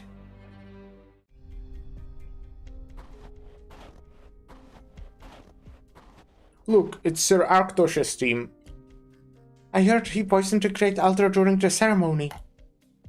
Shut up, all of you. Think about it. Would he possibly do anything as underhanded as poisoning someone? Well, no, but... You're a Palaroach, and you don't trust him? Eek. Enough, Gulo. Taking it out on the common folk, have you no shame? But, sir, it doesn't matter if you were framed by Ensiodes. What's done is done. Saying anything isn't going to help our case. But do we really have to swallow our pride and take it? Swallow our pride? Of course not. I'll hand it to him. He's good. But do you know what's the biggest mistake he made? He didn't kill me at the ceremony. As soon as we get back to the estate and have the forces gathered, we will head back to the finish and fight with him. We'll show Ensiodes just what a big mistake he made.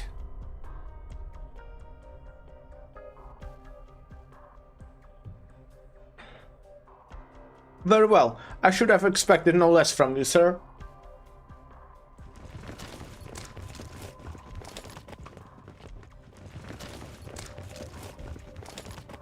I won't give you this chance. Valais? Those men behind you, are you betraying the Palaroaches? Valais, the House of Palaroaches has treated you well. Why are you doing this? You have treated me well? You still don't remember, even now, do you? Remember what? I, Aktosh, am an honorable man. When have I ever... This is, Don't be afraid, Valais. Your father will get much better once he takes the Great Elder's elixir and has the evil in him expelled. He was injured during the Holy Hunt to protect us. The Great Elder figured he was probably attacked by the Chagata when he was all alone. He's too weak now. Come, I'll give him the medicine. Why isn't my father awake yet? And what is the green stuff on his lips? The evil has spread too deep. Cheragander no longer allows his presence here. He argued with the Vine Beat Guard several times before. He must have been under the Chagata's influence, and it's culminated in the Chagata coming to take him back today. If the elixir couldn't regain his strength and faith, then this must be her will. The Vine in Great Elder drink. It can't be. Yes. Do you remember the bottle of elixir that the Great Elder brought with him when he visited my father? How it was nowhere to be found? I'm sorry, my master. I had my doubts, but I didn't fully believe it either, until the moment the Great Elder collapsed during the ceremony. I sent my officer to with my own hands. I don't blame you. It wasn't your fault. But perhaps it's high time that Chirac saw change for the better. Hope you won't stand in my way. Please, think of it as a way to avoid having even more loyal Chirac warriors and the way he did.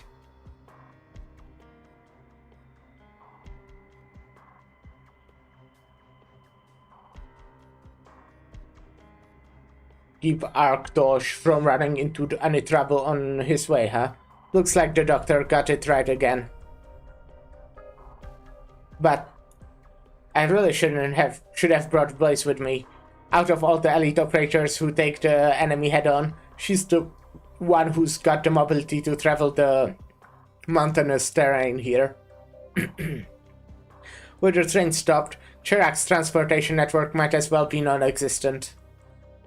Oh, whatever. Let's get going.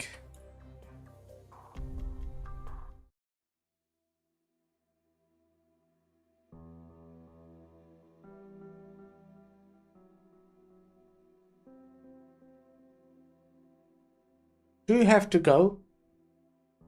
Yeah, my parents have already decided. There's no room for us in Chirac anymore. I still don't believe it was your parents who did it, and it definitely got nothing to do with you. I believe it, though. What do you mean? I don't know if my parents really did it. Also, and I also don't know if I was an accomplice somehow. Even if you were, I'd forgive you. No one looks up to my father more than you. I know that. And Theodes, remember our dream? Of course I remember. The two of us will turn Chirac into the most powerful country in the world. But you're leaving. I'll be back. Really? Yeah, my parents are thinking of moving to Victoria, and I'll go to school there. This is a good opportunity. I'll study all the advanced stuff there, and once I'm done, I'll come back and help you. Huh, you jerk. In that case, I'll let you on this one idea that I have. Haven't told anyone about this yet. What is it? I'm going to leave Chirac once both Enya and Encia have grown up. Like you, I'll study lots of things and come back. You're the future clan leader. Can you really leave Chirac that long?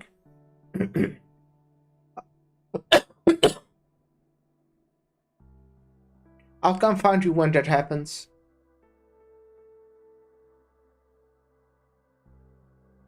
Hey, Gnosis, here's your food. Don't think you're getting out of this mess just because you're keeping quiet. Let me tell you, every last person in the Silvlash clan wants to skin you alive right now. How dare you do what you did to Sir Enciodes and the Saintess? If it wasn't for the orders to keep you locked up here, I wouldn't have give you even a sip of water, let alone food. Not going to eat, drink, or even make a peep, huh?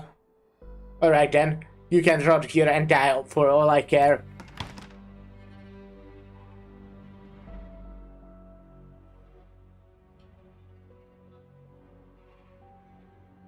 Gnosis, you have changed quite a lot.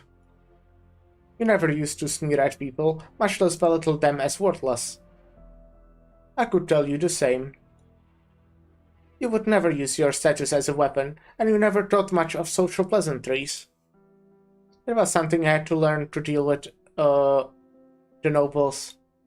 And I couldn't care less how others see me if it means I can better focus on my research. What kind of research are you working on? Life science, as well as originium analysis. Sounds complicated. What about you? Surely you must already have a certain standing among the nobles here? Do you remember what we said to each other when you left Cherag? I'm very glad that I left Cherag, Gnosis. It wasn't until I came to the outside world that I realized we no longer live in times where isolation is enough to keep ourselves out of the affairs around us. In the past 100 years, there have been countless exchanges and conflicts between nations. Columbia rose quickly in the conflict, while Gaul, a powerful country, was also wiped out of the conflict. All the world's nations are slowly changing in these times, separated by catastrophes. Refusing relations with others is no longer an option. If Cherag remains as it is, keeping its borders closed under the assumption that will earn us a life of peace and tranquility, then only destruction awaits us. We have reached the end of this place, peace and tranquility. We can't wait for anyone to throw open these gates for us. Cherag must make contact with the outside world. We must take that step forward while we still have control. Come help me, Gnosis.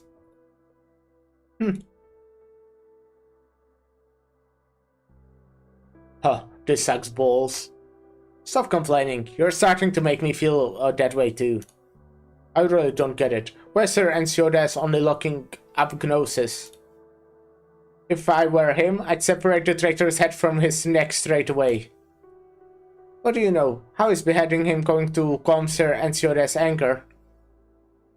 He's treated Gnosis so well, only to be betrayed. If I were him, I'd torture the guy some.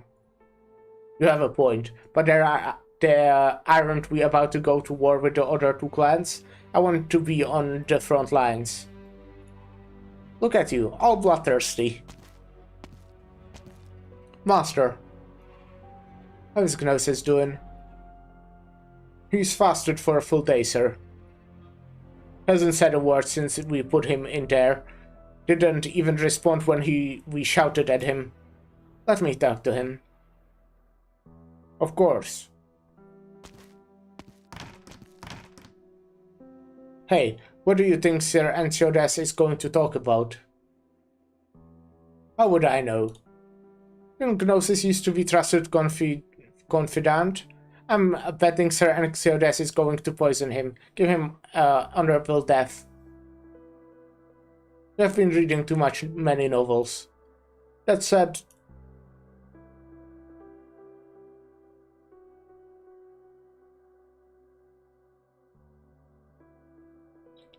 it seems Ratatos is seeking the Great Elder's help. Both you and I know this would happen sooner or later. They can't possibly believe everything you have done is in the name of Cherag. Most of the company's employees know that it is Scarlan Trade they are working for, not Cherag. War is not something you start when you have a choice. I hope you can understand my hand was forced. Perhaps you are worrying too much. Bring down the other two families and rebuild. It's much easier than the honorable solution you're pursuing. Cherag would never truly accept me if I seize power by force. In that case, let me do it. I have no less worries than you do. I have far less worries than you do. Let you do what? You can drop the act and cure this. This idea has crossed your mind. We both know that. Let me, the son of a sinner, the villain of Garland tribe, be a traitor again. There is no one more suitable for the job. I'm not your pawn, Ensiodes. And I most definitely am not your underling. I'm your partner in crime. Even if you don't agree to it, I'll still do this. Actually, it will be for the better if you don't. Our charade will be more than and much more realistic. Chigar has no room for me. Truth be told, I couldn't care less whether it had any room for me. I'll just be another item. It will just be another item on my list of charges. I don't care.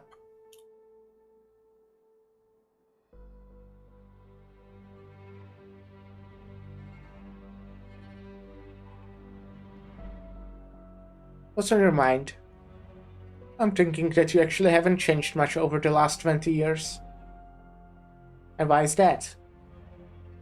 You're a conceited perfectionist. You always want the perfect result, and you always think that you can get it. The perfect result would be if Arctos and Ratatos had not been in our way.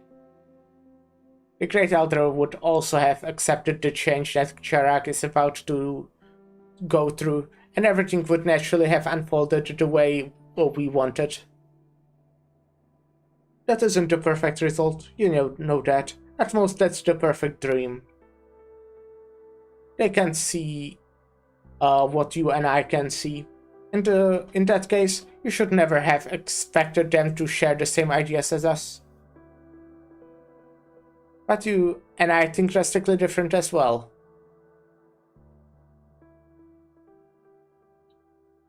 I told you, Ensiodes, I'm not your pawn, and I'm not your underling. I have my own judgment, and our judgments share many overlapping points. Or would you like to finish me, the traitor, and make this farce real?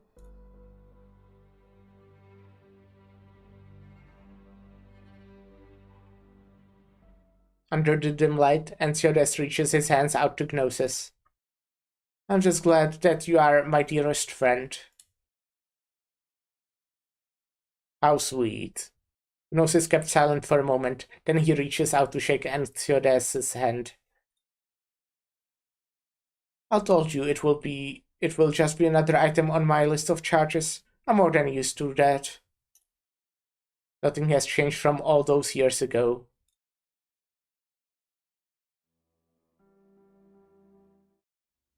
Arctos is amassing his forces.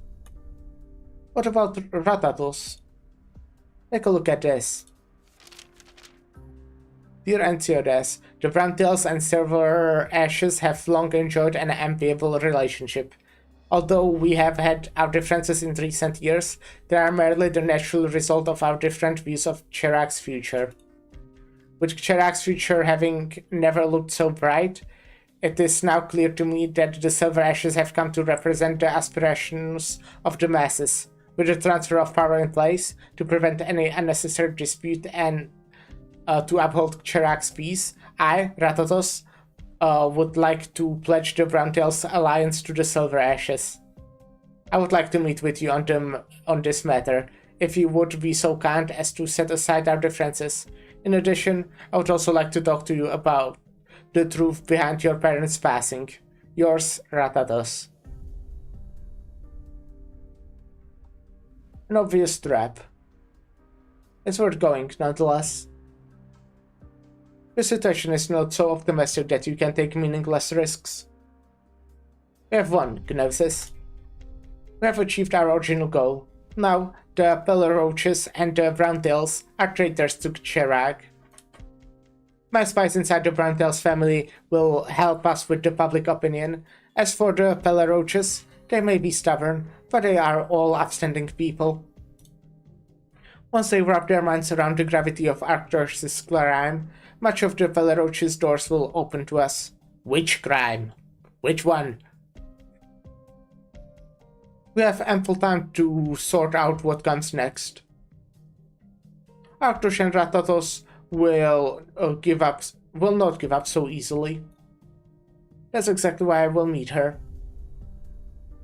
If Ratatos had come with me to Victoria to study all those years ago, she would not be so much weaker than I am.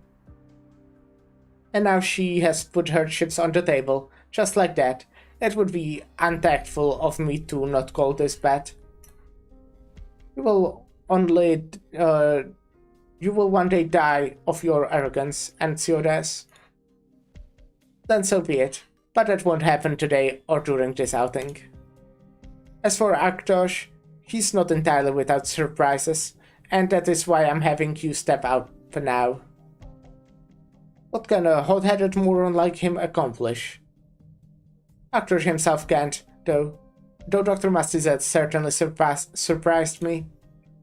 That's the greatest variable in this game of ours, and it's one that I have to watch out for. Dr. Mastiza. I agree that one had done many things beyond my expectations since arriving in Chirac, but is this doctor really worth of your concern? One who knows almost nothing about Chirac has stepped into one of the stage's most vital roles within such a short period of time, greatly disturbing our plans. I can honestly say that if I were in that position, I would not have been able to do it. I also cannot begin to imagine what the doctor is planning to do next. Perhaps the doctor won't do a thing, or perhaps the doctor can do something that I couldn't begin to imagine. This isn't my first time telling you this, but you're afraid to. But if you're afraid to lose, you better not act as you're enjoying the challenge. Have fooled many, but you cannot fool me. You cannot fool the bodyguard you hired from Casimir's either. Likewise, this isn't my first time to offer you this rebuttal. Taking delight in a gamble and not wanting to lose are not mutually exclusive. Much of the joy one derives from gamble comes not from the result, rather it comes from the whole march towards victory. Fine, say no more. This is always the hardest part of us to reach a consensus. I only wish that I still have a chance to save you before your arrogance ends up killing you. We will have many opportunities to debate this later. In any case, I will leave you in charge while I meet with Ratatas. If there's is there anyone left in the Karlan trade who would listen to me? Vase, Metalhorn. The two of them will pass on any of your orders. Gnosis, Sir Enciodes has told us everything. We owe you much. Fuck you! I never thought it could be all the rules. Fuck you! Let's save the pleasantries. So, and here I thought I could finally get some quiet time. My research has been halted for far too long already. At least I could read some books if you'd kept me locked in here. You're my partner in crime, and this undertaking is ours together. You will have more than enough time to do your research in the future. That's only if you make it back here alive. It's time to go, Enciodes. I'm leaving everything in your hand, Gnosis.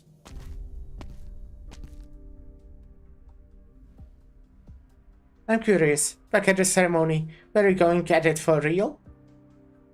What if I was? Then perhaps you need to spend some time to work on your skills. You looked worse than before. I needn't you worry. My impression is that you could make half an enemy of mine. I have to worry, lest life get a bit too boring. Castor is only a side job to me. Your acting could be that much better too, if you were a little stronger. That said, I've never seen you even a little excited. Convincing performance. Not that you're acting.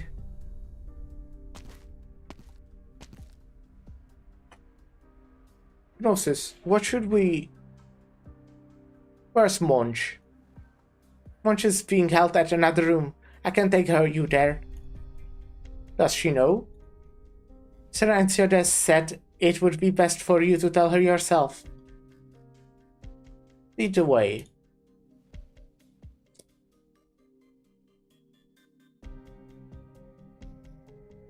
Sir Gnosis. Monch takes out a dagger from her boot. It is her most prized weapon. It is a gift that Gnosis made for her between his experiments. She lightly strokes the dagger, her eyes clouded with doubt and uncertainty. Don't do anything stupid, Monch. It looks like you're well. Thank goodness. I'm fine. You've done a great job. I promised you. Whatever your orders, your wish is my command. Judging by your look, I assume you have figured it all out. Right, and so does, and I still had all this planned in advance. I see. So that's really how it is. The Silver Ashes vase was waiting below the cliff to rescue me, and I've still wondering ever since. If this was all a charade planned in advance, then what role do I play in it? And now that I found you here, I'm finally sure. My apologies. You needn't ever apologize to me. Monch, you stand firm on your beliefs, I understand, but I will judge for myself what I say. Ansiodes and I have arrived, leading me to leave Karlan trade and make contact with Ratatos. That was our plan all along. And the fewer people who knew of this plan, the better. That's why I never told you. Both of us knew the risks. I had to make sure even the finest details were under our control. Everything had to be absolutely perfect. This isn't one of my usual maneuvers. There's no do-over. If that displeases you in any way, I must apologize. No, that's not it. Why? What? It doesn't matter what it is you want to do or what plans you have. I will always support you. How nice. Why didn't you believe me? You could have trusted me. Monch, I hope you can understand. It's because I fully trust you that I handed you such an important task under those circumstances. I trust you, my finest subordinate, to perfectly execute my plans. Don't overthink it. You have done very well, and everything is over now. Try to relax a little. You should take the time to rest. Looks like you're not in the mood to talk. I'll come see you again. Trust me? Who trusts me? And where are they? Sir Gnosis, can I still trust you? No!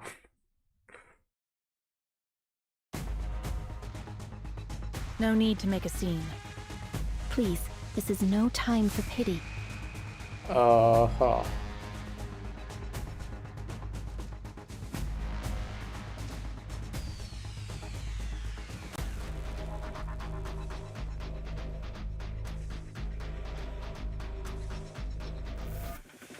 Let's begin.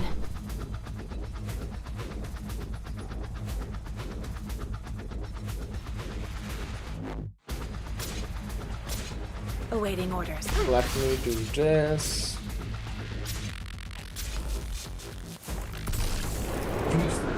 That's fun.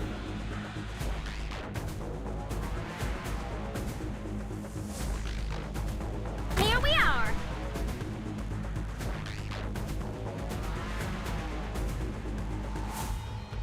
Let's get a healer, of course.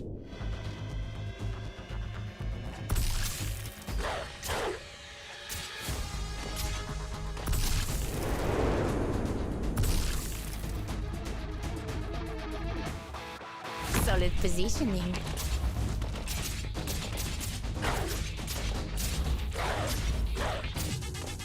Got it. Shut up. Okay, then let's get...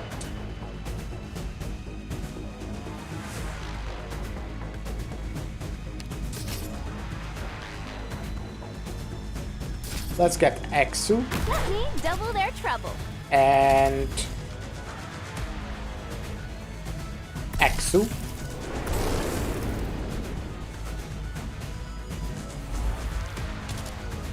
Real estate question. This wonderful realm. And, or of course, Lemon. Roll.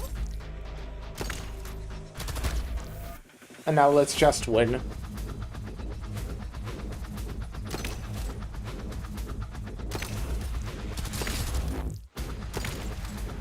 I'm in position. Target discerned.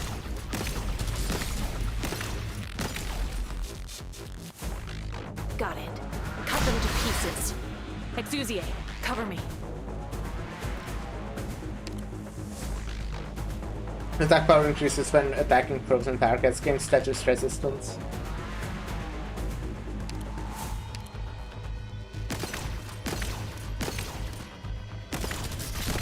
Come on, scegli quasi tesoro.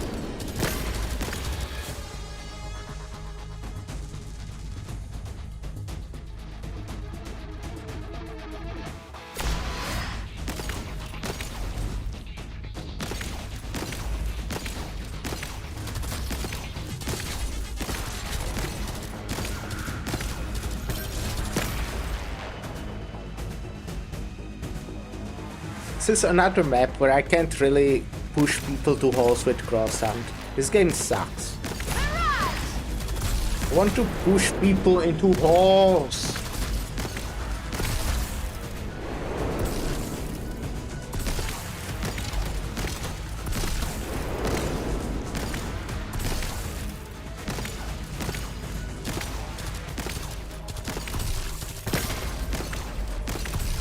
Divine judgment. Mission accomplished.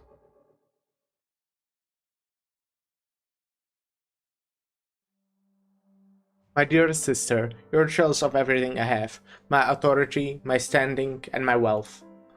Yet you don't know that I'm jealous of you for everything you have as well. Your romantic life, your freedom, and your future. I often wish that we had the opportunity to trade places, even when we know we can't. To hand the Browntail clan over to you would mean our family's destruction. Likewise, if I could relive your life, I would probably be a life of failure. It would probably be a life of failure.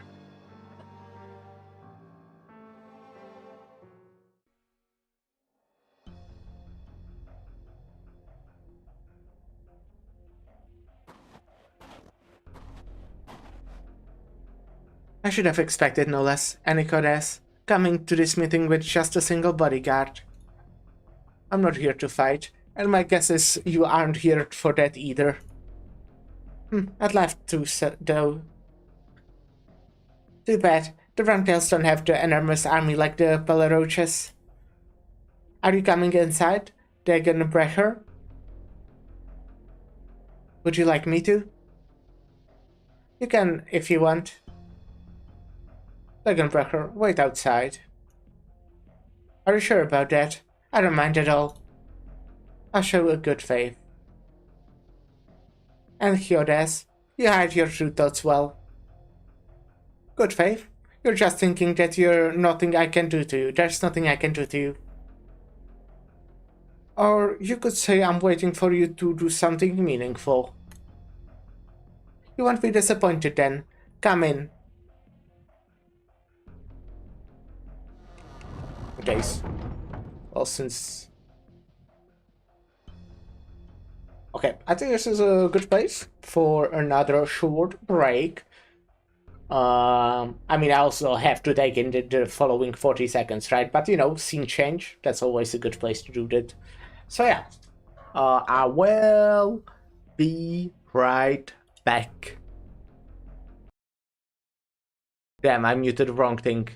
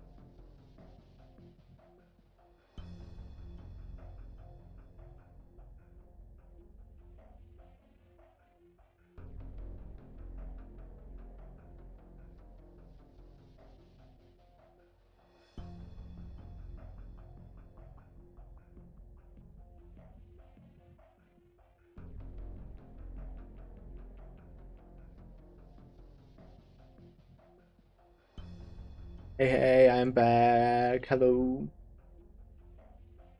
If I remember correctly, this patch of land used to belong to the Edelweiss family. Right, nice house, isn't it? It's in a good location, with a wonderful view. It's a splendid home indeed. Generation after generation, the Edelweiss family had been in charge of Chirag's texts and scriptures, and I've always enjoyed a decent relationship with the three clans. It was my grandfather who ordered this house to built as a villa. I'd heard Luca had an interest in architecture, and judging from the building's design, I dare say that even Victoria's celebrity architecture would have plenty of praise for it. Haha, I doubt they'd be so happy to hear your approval. If you'd like it so much, though, I would show you its original blueprints. I will think about it.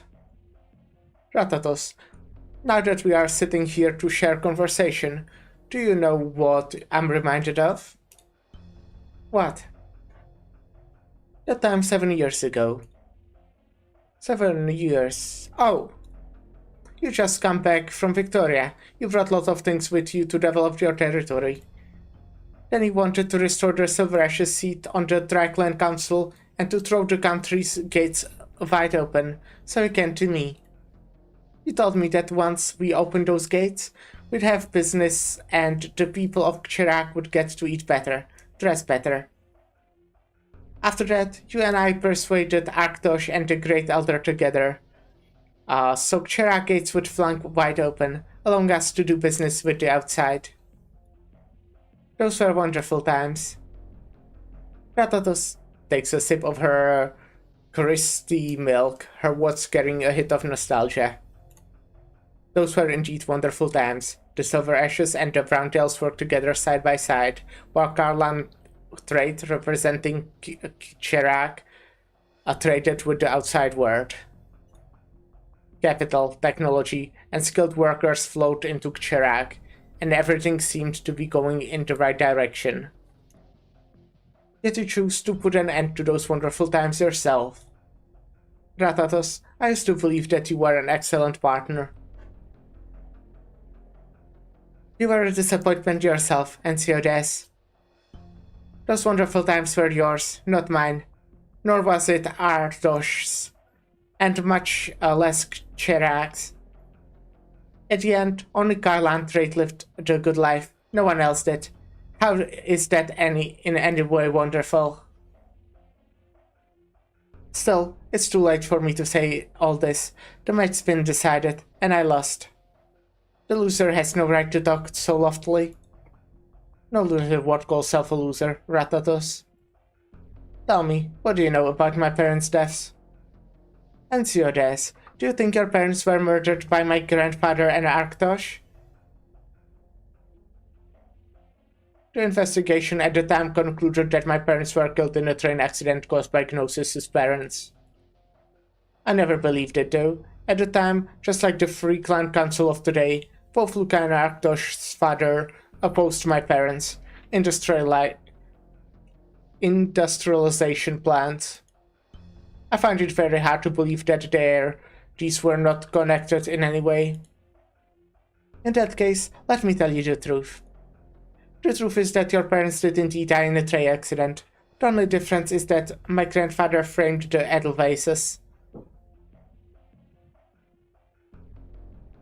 Hold on, I'm not done yet. My grandfather had actually been planning to have your parents killed. This house was prepared so that your parents could be burned alive inside during their visit.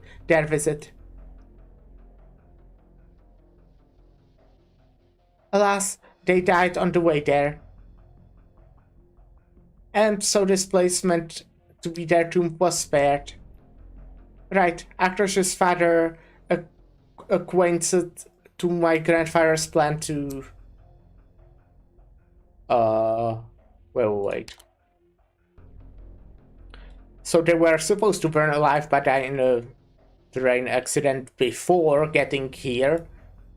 And then the Gnosis family, Gnosis's family was framed. Am I catching that correctly?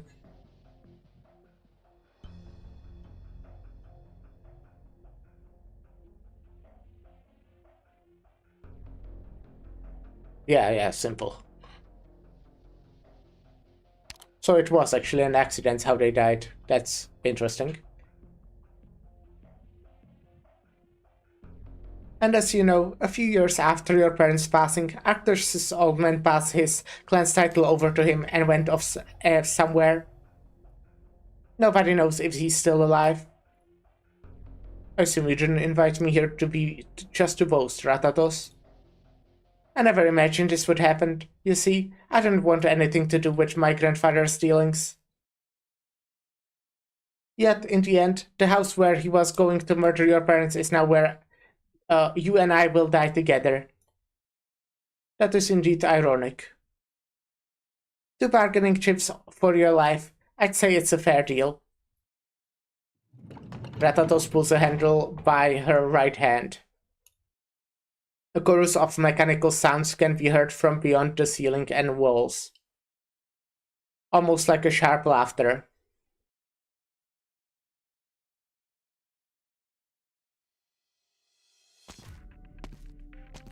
Wait, isn't that the trap house Grandpa left behind?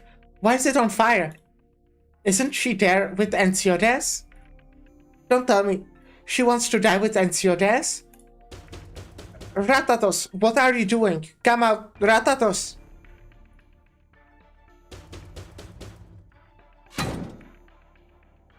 Stinking bitch, damn it. Why won't this door open no matter how many times I hack at it? Ratatos, Ratatos, sis! Damn it.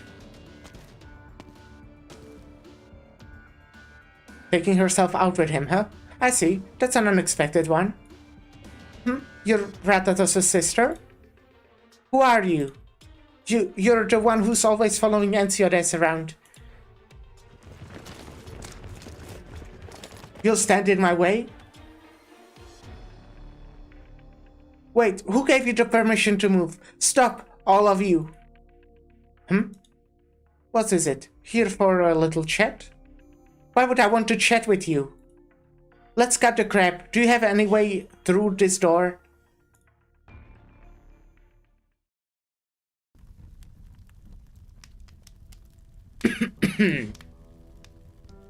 It's so loud outside. After all these years, this trap still works perfectly. I thought your next move would be to escape while I was distracted. If I was good run, wouldn't that mean that you could get away too? There's no way out in this room. Once it's activated, everyone inside is as good as dead. Won't be easy for anyone outside to break in and help either. Please, I beg you, Ensiodes, die with me here. You'll have me go out with you. It's my time to wander, Ratatos. What is that drove you to go this far just to stop me? Everyone always says that, just like old Luca, Ratatos looks scarce for nothing but profit. Sure, I'm his granddaughter. How could I not? I started working with you because I had my eyes on the riches that trade with the outside world could get us. And in the end, you and Karlan trade gobbled up all the profits. That's why I was going to crush Karlan trade through the Great Elder. That's why I could take the lucre for myself. That way. That's what everyone thinks. That's been my reputation the past couple years. And you think the same way. I won't argue that. My grandfather always wanted to make the Browndells the greatest clan in Cherag. That's what separates the two of us. Right before he died, he summoned me to his deathbed, and loudly mocked Arcturus's old man for being a coward. Then he told me to swallow both your family and the Palaroches whole. The way I see it, Arcturus' dad was a more decent human being. I agree.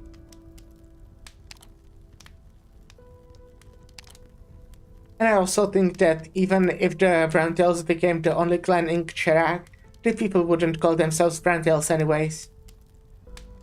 Cherak is called Cherak. It's because Cheraganther herself named this place so. Because our fate stood in these lands for over 1,000 years. But look at us now. It's been several hundred years since the clan started to manage their own land. Before we came back, all the three clan council ever discussed was each year's events and which family would foot a bigger portion of the ceremony's bill. We stand on the same lands, we speak the same language, eat the same food, and believe in the same goddess. Yet we grew further and further apart because we belong to different clans, and the truth is that that's how we differentiate ourselves. Cherak is still in the people's hearts, but the Cherak name is slowly being forgotten. When you came back to Cherak and told me about your plans to open the borders, I was really happy. I was happy because you told me that not only will the Silver Ashes trade with the other countries, you wanted the other clans to join. I thought that could bring all three families together. And Nikodes shifts his posture. Anyone who knows him knows this means he is listening attentively. Karlan trade trades with the outside world as the Silver Ash family business. It's naturally a different beast from operating as Cherak's window to the outside world. And I've actually considered uniting the three clans myself. You have? I studied up on economics quite a bit to figure out what it is you were doing. You lowered the tax rate to foreign capital and gave them special treatment. To keep the money flowing, you signed all kinds of unique trade agreements with those big corporations. And you should know, I knew you were building factories to shore up the military. You were never going to be able to hide that from me. Do you think I called it quits because I had my eyes on your money? I was scared. I couldn't see anything that suggested you were going to unite the three clans. Clans? I think she meant to say clans. All I could see was you trying to turn Cherak into something of your own. That or somebody else's. If the choice is between you and the Great Elder, I chose the Great Elder every time. I have to admit that I have misjudged you, Ratatos. If you're opening up to me, I might as well tell you a little about this. Cherak may be rich in minerals and other raw resources, but crucially, we lack any technology of our own. This place is at a disadvantage when it comes to technological trades. Some technologies can be bought with money, while others cannot. Do you know what that means? For example, the right to operate the Mount Karlan trade route bought us an entire set of last-generation railway signals, as well as the right to first offer our soon-to-be retired rail cars. Without these, we'd have to rely on what my parents left us with, the old tracks and a rail car fleet over a decade old. They were practically useless for both industrial and civilian transportation. As another example, we traded the collaborative mining rights to the eastern mines for Rimbleton's ore smelting technology and equipment. Do you know how much more efficient our processes became thanks to this technology? I don't care what you managed to take, Enikodes. I care about what you gave them. We are out of time, Ratatos. Be it Victoria, Minos, Columbia, or Kazimierz. The only reason they haven't yet laid fingers on Cherak is that they don't have to. In earlier times, before nomadic cities were invented, When men were sent scrambling across the world by catastrophes, different cultures that had been broken up all across the lands knew little about one another. Modern nations had to be established, and there were no communications or contact between them. Then the age of innovation came 200 years ago. It was still a time when everyone focused only on their own development, rarely making contact with one another. However, fast forward to a few decades ago, the nations in the world gradually began making contact and clashing.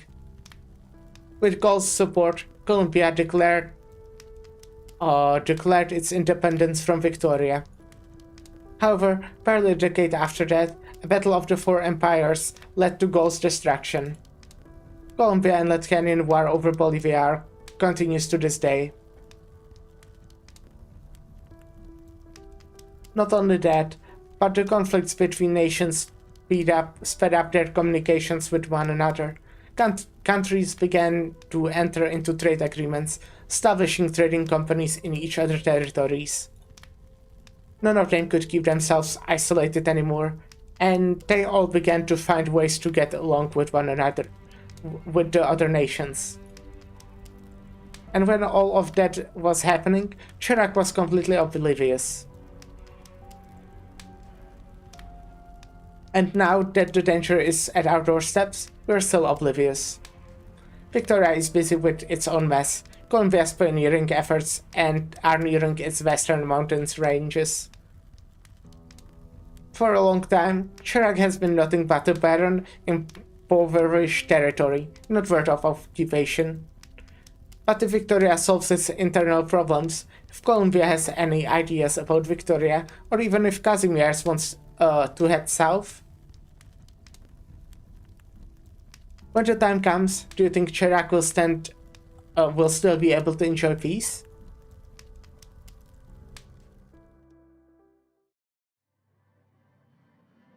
Hey, I'm talking to you. Are you even listening?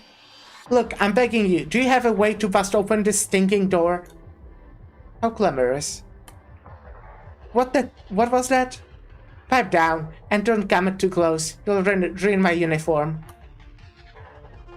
Nurse, is now the time to worry about that?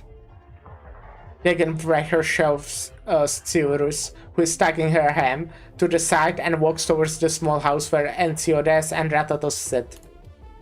All of the windows have been sealed shut with a metal plate.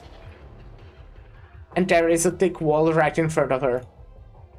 This is your clan's. Are you sure you don't want to stop me?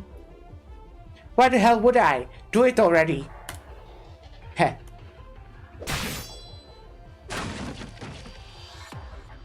Degenbrecher grins a little and cuts through the wall with ease. Then she lightly kicks the wall, sending the appeared to be indestructible barrier collapsing into the ground like a child's toy. The only thing that serves as a testament to its tremendous mass is the loud bang that it can be heard when the wall crashes through the floor. However, Degenbrecher doesn't seem satisfied with the result. If I knew this would happen, I would have ignored Enciodes and thrown my old body into the storeroom. It's too much of a pain to do this with a sword. The bodyguard tosses her blade aside and pulls her namesake sword breakers from her waist.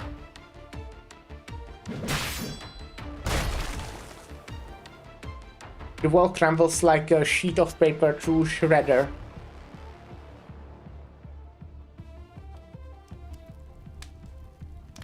The flames are spreading through the room, engulfing everything in the path. Yet the room's two occupants seem completely unconcerned about what's happening around them.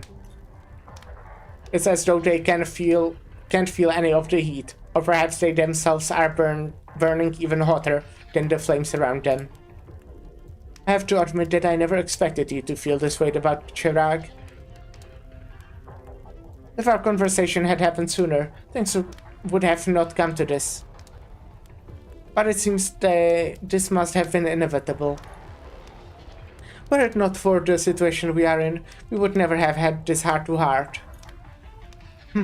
You got that right. Inevitable.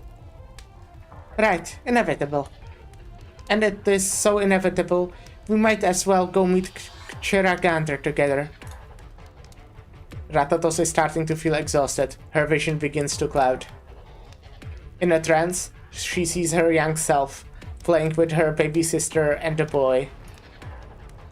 She sees herself amazed by the wondrous sight of railroads and factories. They are all moments to which she can no longer return. She shakes her head, and Theodas, still opposing her, has maintained his posture throughout. Be that as it may, she's no longer able to clearly make out his face. Sure enough, he'll act so calm even at a time like this. Even so, he will die here all the same. Heh. Her consciousness is slipping through and further, just as she is about to slip away completely. She hears a thunderous roar.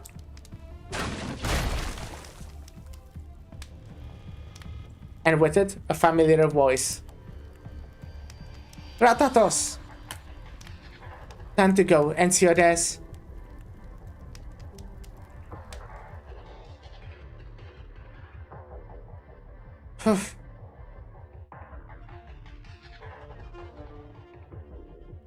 Ratatos, you're finally awake. I'm alive? We'll never die with the Dagon pressure around. Trap House, the pride of the Browntails, couldn't stop you, huh? The wall itself wasn't a problem, but it was a pain to find your room. Why save me? I'm here to accept the Browntails' surrender, not to claim the head of their master. I only said that to lure you here, and now that you kept me alive, you should know that I'm not going to let you have the Browntails under your thumb. Silenciodes, it's Silenciodes. Silenciodes, did you really escape from a burning house? Ratatos, she's the one who did this, isn't she? Don't worry about her. Quick, find us a coat. Oh, take mine, Sir Ensiodes. Take my coat. Nobleman from among the crowd ardently removes his coat. He then cautiously walks up to Ensiodes and puts the coat over his shoulders. However, Ensiodes takes the coat off and walks over to Ratatos, who is sitting on the ground, to put the coat on her instead. How nice. Then, without saying another word, he stands up and heads for his car, parked on the side of the road. Not only did he not arrest Ratatos, he gave her the coat. He's far too generous. Hey, Ratatos is here. Should we, Sir Ensiodes just spared her. I'm not sure that's a good idea. What do you know? Sir Ensiodes is giving us this opportunity. What do you think you're doing? Styrus, huh? Don't worry, we'll take care of her, you too. Scram, all of you. Oh, this bitch is nuts. Hey, Ratatos. Ratatos. Snap out of it. We gotta move. Where? Where can we go? Look around us. They are all Browntail's subjects. Can't you tell? Just looking at their eyes. I've lost everything. There. Looks like I got here too late. Huh, you're the one who saved me in Arctos. So even you came to laugh in my face? No, the doctor would like to have a chat with you. I'll pass. Looking where I've ended up, what good would that bring us?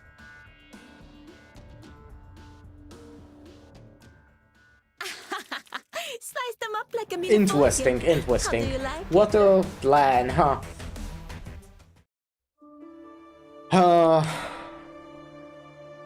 Oh shit, this operation is called Breaking the Ice. That's like the name of this whole side story. Crazy, right? Some people yearn to keep things frozen in time, while others strive to shatter the status quo. Is this a hole where I can push people? Looks like it might.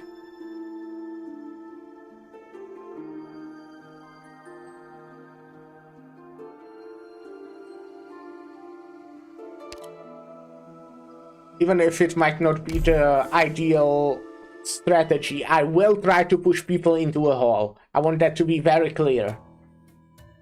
Oh. What's the matter? The Chagatas... Chagatas... Yeah, I said that right. Aren't letting us leave. They said Ensiodes instructed them to make sure we stay here, supposedly for our own safety. See, this is exactly as I said. He's trying to lock us in here. The Great Elder is unconscious. The Saintess is yet to be coronated, and he insists the other two clans are traitors. The way I see it, he is definitely up to no good. Shh. Talking about this is not going to do us any good. The Great Elder has always been in charge of the court's affairs. And now that this has come to pass, what are we supposed to do? Is this all Chiragandra's will? It's so difficult to say whether this is what Chiragandra wanted, but I'm sure it will pain her heart to see you so dejected. Great Saintess! We are simply worried. Is there something to worry about? The Great Elder's condition and the situation surrounding the clans.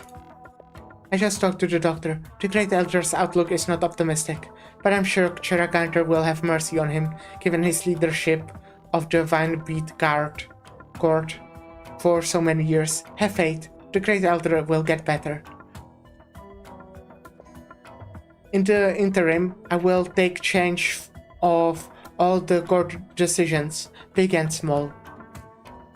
Well, the Saintess was supposed to take charge of Chirac at the coronation, and the Grand Elder has wanted to pass the baton to the Saintress for some time now. Given the extraordinary circumstances, what's stopping you? Or do you elders have a better idea? You're just the head maid. Enough. Head maid Kiar has the right of it. We have always had faith in the Saintess's ability. And she is willing to step forward to calm the masses. There's no better arrangement. You needn't worry, dear elders. Considering what had happened at the ceremony, Ensiodes indeed had the reason to do as he did. And even if Ensiodes harbored ill intentions, as long as I'm here, Divine Beat Court will be safe. Before the Saintess' presence on the Holy Hand's ground, although brilliant, has only been eye-catching. But now, the Saintess radiates a certain aura that makes her impossible to defy. The elders look at each other before lowering their heads to her. As you wish, Saintess. Leave us, please.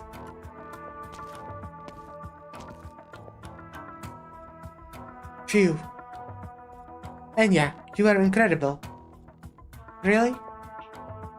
Really, I thought you'd be disappointed after you came back from the ceremony. Looks like I was worrying too much.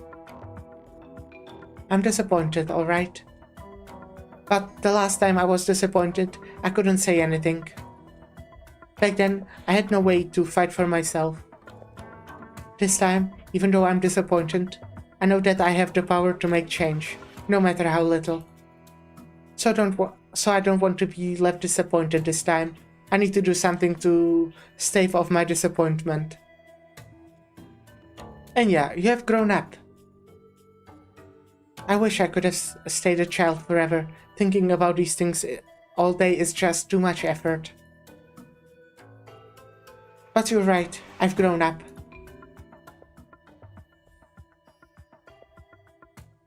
Yeah, that just happens with some time. Wait. Great Elder, you're awake. Lie down. Waiting. The ceremony. What became of it? I remember interrogating the brown tail subject, but no more. You were poisoned by Sir Arktosh. Then Gnosis' appearance made things all the more complicated.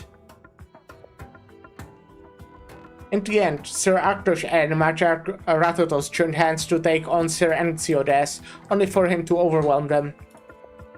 That's not what I wanted to hear. What about the coronation ceremony, the Saintess, the transfer of powers? The ceremony was cancelled. Sir Enxiodes announced that he will resume once the Belleroches and Browntails are dealt with. Enxiodes. Where is the Saintess? She's in her room right now. Little one, how does it feel to sit in the Tri-Clan Council meeting for the first time? Great Elder, I never imagined that the Free Clan Council's meetings would be so boring. The clan leaders only talked about things that concern their families.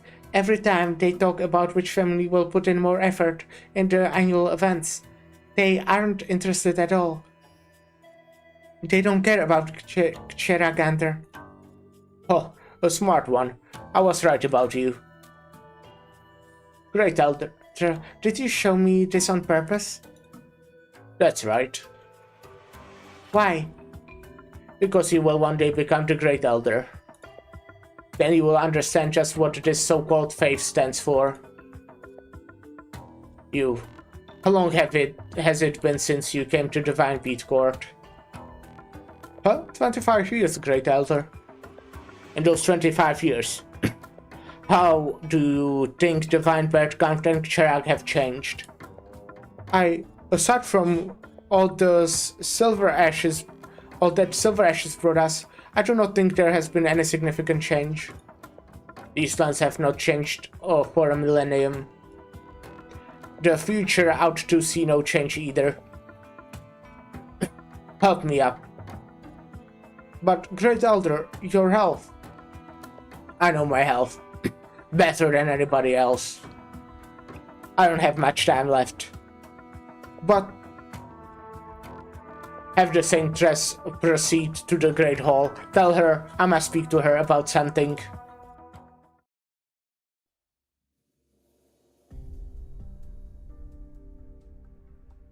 Doctor, this is the second time you saved my rare. I've had a problem with Enxiodes ever since he came back to Chirac and established the Karlan trait of his.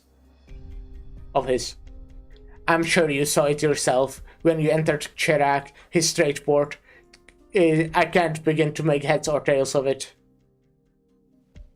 I've used the things he brought in. They are handy. My men are using them too. I know that. The youth working for me think I don't know what they say about him. Well, I do. But he can't keep things going like this. He's going to drive Chirac further and further into this fire pit. Chiragander is watching from above. If we go down that path, Chirac will be punished. That's why I've always been the first one to stand up against him, and this is what that got me. The Belleroches are no fans of trickery. And I had Valais by my side, but now... Can I trust you? Doctor, Ratatos is here. Arktosh, I thought a hothead punk like you would have led your forces to take on Enxiodes right about now. If it wasn't for the doctor stopping me, that's what I would have been doing right now. You're the doctor from Lord's Island. You saved my life. Normally, I should be rewarding you somehow. But if what you want is the House of Brandale, then I'm sorry to disappoint you.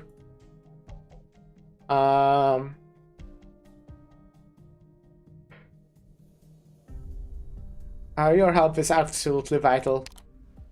Well, that's about the most pleasant thing I've heard the past couple days. Well, whatever.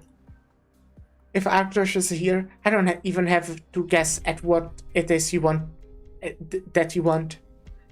I'll be honest with you. Before your guy here found me, I was seriously thinking about surrendering to Enxiodes. Are you sure I can help you? If Arcturus is willing to surrender too, then I guess I don't need your help. The Belleroches will never surrender. So, what do you people want?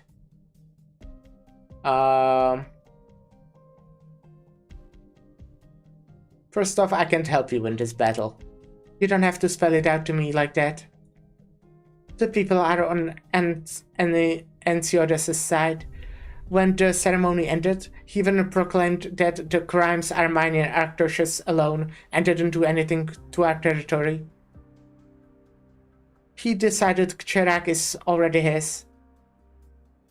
And that's actually how things are. Doctor, you are a smart one. What else can we do? The best way we have to get ourselves out of this hole is to save the Saintess. You're right, that only the Saintess can set things right.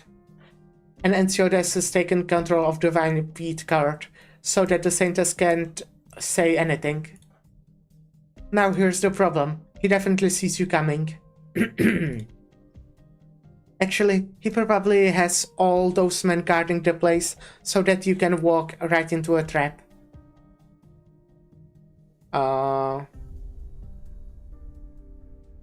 So we can go through the front door, of course.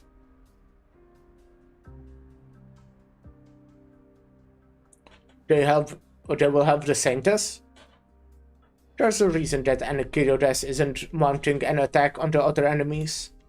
First, he doesn't think it's necessary. Second, he's worried that the doctor will help the Belleroches. Is the doctor actually helping Arctos?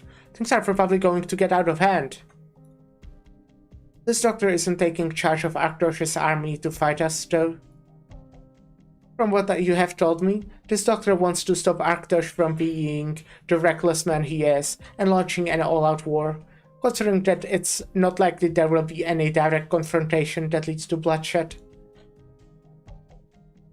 I don't exactly believe in this possibility, however. The way I see it, it's not out of question that the doctor is trying to take control of the Belleroches and the Browntails, seeking to become Cherak's new overlord. The doctor is not that kind of person. Right, the doctor certainly could do it, though. I must say I'm a little flabbergasted by the appraisal that you two and Enxiodes have on this person. I can only hope you are right in that judgment. In any case, however things end up, it's very likely that they are aiming for Mount Garlan, which is under our control, of course.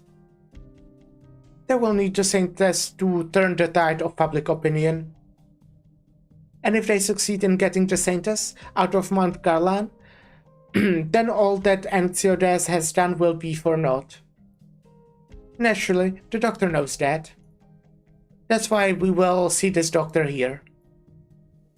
It's ironic. In their eyes, we Silver Ashes are taking our own family's hairless hostage. They aren't wrong. Enya Silver Ashes indeed are a hostage right now. If you would rather I use a different turn of phrase, the Saintess has become our most important bargaining chip. That doesn't change anything, however. Gnosis, could you please stop provoking Metalhorn? I'm helping you to face reality. Or are you trying to tell me that you two didn't know that Enxiodes had his eyes on more than just the transfer of powers? It was never his plan to let fate govern the state. Let's not say anything negative about Enya Silver Ash. Wait, that's not to say. I'm not interested in her at all. Naturally, I don't have any opinion about her. But she became the Saintess, and she's done very well.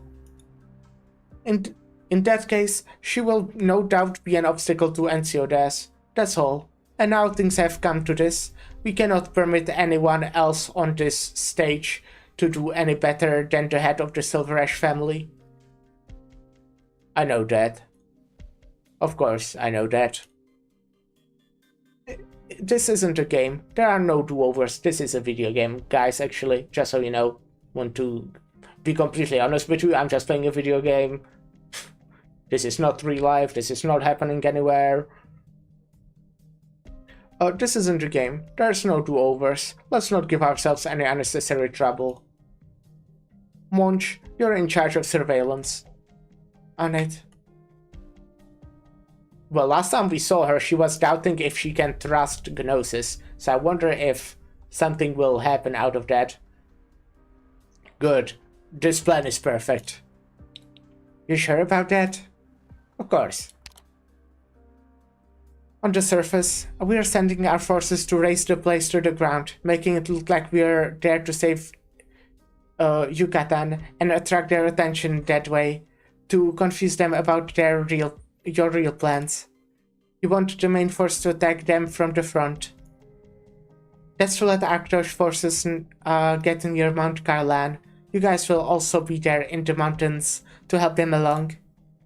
Doesn't sound like the safest plan there is, but it seems feasible.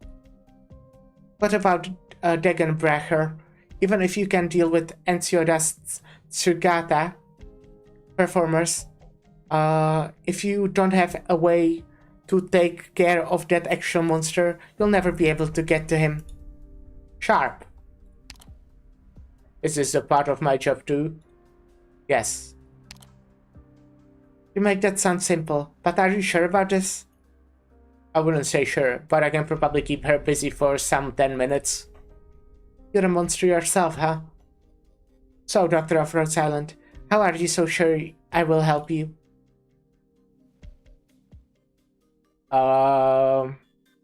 There isn't any part of this plan that has to involve you. But I already know every last detail. No one would let somebody who knows so much just walk away. Whatever. I'll go in your place. Stewardess, this isn't a game. Why don't you take a look at the mirror before you say that crap rat at us? You're exhausted. You look pale as a ghost. Hell, you look completely out of it. How am I supposed to relax when I have someone like you there to save my husband? I don't know what you and Ensiodas talk about in that room, but I'm not going to watch you hand the Browntail family over to him. Why are you staring at me like that? You want to fight? You might just be right. Fine, Doctor of Rhode Island. Sirius will help you with your plan in my place. Though, to tell you the truth, I'm not holding out hope that we can get anything back from Ensiodas. All I can say is good luck. Thank you, I appreciate that. That will help a lot, I'm sure.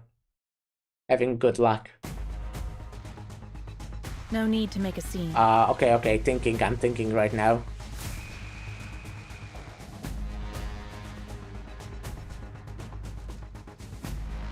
Russell, please, this is no time for pity.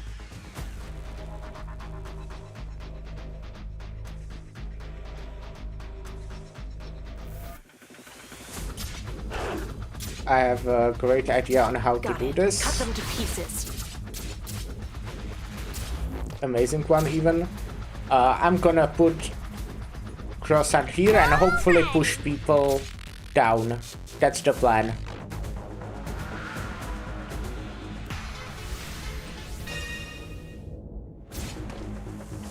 We'll have Lapland here.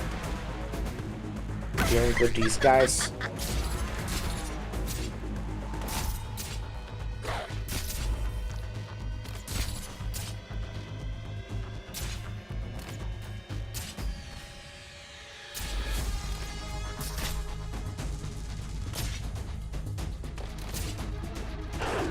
I should probably do Real this. estate question. This wonderful realm or a panoramic view of hell? Which did you want again? Decreases target's defense, huh? Come on, c'eri quasi, tesoro. Follow me. Oh no. Divine Judgment Conditional. Rock and roll. Awaiting orders. Shut up.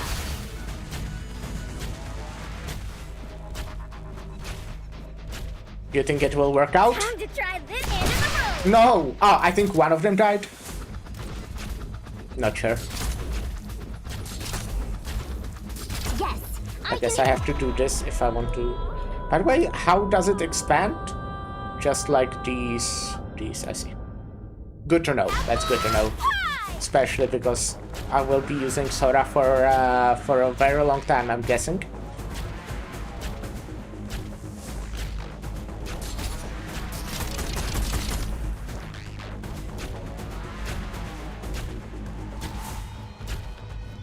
What can I do? You've end of the road. I think it pushes always one of them away, right?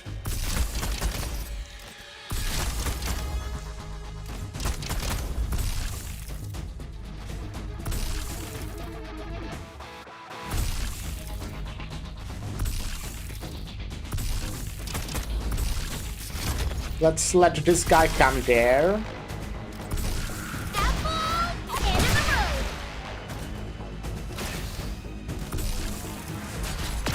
No! Fuck. I can handle this. Oh, I should try adding a jet engine next time. I feel like Is I it should like- do this.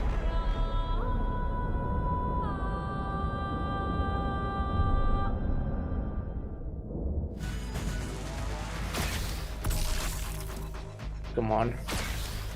Time to try this here new. What can I do? Ah, come on. It'll work on me. Okay. I knew you'd come divine judgment conditional. I think I pushed like probably 2 or 3 of them maybe with the haul. Why can't you let go, Uncle? We haven't seen you in like a while, I feel.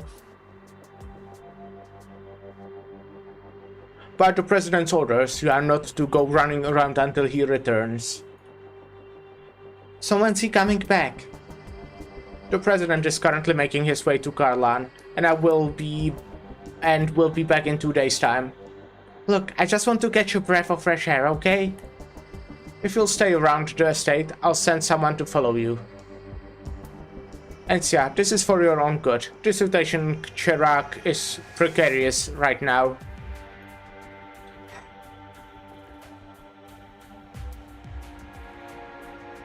Do you really need to do all this, Ensiodes? Doctor, what should I do? Aurora? Shh, keep it down. It was really hard for me to sneak in with all the guards. Weren't you and Sharp going to stay with the doctor? Yes, I'm here because the doctor wanted me to tell you something.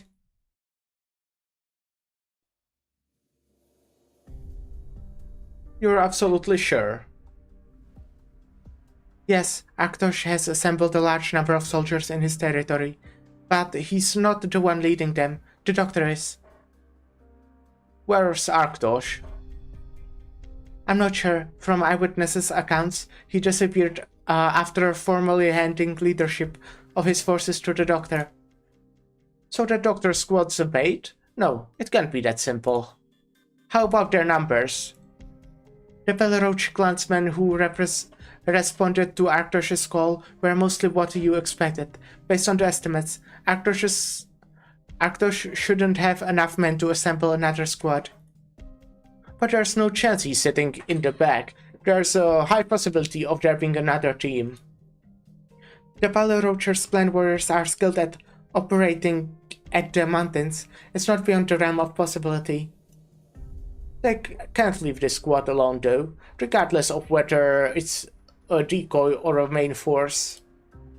Let Vase pass on the orders and have the troops gather at the base of the mountain, awaiting further instructions. Don't expect someone to keep track of the army. Your primary responsibility is to find Arktosh. On it.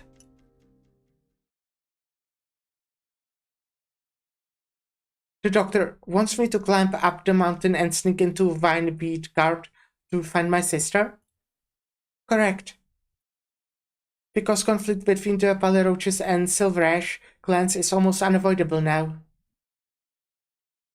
But if there's one thing, or one person who can put a stop to all of this, it's your sister, the Saintess, Enya Silver Ash.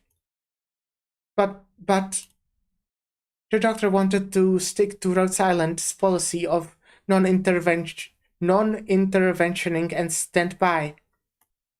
But since restoring the Saintess to power was just a ploy by Mr. Enciodes, the doctor believes he doesn't care much for Cherak's faith. And once the Silver Ash clan is forced to beat down the Peleroche clans, the only thing stopping him from taking hold of Cherak is the Vinebead Court. In other words, the object of fate of all the people of Cherak, the Saintess. The doctor doesn't actually need you to convince the Saintess to do anything. The basic idea is there might be a way to heal the relationship between your brother and sister. There might also be some guilt in there for not being able to help since coming to Cherak. I'd never blame the doctor for that. I just wanted to apologize. I want to apologize both to the doctor and everyone else who came with me. This was supposed to be a nice vacation, but my brother went and screwed everything up. Yeah, he did. Fuck that guy. It's not your fault either, Cliffheart. Anyway, the doctor's been dragged into Enicodes' business and can't stand on the sidelines anymore. And anyway, you're Enicodes' sister. Nothing can change that. So the doctors decided to make a move. And it's to have you go up the mountain and become a kind of insurance beside the Saintess. The doctor wants me to stop my brother's plans when the time comes. Or take the Saintess and run when the time comes. Encia subconsciously wraps the coil of rope in her hand. His sister braided it for her when she was a child.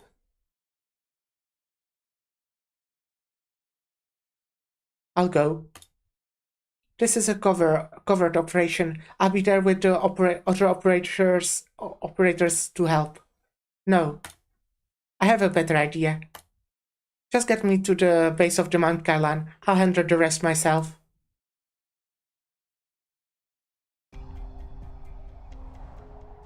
Doctor, why are you marching us at such a slow pace? So as to give those frank eyes their fill. Gula, don't tell me you still haven't figured out what we are doing.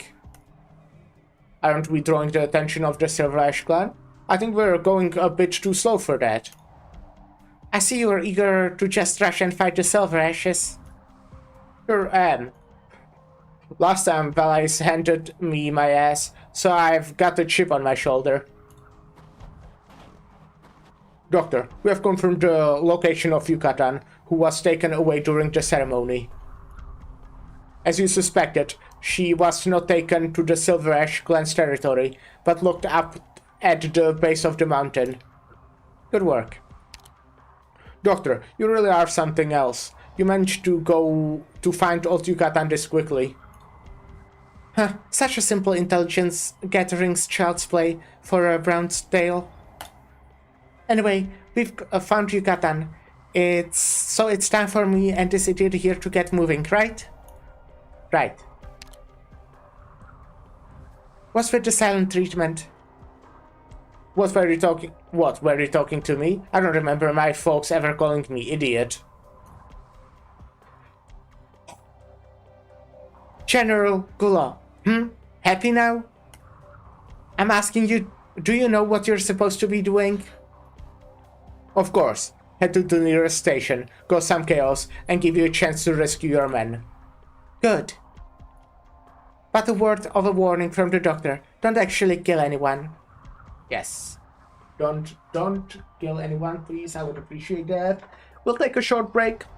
I'll actually go eat something because I'm hungry. I normally am able... I normally eat just after the stream, but I guess I had a small lunch or something because I'm really hungry. So I'll be right back.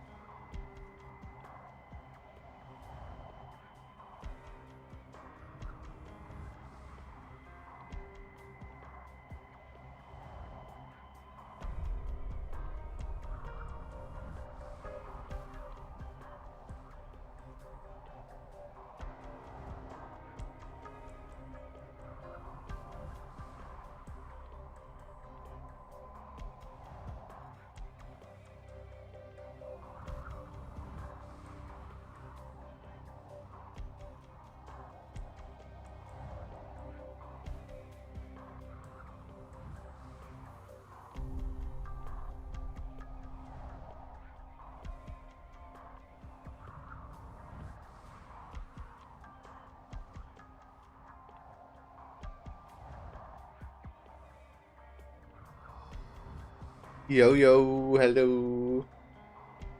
I did eat something really quick. My mom baked this, like, I don't know what to call it, but baked something. It's like a sweet thing that's like with strawberries, and it's pretty nice. I liked it. I'm very good at describing what it is, right? You perfectly know what I had. But yeah, I had that. So let's continue. But a word of warning from the doctor. Don't actually kill anyone. The situation's full of civilians. I swear on my name not to lay a finger on them. But, Doctor, if the Silver Ashes show up, all I can say is I'll try to hold back. That's fine. Clifford, did you say you were looking for your mountaineering equipment? Yep. Don't tell me you're going to climb a Mount Carlan. From what you have told me, there should be a ton of people in Carlan. If we are thinking about heading up to face the mountain, even a squad leader would have some difficulty sneaking in. But that's nothing I can't handle. As long as you can get me to the foot of the mountain, I can handle the rest. But the others, and I won't be able to protect you. No biggie, no biggie. I've gotten plenty of training at Rhode Island, so I'm more than capable of handling myself in the ordinary fight. But...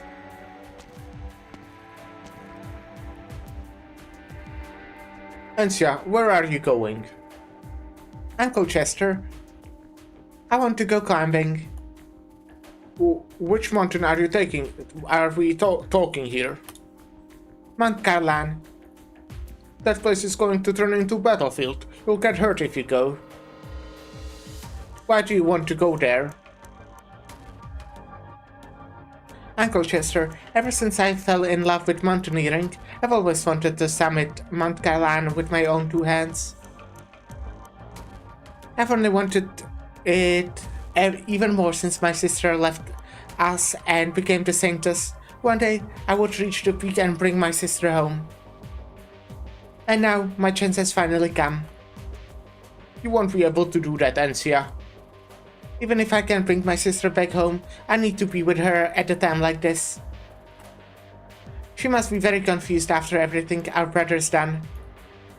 If I can't stop him, then I'll at least want to be there with her, for her. Olufar, your youngest daughter is getting pretty big too. Young lady, I'm sorry, but by the master's orders, you are not allowed to leave the estate. It's for your own safety. Stand down. Huh? Uncle Chester. Sir, you are directly contradicting the master's orders. I'll accept all responsibility for what happens here. I told you this guy was great. But even if you go as far to vouch for her, how can that be more important than her safety? The Silver Ash never takes unnecessary risks. This time, let's trust her. Fine. Go prepare a burden beast for the young lady and our guests from Rhode Island. Understood. Thank you, Uncle Chester. Thank you very much, sir. I always thought you... No need to thank me. Now, go. Time is of the essence. Okay. Ancia. Be careful out there. Will do. Olafur. Ever since you and Elizabeth passed on, I've always regretted that I stood against you and the reforms you tried to bring to our land. I should have stood with you. So when your son decided to take your ideals, I chose to support him wholeheartedly. And Sodas has done exceptionally well. As the Saintess, Enya has won the adoration of the people of Chirag. Though Ancia's contracted oropathy, her condition is under control and she is as happy...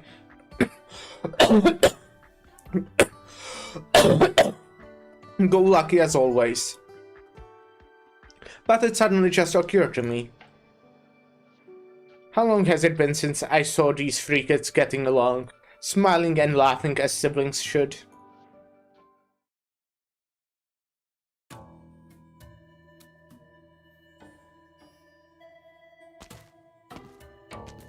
Great Elder, you still need to rest. According to the records, this great hall was built by the people of all three clans following the establishment of the Tri-Clan Land Council. The existence and cooperation of the three clans far predates the modern three-clan system. Then, after thousands of years passed, the system was tweaked and sanded down until it became what it is today. And this chair may well have been here for thousands of years. Over a dozen great elders sat on this seat, spending their lives here. Just as a dozen saintesses found their final resting spot atop this mountain. From the very beginning, the saintess was a fabrication of the divine bit guard to facilitate the spread of the faith. Now that you have chosen to tell me these things, I've known for a long time. Are you meaning to say that our faith is false? You seem to be a lot more direct as well, but I mean the opposite. And yeah, sorry, Saintess. Saintess. Do you know my original name? No. I'm afraid no one in the present Vine Beach Court remembers either. Even I myself have forgotten. Each Great Elder after taking up the mantle of the previous one is only known as Great Elder. One day, the people will also forget your name, and know you only as Saintess. Then, the Great Elder and Saintess come to realize what people believe in is not Kcheragander. People can believe in anything as long as there is a story, a few neat coincidences. They will believe in you, in me, in Ensiodas. Oh, in the mountain, in the water, even in a single leaf. If people can believe in anything, then what is fate? The Great Elders finally came to an answer. What people believe is fate itself. People chose to vest power in the object of their faith. People attribute the things that they shan't to their fate. People unconditionally trust the way of life to which their fate guides them. So what is fate? Fate is laziness, escapism, and decadence. Fate is stability. Fate is stagnation. Let's get you to bed, Great Elder. No, Saintess. Saintess! The Great Elder desperately clutches at Enya's wrist. His grasp is so tight that it leaves a red mark on her skin, as if he spent all his remaining strength on it. His eyes are fixed on the Saintess before him, but he seems to be looking at someone else. Fate is ugly, but even so, it is indestructible. In the thousands of years of Chirag's history, the crests between the three major clans have gradually widened, yet no one can deny fate. Fate is the foundation of Chirag. Fate unites the people of Chirag. People seek out fate. People rely on fate. Chirag has existed like this for thousands of years. The people crave stability. The people crave stagnation. Ensiodas thinks he has won, but he hasn't. He cannot win. How could he possibly defeat the fate that has coalesced in Chirag for millennia? This old man is about to die, but you are still young. You are the Saintess of the Vine Beat Court, and you will become the Great Elder of this Vine Beat Court. Go forth and instruct him, overcome him, make him understand that he was face of fate itself. His actions are insignificant, beneath even mention. Enya remains silent for a while, but forces herself free of the Great Elder's grip. She feels pitiful the old man before her, but she feels a greater determination. I disagree, Great Elder. You say that fate equals stagnation, and the people depend on fate because they demand stability. But that's not how I see things. It is true that once people accept fate, they will come to rely on it. Laziness, escapism, decadence. I can't argue those. But this does not mean that fate itself is stagnation. Fate is just fate, nothing more. It has no attributes by itself, and its substance comes from what is put into it. If the fate progresses, then the faithful will progress with it. If the fate stagnates, then the faithful will stagnate with it. The reason why you think the people of Chirac crave stagnation is precisely because Chiragander's fate has been stagnated for thousands of years in the hands of the Vine Beat Guard. We have drawn up this land in a prison to preserve the rule of some ancient agreement, surviving in these snow-capped mountains for millennia without exploring or even making contact with the outside world. And you mean to tell me this agreement was anything to do with our fate? It is not just the arrogance of the Vine Beat Guard. Arrogance? No. This is not what, how things were meant to be. Nothing is inherently meant to be. If it seems that way, it's only because it's never been changed. It's time to change, Great Elder. No, Saintess, you cannot change anything.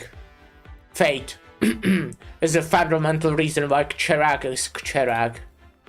I will go and face Enek Goddess, but not in the way you want. I don't know if I'll succeed. But since the Saintess has always been used by the Vine Beat Court as a tool to guide the people's fate, I shall put this tool to good use. I am the Saintess, but I am not the Saintess of the Vine Beat Court. I am the Saintess of Chirac. I will use my own methods to guide the people to freedom. The freedom to progress, to explore, to take risks. And as for you, Great Elder, it is time to rest. Attendants, come help the Great Elder away. Enya stands up and walks through the door of the Great Hall, her eyes fixed forward. The more I see of Enya, the more I like her. I agree with like everything she said. She's based, I'd say. Behind her, the Great Elder occupies his same seat, watching her back grow even smaller in the distance. He stretches out his hands to grasp something, but finally, powerlessly, it drops. He grasps nothing at all. He remains there evermore, motionless, just like the snow of Chirac blanketing his dreams. Leader, don't Almost forget like to he's invite me out stagnant. from your tab, okay? And boss stage. Check! To mercilessly proclaim that this is the pivotal moment between victory and defeat is not to show your cards. It is simply a matter of respect.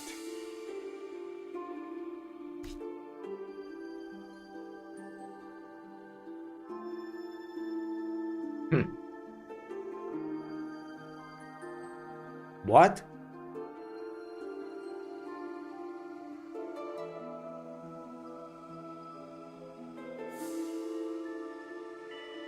Interesting. Like, it looks like you are able to push so much, but only like from the fucking melee spots. I can't really push anyone over here with my croissant. Can't really push anyone here with my croissant. I would need them to like... yeah. Just be positioned differently. Reminds me that I will actually check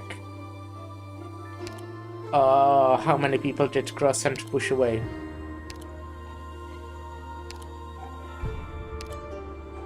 Oh, it was... oh wait, oh it works like that. It has to be 3 battles in which... okay, so she pushed at least 3. I will probably need to like find a good stage to do this. Preferably with one that costs as a low sanity as possible. I know there are like the stages where you don't need to use any sanity, but I don't know if you can push people off the map there.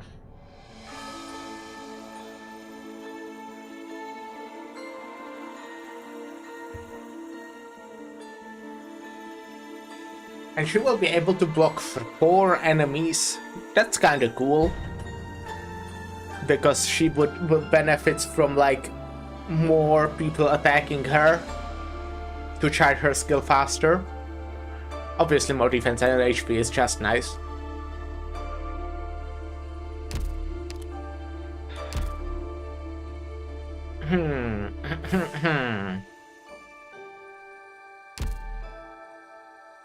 Leave the defense to me.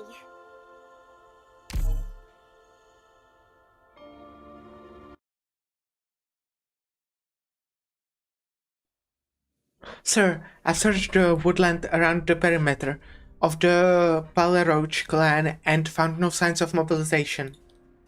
Keep looking. Yes, sir. Gnosis, we've got an issue.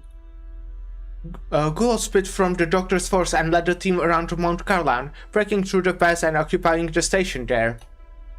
What? Right now, Gulo is driving everyone out of the station, and another team is heading for Kilin. That's where Yucatan is being held. Is this a rescue operation? Impossible. They are being far too inefficient for that. There must be another motive. Monch, based on the route you saw them taking, where do you think the Doctor is headed? They chose a route that could lead either to Mount Carlan or to the pass. Oh, could the Doctor intend to bypass Mount Carlan to directly attack our territory? I should have warned you about this possibility. No, I was caught off guard myself. I should have stationed more troops at the pass. The Doctor... But Arcturus still hasn't shown himself, and we cannot say for sure what their true objective is.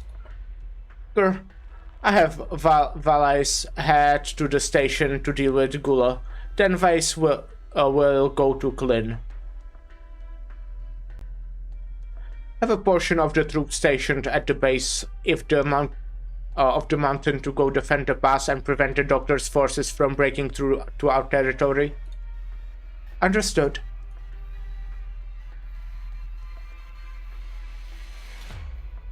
General, we have already taken control of the station. Why are we still waiting here? The Doctor told us to avoid hurting anyone, but I didn't hear anything about not smashing the place up. This station is a symbol of Silver Ash treachery. Calm down. We'll see next when the next train arrives. When's the thing supposed to arrive anyway? Let me see the note the Doctor left me. Okay, that sounds about right.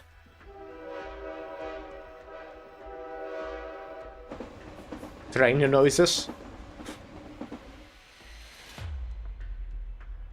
Huh? What's going on here? The station now belongs to Gula of the Palaroach clan. Get out of here if you value your life.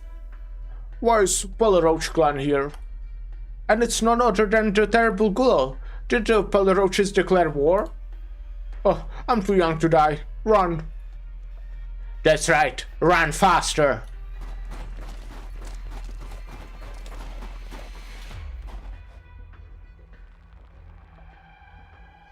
General Gula, thanks for bringing me along. I wouldn't want nothing to do with Silver Ash Daughter, if not for the fact that the Doctor told me you were helping. You really aren't in cahoots with that brother of yours. I'm here to stop him. I don't trust you, but I do trust the Doctor. And one coach Sharp told me to trust in the victory the Doctor would bring. Alright, didn't you say you had to make your way up the mountain? Off with you. After you go, I'll have to hold the railroad. To do what again? Oh, gotta stop things from running on that Silver Ash reinforcements. So that Silver Ash reinforcements don't show up too quickly. Well, thanks anyway, General Glow.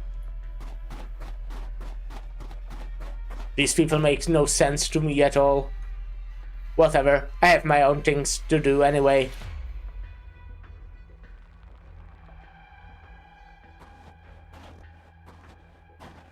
That musclehead might not be the sharpest tool in the shed, but he certainly does know how to fight. He should be fine holding down the station. Next up is... damn it, my ass. Madame, why don't you get off the burden beast and rest for a bit? The rest of us can handle things. I don't have the luxury for that right now. Our task is much more difficult than Gulos. In addition to rescuing Yucatan, we also have to take as much Glyn as we can. Until the doctor wins over on the other end, we have to draw the Silver Ash's attention. Madame, can we really hold out against those numbers with the forces we have here? Are you sure this doctor isn't just using us as fodder? That's right, the matriarch. Shut it.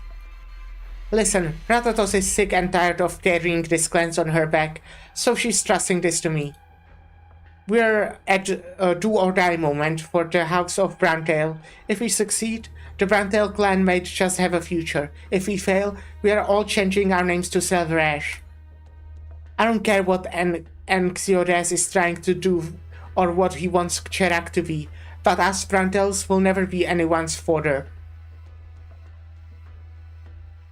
If you're that eager to get a new name, then you can leave now. But if being a Browntail means anything to you, then come with me. I've never seen Sirius so charismatic before. I didn't know Sirius had a talent for speeches. I think she really is speaking her mind. She's just never been given a chance before. What are you mumbling about over there? Even though I heard that the matriarch herself was planning on surrendering, if Sirius isn't willing to give up, then it would be really shameful for us to raise the white flag. That's right, and to be honest, I find it hard to believe that the matriarch would do something like that. We're still not done. If you don't like it here, then beat it. We fight for the House of Browntail. That's more like it.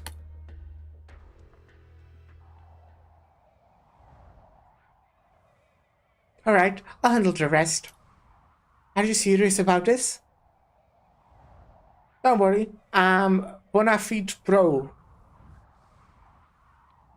You'd better not die on us.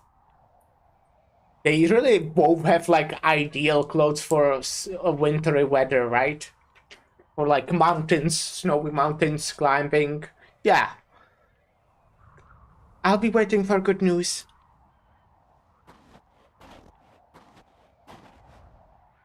As much as I've trained, it's been a long time since I got done any real mountaineering, not since I came to Rhode Island for treatment. This sure is getting my blood pumping, haha. Wait for me, sis. I come in for you. Antia remembers how when she was a child, she always loved bringing her sister along to her climbs. Though she was physically fit, she'd always give up halfway through. Her favorite thing to do was to curl up on the sofa by the fire, knitting something for herself or her brother, or just napping. My sister probably doesn't like the mountains, that's what Ansia thought. But in the end, after becoming the saintess, she was born atop the mountain. And she always had a dream that one day she would save her sister from the mountain.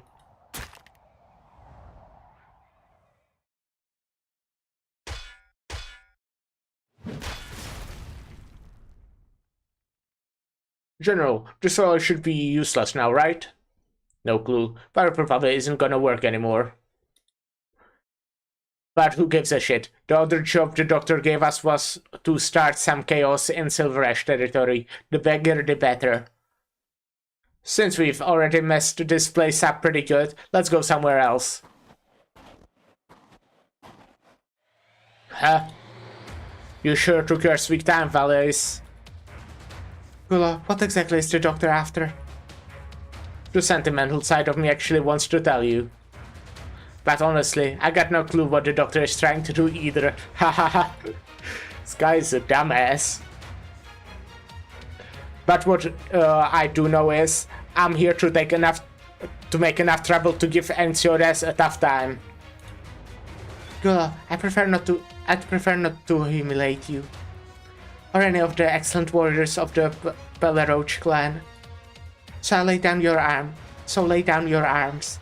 You have no chance of winning. Well, Ice, I know you've got some bad blood, and I'm not good at comforting people. I also know that there is nothing I can do to bring back what you've lost. But I'm happy to rumble with you. Let's let you blow off your steam.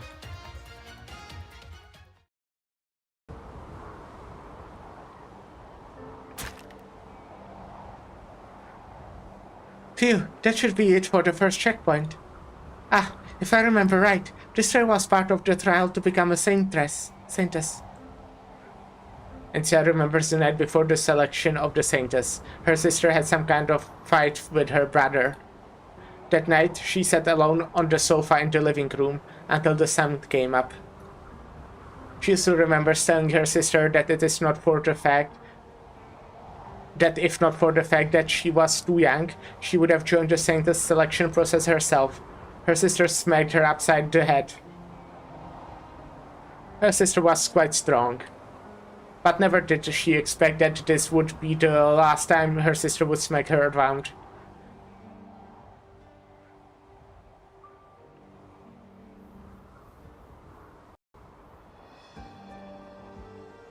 Sir, it's starting to snow. A good opportunity. Cheragander smiles upon us, by the look of things.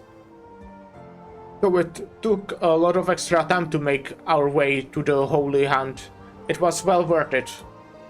How is the situation at the foot of the mountain?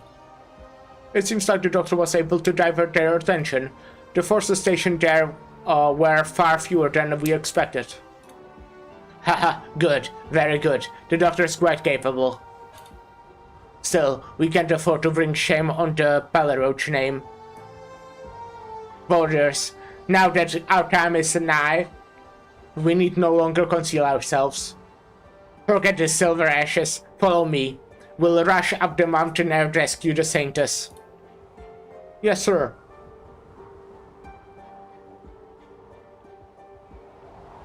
Why'd it have to start snowing now? Old Cheragander really has a dry sense of humor.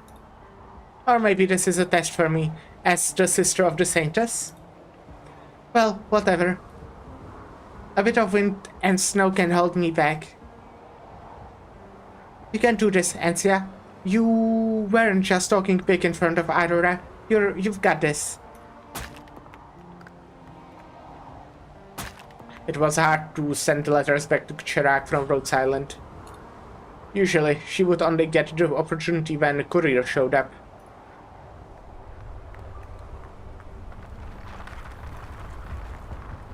Each time he visited, she always felt conflicted. Fortunately, courier would bring a letter from her sister. Unfortunately, courier Metalhorn would always treat her like a kid, as if she couldn't see the sadness on her face. She's also a child of the Silver Ash family. She read the books left behind by her parents and know of the vision they had for Chirac. She also had a good grades in Hypatia's class. Of course she knew. What she did not know is, did things have to turn out like this? If so, then why her family?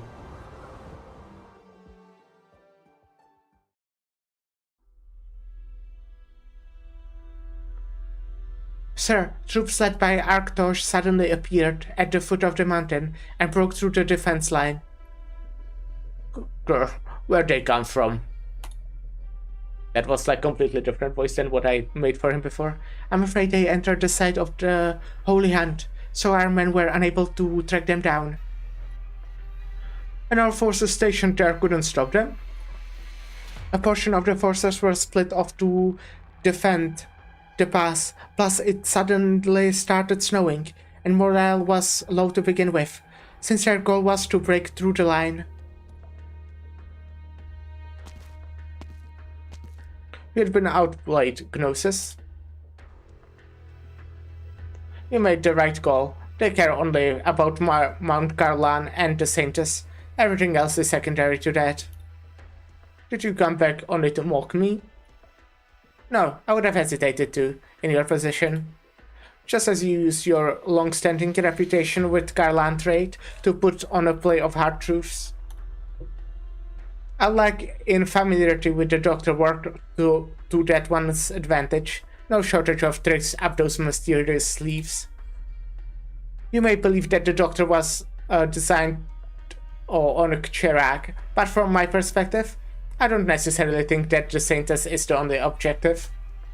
Of course, the Doctor could not be sure we would see things this way, and that was the wager. That you'd see the Doctor's action around the pass as a move against Chirag. The Doctor only required that you would be sufficiently concerned about this possibility to send the troops to assure those concerns.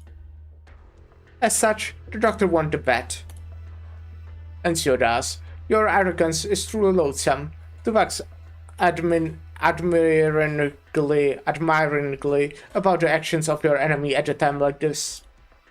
This is not a game we cannot afford to fail. Oh, this is not a game, and we cannot afford to fail. I'm not a fan of failure, Gnosis. I've already sent Degenbrecher. Degenbrecher? What was it again? To intercept Arktosh? No. Why do you think the Doctor chose a route that could lead either to Mount Carlan or the pass? You're saying that Arktosh's forces are a ruse. From the very beginning, the Doctor's forces were both the bait and the main force. No wonder why they were moving so slowly. They were waiting. That's right, and if I'm not mistaken, this is when they will start making their move. If the Doctor is allowed to group with Arktosh, then there would be a real trouble. This is the main force. And Sia already knows. She knows her wish cannot come true. She cannot save her sister from the mountain. She also cannot mend the relationship between her two siblings. How could she have no idea as to what her brother seeks to accomplish? How could she not see that the rift between the two was only growing wider and wider? But what can she do?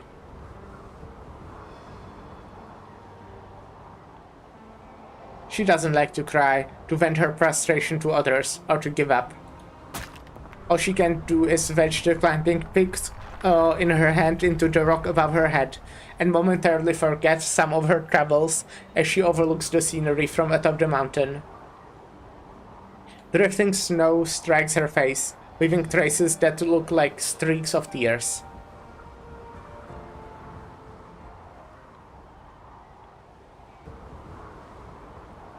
Doctor, Master Arktosh has begun to move. We have also heard that the Silver Ashes are reinforcing the pass. So far, everything is proceeding as you have planned. Doctor question mark?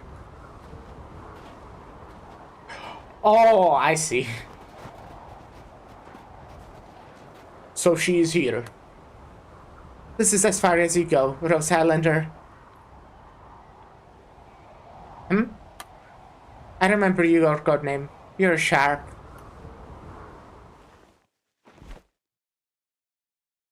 Lucky the Doctor brought some spare clothes.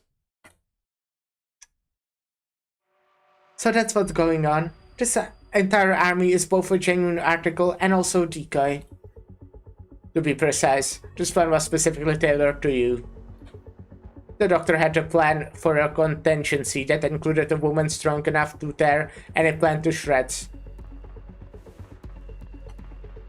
I'm not any goddess. The admiration and respect of my enemies mean nothing to me. The only thing I need of my enemies is for them to be strewn across the ground. Then you're in luck. You've got a whole army of opponents right in front of you. You're the only one who in this crowd worthy of being my opponent.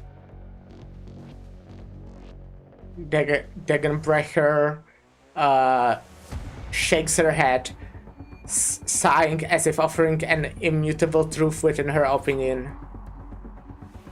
Sharp looks at the woman before him, and for some reason is reminded of his friend Stormeye, a fellow elite operator.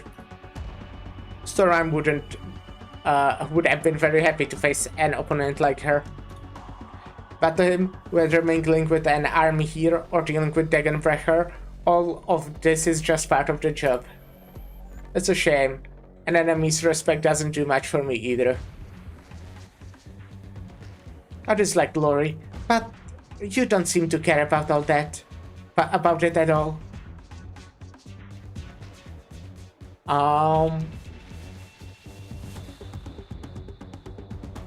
Nothing personal. It's just business. Just business? Doing business requires professionalism. Only an amateur would bring personal feelings to a job. There's nothing worth bragging about when it comes to my combat abilities. It's just one of my tools to get the job done. Haha, I like the way you think. I've always despised self-righteous challengers, pumped up on their skills or ideals. And without exception, I crush them with all underfoot. I've heard of your feats as the Black Knight. A lieutenant who cannot use arts, rendering all dignity and pride worthless before your great sword. Where is that great sword, by the way? Waving something like that around isn't in this unsophisticated place would only scare the natives, so I decided to switch weapons.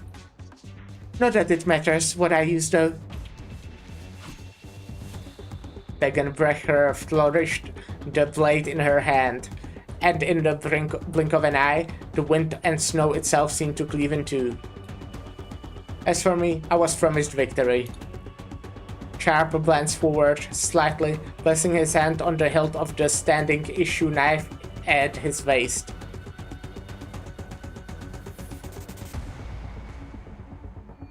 Degenbrecher notices a familiar scent from him. Back when she was in Casimir's, only a few people gave off this same scent. The scent of war.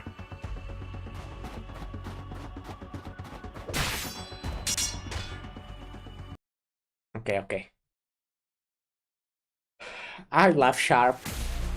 I feel like I still don't know anything about him, but damn, he's just very, what's the word? Charismatic? Or like, just good vibes, you know? Just got good vibes from that guy. So, let me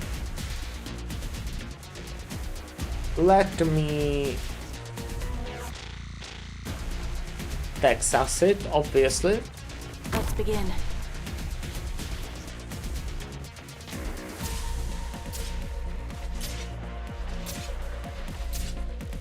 Awaiting orders.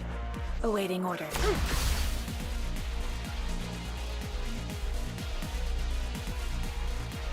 Then we put Axu here. Let me double their trouble.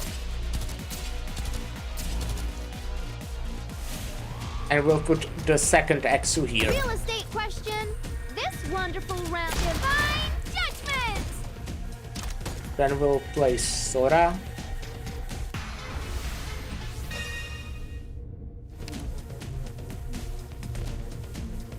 And we'll wait.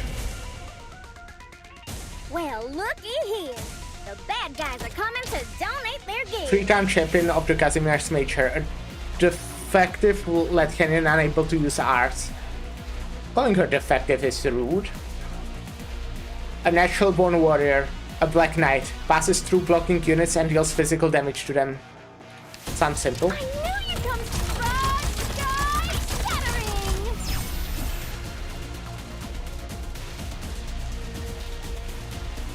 Well, Whoever said a wheelchair couldn't get up onto a steel beam?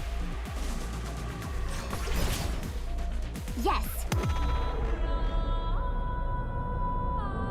oh wait, she's invisible? Well, that blows.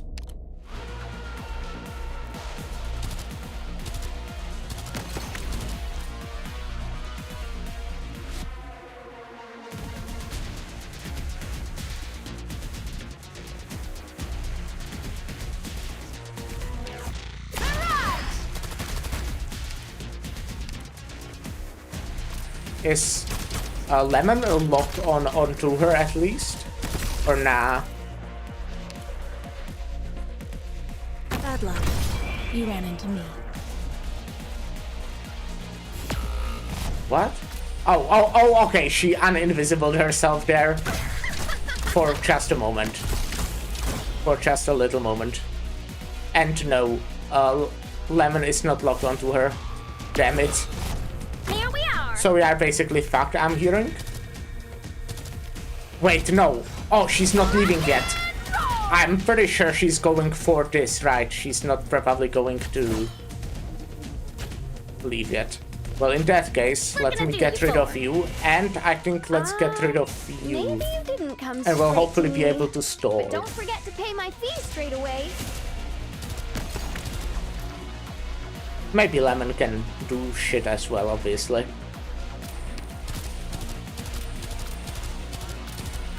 Yeah, I just melted her first phase. Oh god, okay, Lemon is not being able to do anything. Because Lemon's fucking dead. Moving to designated location. Okay, yeah, this is a loss.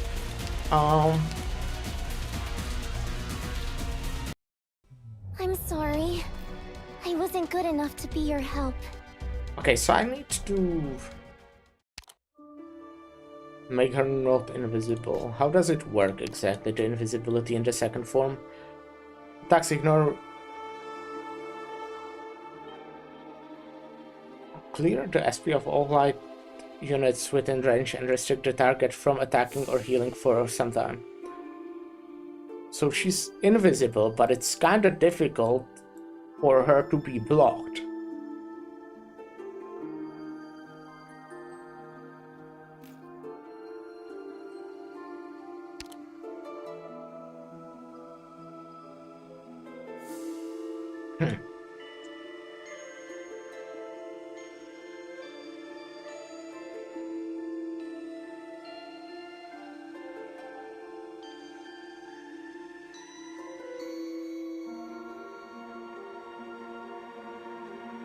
That sounds rough.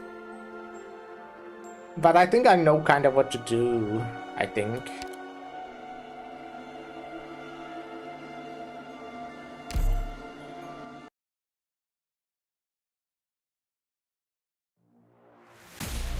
Let's go. I think the Take them start all by storm. is, Let's you know, begin. will be kind of the same.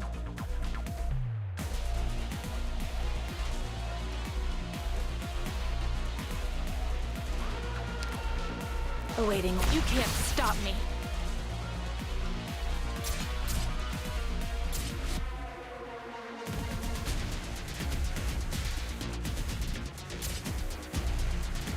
Follow me.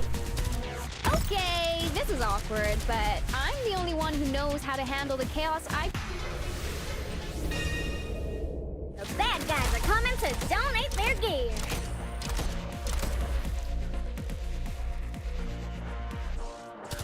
And I think the plan is to put Lemon here. Oh, I should try out Maybe a it should jet have been engine here next time. actually, but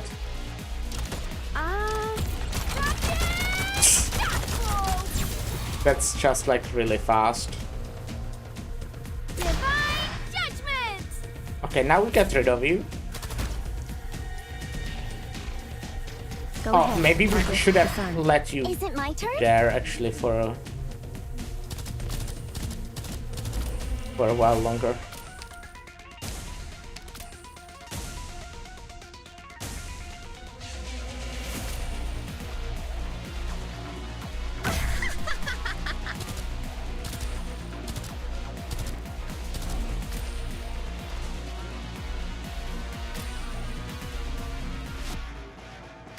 The drone is gonna die, right? Oh my god, this is pretty bad.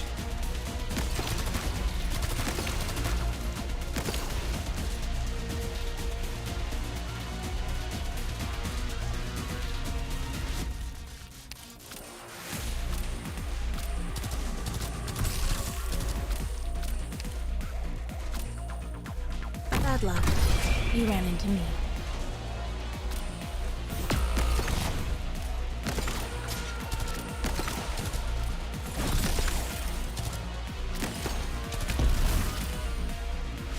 Okay, this is awkward, but I'm the only one who knows how to handle the chaos I create. Rocket! Damn it. Roll!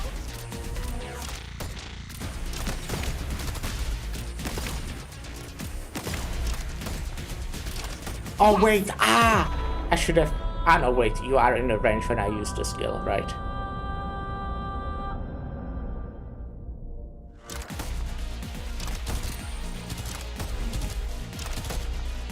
Alrighty.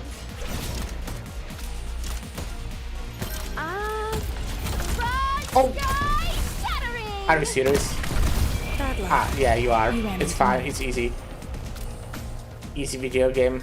Need speed to succeed. Yeah, this actually should have been here, like, so much. But yeah, we got it. Mission accomplished.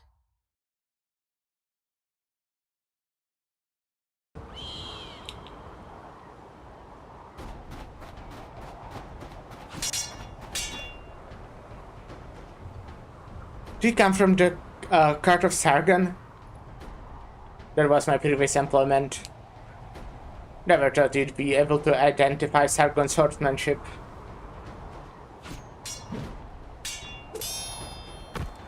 I have a little interest in arts, but when it comes to weaponry, I couldn't forget anything, even if I wanted to. No wonder they called the Black Knight a natural-born warrior. Natural-born? Do you know how long it took to go from a light cannon you can use arts to a natural-born warrior? They are both so cool. Click. Oh, is that Click cameo? Is Click in this side story as well? The shields in Sharp's hand reveals a crack. Though there are several wounds on Dagonbrecher's body, she seems not to notice them. Do you have no sense of pain? If growing up, the only weakening sensation you know was pain, then you would be used to it. How about you? How many times have you danced with death? Everyone I knew who even thought of counting down surviving long. Everyone I knew who even thought of counting didn't survive long in battle. I heard that the Black Knight, despite being a 3-time champion, was exiled from Casimir's and hunted for refusing to work with the General Chamber of Commerce. Wow, she is based. Eventually disappearing beyond Casimir's borders. So?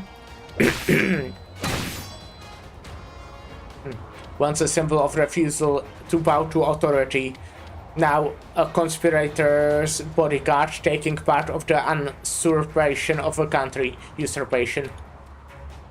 I don't pass any moral judgments. I just can't help but feel a bit let down.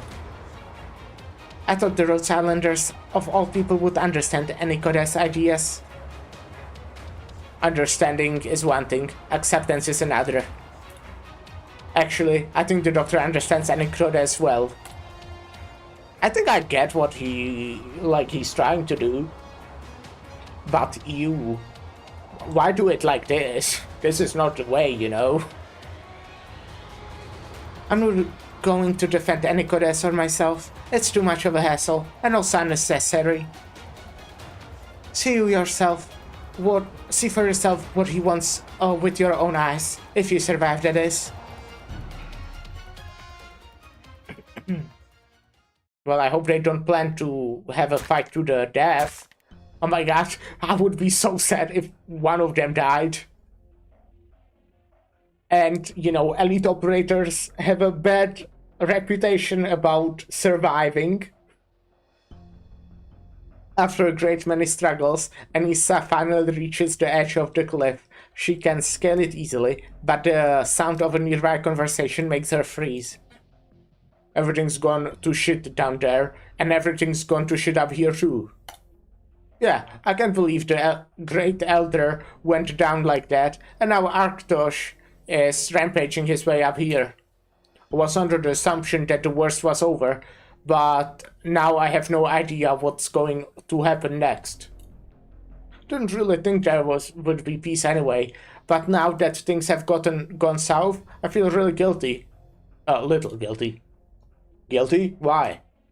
Since we entered the Vine-Beat Court, the lady Saintess has clearly taken the reins. Since the Great Elder collapsed, the entire Vine-Beat Court has fallen in line with the Saintess. And below the mountain, Sir Goddess has taken complete control. When you put it that way, it all makes sense, huh? The Saintess controls the mountain, and Sir Goddess controls everything below. Following your words, I have no idea what's going to happen next. We're just underlings anyway, there's no point in thinking too hard about it. Yeah, you're right. Why even bother? Let's make 2 more rounds. Maybe we'll get called down the mountain by then.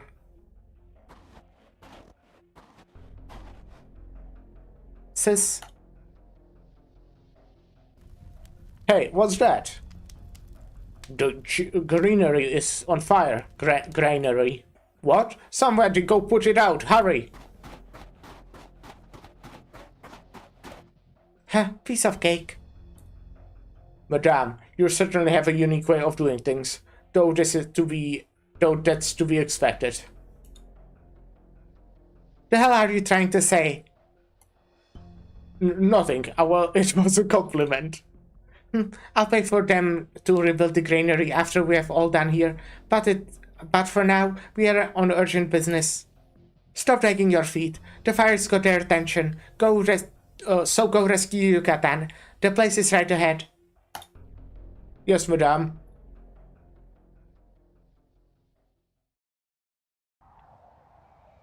Sure. I'm here, Saintess.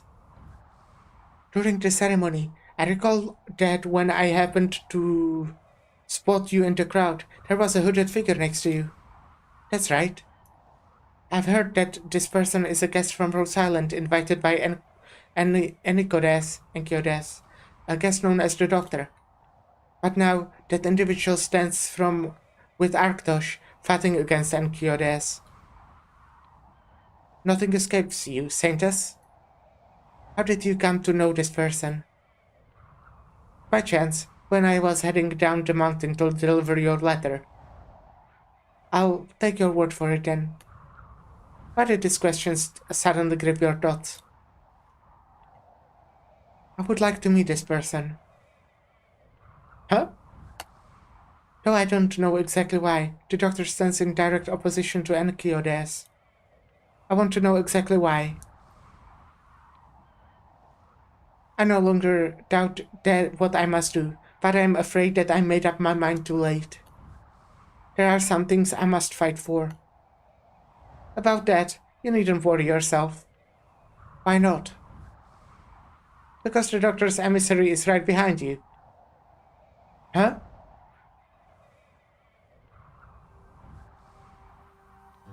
Sis! Encia, I suppose I finally started hallucinating. Snap out of it, sis. You're not hallucinating. It's me, your sister, Encia. What? Encia, is that really you? It is. Here, come touch me, if you don't believe it. Enya wants to reach out with her shaking hands to feel Encia. She fears that her sister, the sister who suddenly appeared before her, is an illusion. But before she has a chance to do so, Encia has already plunged into her arms. She knows right away, without a shadow of a doubt, that the woman embracing her is her dearest little sister. Sweet. But we will take a short break before we continue, and then we are most likely finishing. There might be like an epilogue after this, but this is like the last stage. So yeah, short break, be right back.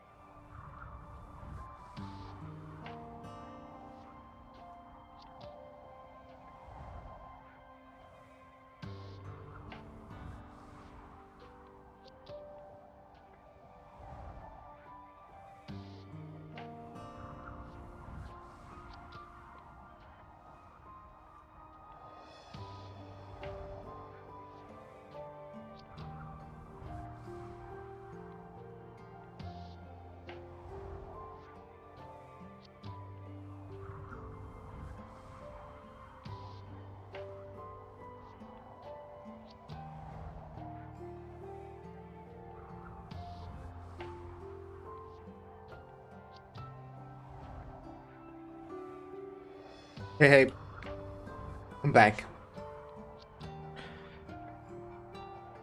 It's you, Encia. It really is you. I've missed you so much. I've missed you too. Have you been well? What of your illness?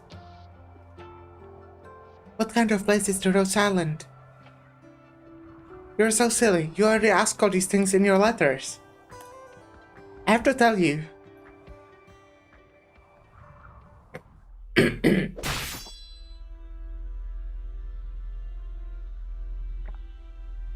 Sharp takes a few steps back with a shallow breath. He has fought many opponents throughout his career and has also learned from, or at least watched, many formidable fighters at Rhodes Island. But he has to admit, he has never faced anyone like Degenbrecher before, or rather, an opponent as pure and simple as Degenbrecher. She has speed and strength, qualities that every warrior should possess. Degenbrecher has nothing more, but clearly needs nothing more. Why would anyone need anything more than incredible speed and strength? Fortunately, Sharp became an elite operator because he also possesses these two things. You have a lot of trust in Nicodes. And Nicodes. I always mess up his name. What makes you say that? Few people have the capacity to do this for money.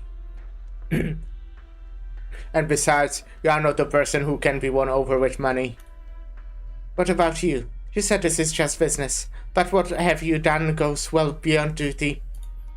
I assure you, the work I do is the work I like. That's nice.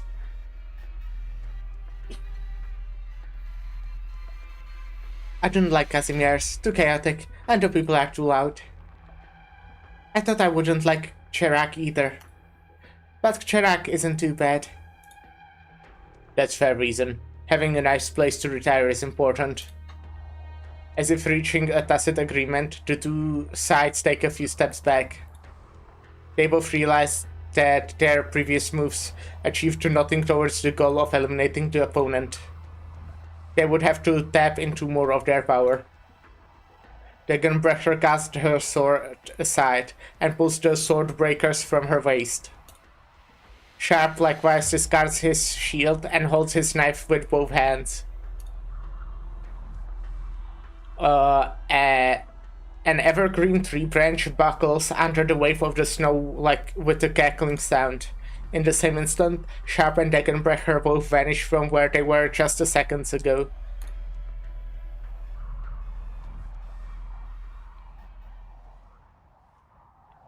Honestly, what am I going to do with you?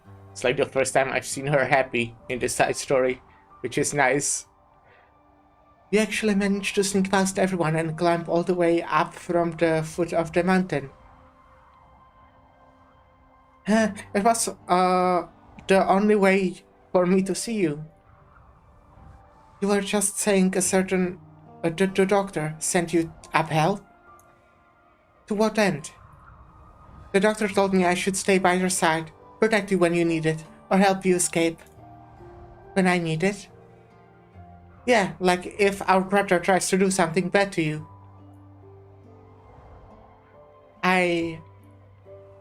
Okay, this is what I think. He has his ideas, and I can't stop him. But if these ideas ended up putting you in danger, I'll put my life on the line to stop him. Enya suddenly understands why the doctor sent her sister to her side. For protection, for a way out. These are the two reasons told to Encia. But the doctor also knows about her ideals, as well as the fact that being able to see her sister would be inherently meaningful. Have Encia protect her? Have Encia help her escape? No, quite the opposite. She's the one who should protect Encia. She's the one who should help Encia escape. She's the one who should be fighting. Encia, you're wearing the bracelet I made for you. Of course, and I'll keep wearing it. I'll find the time to make you a new one. Make a new one for you. Really? So, Encia. Yeah? Do you want to do a little favor for me? A favor? Come with me.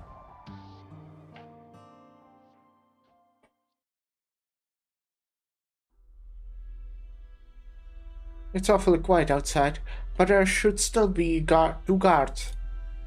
The window... If I don't want them to see me from this angle, I have to lead the guards away first.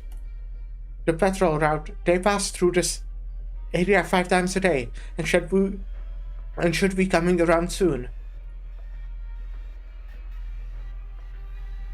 No, I can force open the lock, but if I can pick it, then there might still be a chance.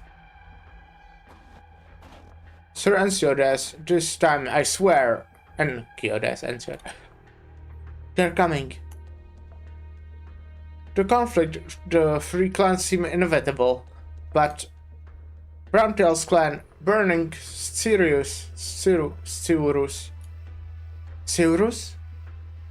Why did they mention the Rus? Did something happen to her? Damn it, I'm still too far away. I can't hear her clearly. No, she can handle herself. I have to find a way out of here first. Then find Seurus and the matriarch. Halt! Who are you people? Stop them, right now! Jeez, there's a commotion coming from the entrance. What happened? Yucatan, are you alright? Rus? What are you doing here? Huh? Are you dumb? I'm here for you, obviously. Everyone else is so worthless. I had to rescue you myself. But it's too dangerous. Russ, how many did you bring with you? You don't have to come yourself. You know, I wouldn't want anything to happen to you. Yucatan, say one more word and I'm going to beat the crap out of you. Shut up. Think about what you'd do for me. I'll do just the same for you. And you'd better not forget it. Also, you're not allowed to abandon me ever again. Rus. You know I'd never do that. Of course I know. Alright. The fact that you're okay is a huge load off my shoulders. Now, I have something else I need to take care of. I promised Stratatos I'd finish another job after I save you. A job? Madame Seurus, Ways of the Silver Ash clan is moving to intercept us. Right on schedule. I'll tell you the details later, but our job is to cause some trouble. And there's someone else I want to talk to, but that comes later. Things aren't looking too good, and ways won't go down easy. But we're in this together, right, Yucatan? Of course. I'll be there for you as long as you need me.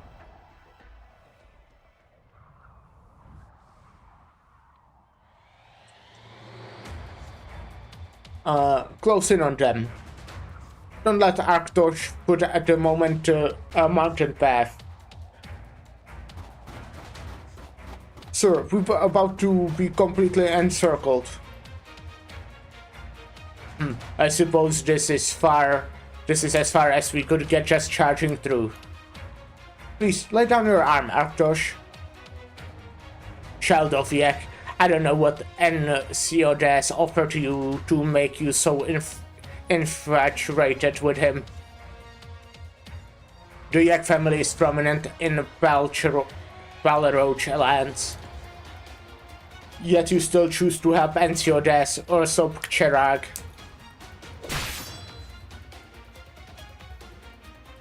Lay down my arms? Never. Arrest Arctosh, but try to take him alive. Come at me, Silver Ash scum.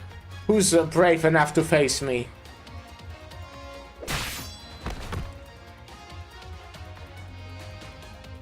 Aurora?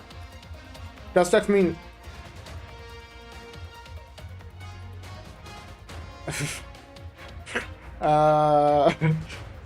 Hey! Doctor? Don't tell me Degenbrecher... Ah, Doctor, it's about damn time.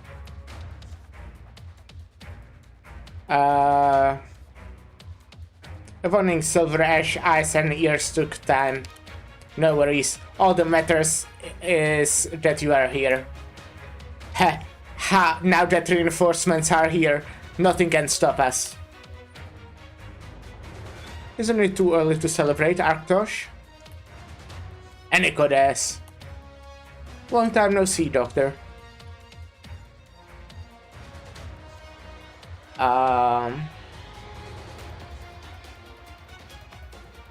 So you're finally willing to meet me? There is a lot I want to talk to you about. Now is not the time, unfortunately. Just you wait, any goddess. I'll break through your encirclement, rescue the Saintess, and prove to all the Chirac that you are the real traitor. I'm looking forward to it. Warriors, what has been the House of Palaroach duty since the beginning of time? Defend Chirac from foreign enemies and protect the peace of the land. Now, Encodes, seek to work against the Saintess and use her as his tool. Can we, the House of Palaroach, accept that? No, absolutely not. Reinforcements have arrived. Follow me up Mount Garlan, topple Encodes, and rescue the Saintess. Topple Encodes, rescue the Saintess. Topple Encodes, rescue the Saintess. Topple Encodes, rescue the Saintess.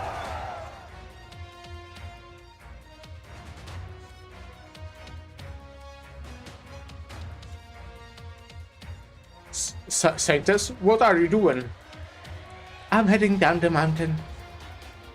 Sir Encodes said, since when do I need Encodes' consent to do things? Ding ding, ding ding, ding ding. An otherworldly bell sounds throughout the court. The next moment, everyone present except Encia falls to the ground. Wow, incredible! Yeah, that's pretty cool. Kiar. Saintess, how do you know I was here? I can guess where a clever girl hides. I need to make a trip down the mountain, so please look after things here. Oh, are you leaving the hard work to me? There are even more troublesome things waiting for me. If that's the case, I suppose I can't object.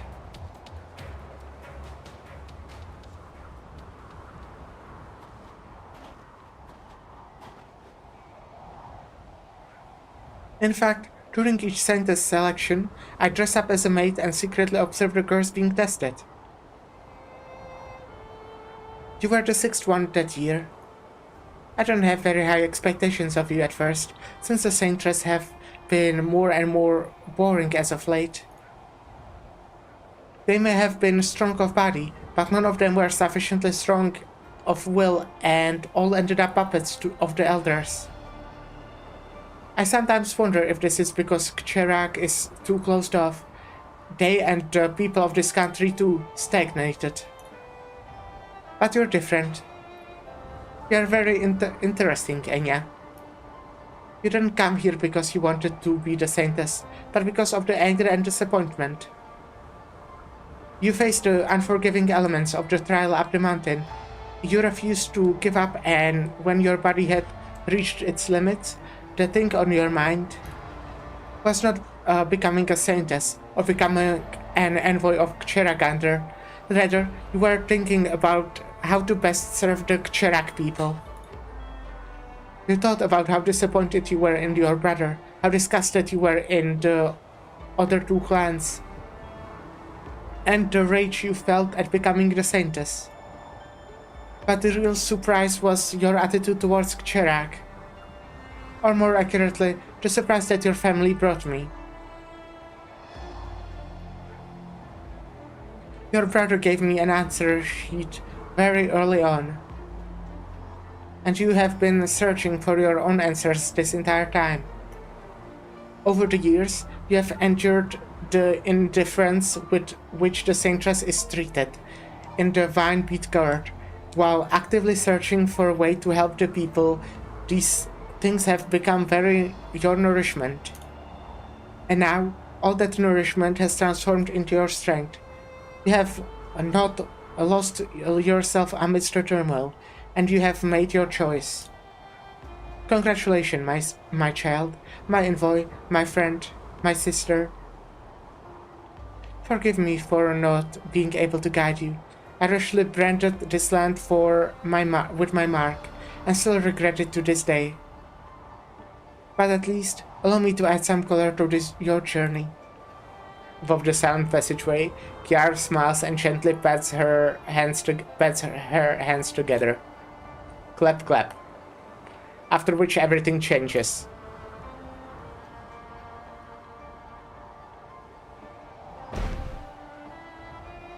Just a scratch.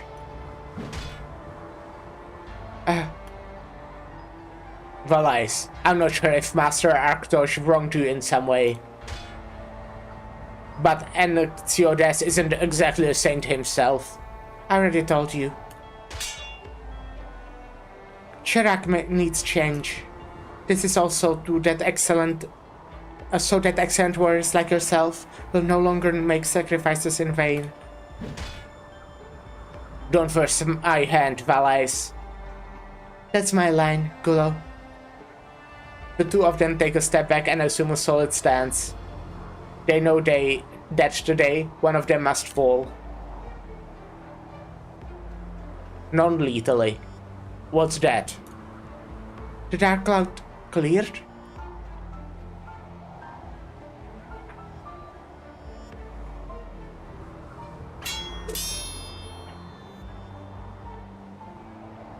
God, what a stubborn one. I underestimated you. But even if you manage to defeat us here, it won't make any difference. You cannot stop the Master. Like I care. The matriarch Ratatos always had her own ideas about Chirag. She also wants people to move forward and hopes that everyone can have a better future. Except she doesn't have the power. And so she became Ratatos the Schemer, as you people call her. Maybe to you, my sister is just bump in the road. But to me, she'll always be my beloved sister. Yucatan. We don't hold any personal grudges against you. As long as you're willing to lay down your arms, we guarantee your safety. I'm not going to let Russ and I become bargaining chips for Enociodes to use against the matriarch. Base of the Silver Ash clan, step aside or I will kill you. The same goes for you, Yucatan of the Browntail clan. You must remain here. You can do it, Yucatan.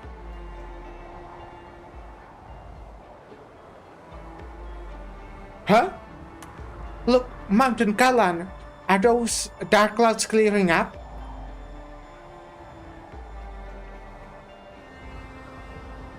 Sharp turns and watches Dagonbreaker slowly return her sword breakers to her waist.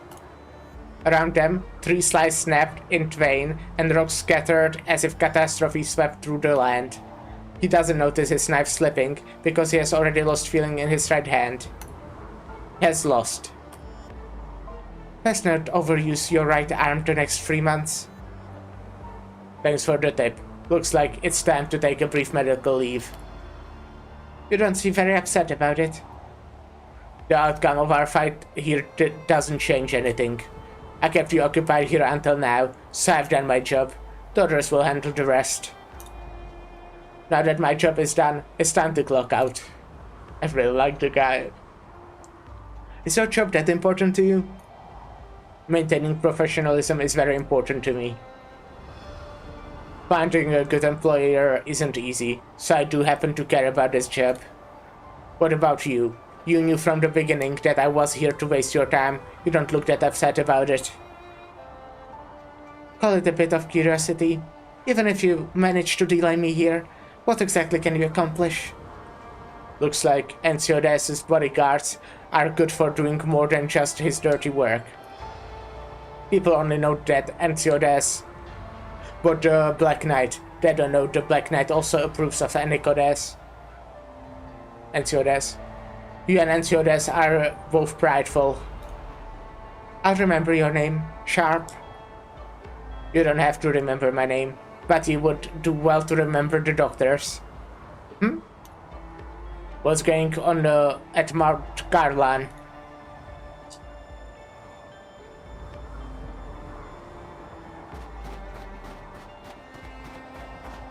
Oh. Soldiers, information. Yes, sir. All forces.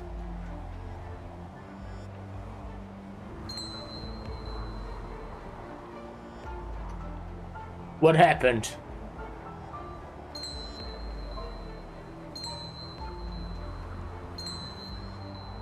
There is a bell, apparently. I think I hear something.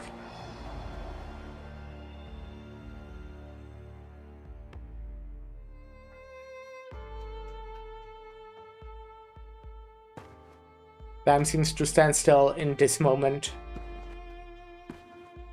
Only the Saintess's footsteps reverberate through the mountains.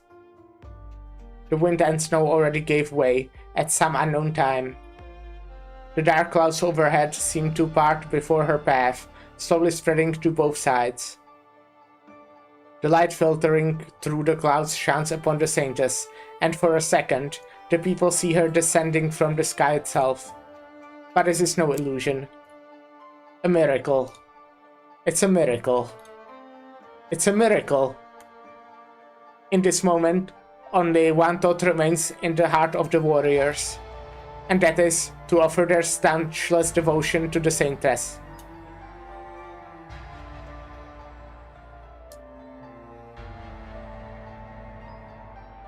Kiar, go, I will attend to the Great Elder. Of course. Come to think of it, even though the Great Hall has been repaired several times, it may not be much younger than her. The same goes for the title of Great Elder. No one would deny that the existence of the Vine Beat Court has allowed Chirac to remain united all those years. But what was correct in the past may be no longer correct. If you cannot adapt to the changing times, then no matter how strong you are fated to be cast aside. Chirac should not suffer that fate. At least that is what some people hope. Sweet dreams, Great Elder. You have done well. You have all done well.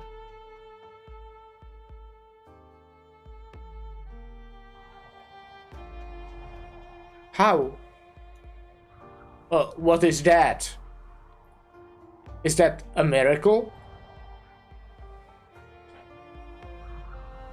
What's going on at Mount Garlan?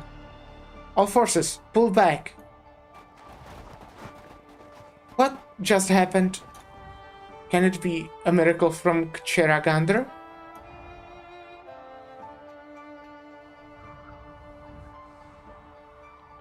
What will happen to Kcherag now?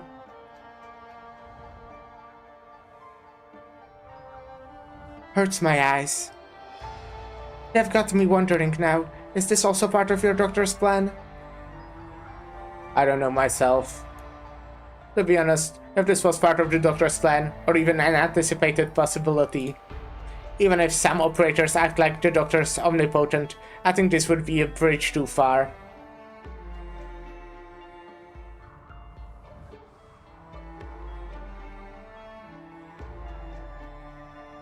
And yeah, I'm scared. Don't be, Ansia. I will protect you. I will protect Chirag. All the warriors along the mountain trail lay their weapons down. In the face of a miracle from the goddess of the snowy mountains, the goddess they have worshipped all their lives, their mortal squabbles seem ridiculous. I, leader of the Palaroach clan, Aktosh Palaroach, offer my most sincere blessing to her envoy, the Saintess. After a short silence, he slowly bows to the Saintess and kneels before her. All the Pale Roach warriors follow his lead, repeating his actions. Having second thoughts now, Ensiodes? What do you mean?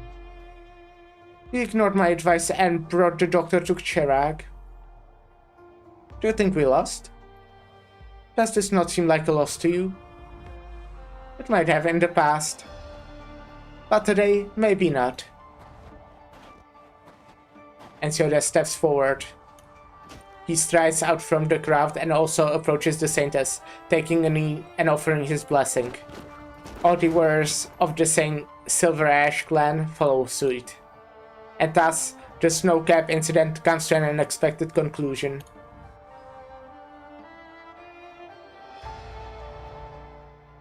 Leader, don't forget to invite me out for drinks on your tab, okay? Yeah, I would be super down to do that.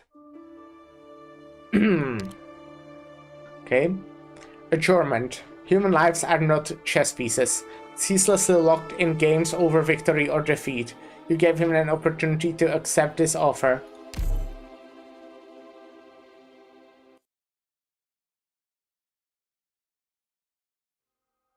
Thousands of years ago, Chirag descended into this land, naming it Chirag and bestowing upon it her eternal vigil. For thousands of years, her teachings have continued to pervade the lives of all Chirag people. She gave her flesh to the Pale Roach clan, her hide to the Roundtail clan, and her bones to the Silver Ash clan. But we all share a common name, the people of Chirag. I believe in her is the foundation of Chirag, and is also the reason why we stand here today and call ourselves the children of Chirag. We all harbor the greatest respect for her in the hearts and work together to survive this land to this day. However, as we all know now, Chirag is not the only country in this world. Beyond these snowy-capped mountains lies a vast world filled with people who do not look like us, do not speak like us, and do not share our belief in Chiragander. In the past, we had a terrible disagreement over how to deal with such people. In reality, these disagreements are not an existential crisis.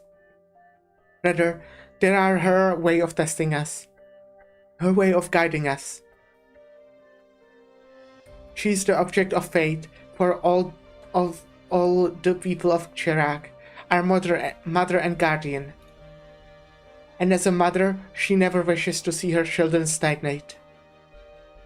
Therefore, do not let your desire to persevere to old prevent you from trying the new. You are her children, and you should be full of courage.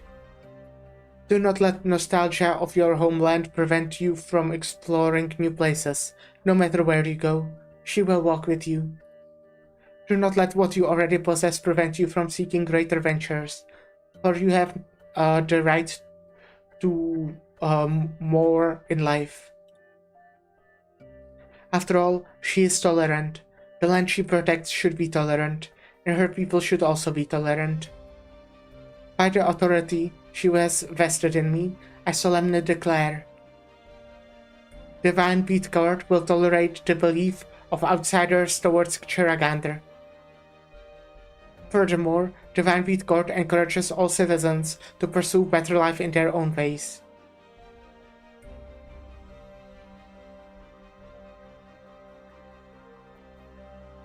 In the commemoration of the Saintess of Mount Carlan, the Illuminated One, known as Blessed Enya Silverash, and the resounding speech she delivered to the people of Chirag, this day is officially designated as a national religious day throughout the land.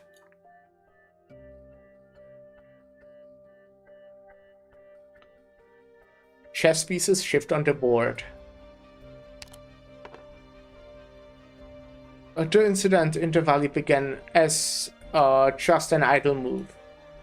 I needed someone to distract the Palor Che clan, Palor Palaroach clan so I could dispatch supplies and personnel in secret.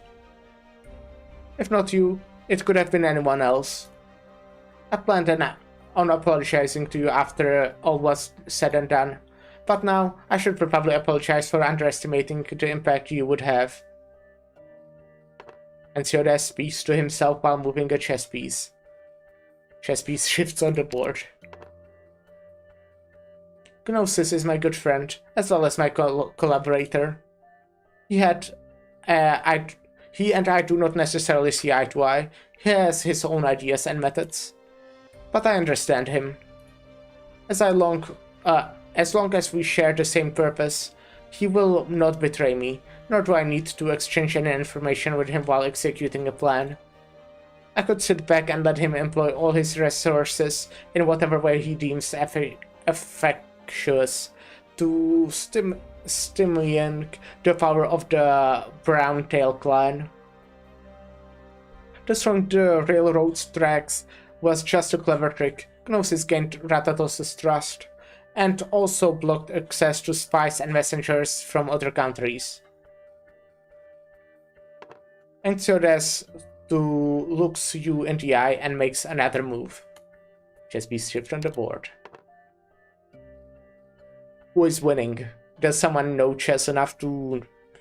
Well, I mean, I kinda should know chess. I feel like I know chess a little bit. I think we are losing. Well... Wait. This is very important. I need to analyze this chess game. Nah, I could like put it into some engine or whatever, but I feel too lazy to do that.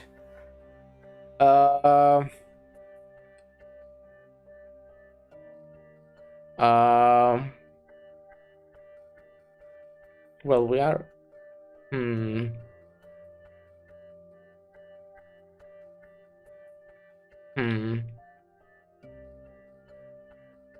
Yeah, whatever. I don't care, actually. It doesn't matter to me that much. Oh. It's a draw. Okay. That kinda explains how we are doing, huh? Fuck. As if foreshadowing the end result, and Theodas takes his hands off the pieces and spreads them out. It means this round is over. It would appear that my luck was quite rotten lately. I can't even win at chess anymore. But you didn't lose. Sometimes a draw is great victory, and other times a draw is a crushing defeat. In your case, which one is it? In my case, anything other than a great victory is a crushing defeat. But this time is indeed an exception. Without a doubt, I have won. But what I did not expect was that you opened up another possibility for my victory.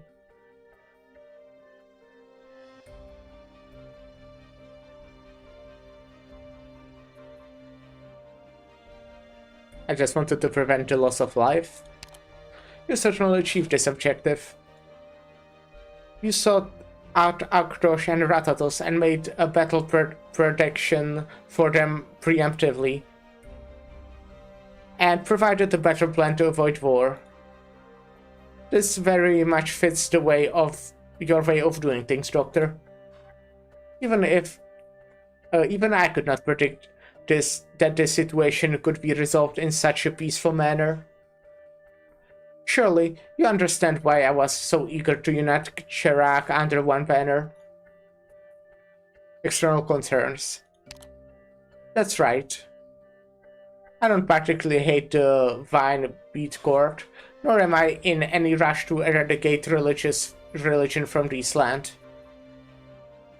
Nor am I particularly dissatisfied with Arkrosh's insularity or Rathatos' hesitation. They don't know the things that happen outside, and thus will not hold the same views as me. If I had enough time, I wouldn't mind spending 5 or 10 years or even longer changing their minds and changing Chirac in a gentler way. But Chirac doesn't have enough time. Even if we cannot be considered rich, there are to the neighboring countries eyeing this land undisturbed by catastrophes.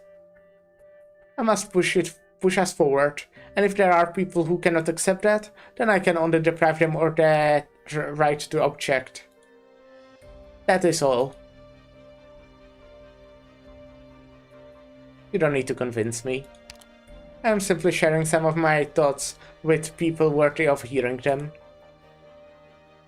As far as I know, Arctos will announce his responsibility for poisoning the Great Elder and resign as head of the clan. As for why he decided to make this show of grace, he decided to make an oath with the Saintess so that the She would take control of the Palaroach lands. Perhaps to summon the Saintess' status. The Brantel clan has signed an agreement to subordination to the Silver Ash clan. I can share some extra details with you. I have no desire to take over the Brantel clan. Should Ratatos desire, her power would not be any less than it was in the past. There are no longer any left who desire stagnation, who refuse to budge, or would fret over cost and benefits. None stand in the way of Karlan trade and Chirag's development. This is an outcome I can accept, Doctor. Yet the Saintess aren't so different. Well, she is nice. But we ended up walking separate paths. And this is the result of my past choices. I will take responsibility for it. She too must bear the consequences of her choices, and lift the people of Chirag out of this stagnation with her guidance. Not my instigation. You proved yourself to me and to Chirag, but also proved Enya.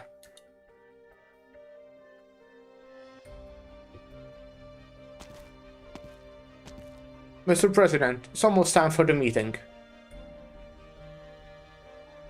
Of course. Regardless, Chirag is about to undergo massive changes, Doctor. Next time, it may be difficult for me to meet with you, but I can assure you that Rhodes Island is free to come and go anywhere in Chirag. Additionally, please accept this token of my goodwill as compensation for involving you and your operators in this incident.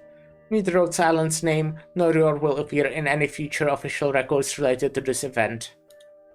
Also, a new contract that will allow us to call each other allies is on its way to Rhodes Island. After this is all over, I will visit Rhodes Island again. And when that time comes, I hope to play another game of chess with you, Doctor.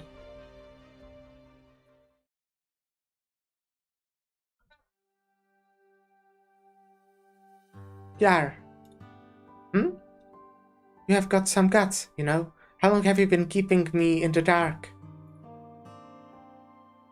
Do forgive me, Santas, for I know not how I have sinned. Oh, so be it then. But Kiar, do you have something I do have something I want to ask you. Yes, Saintess? I want to know, was it her intention for me to become the leader of Chirag?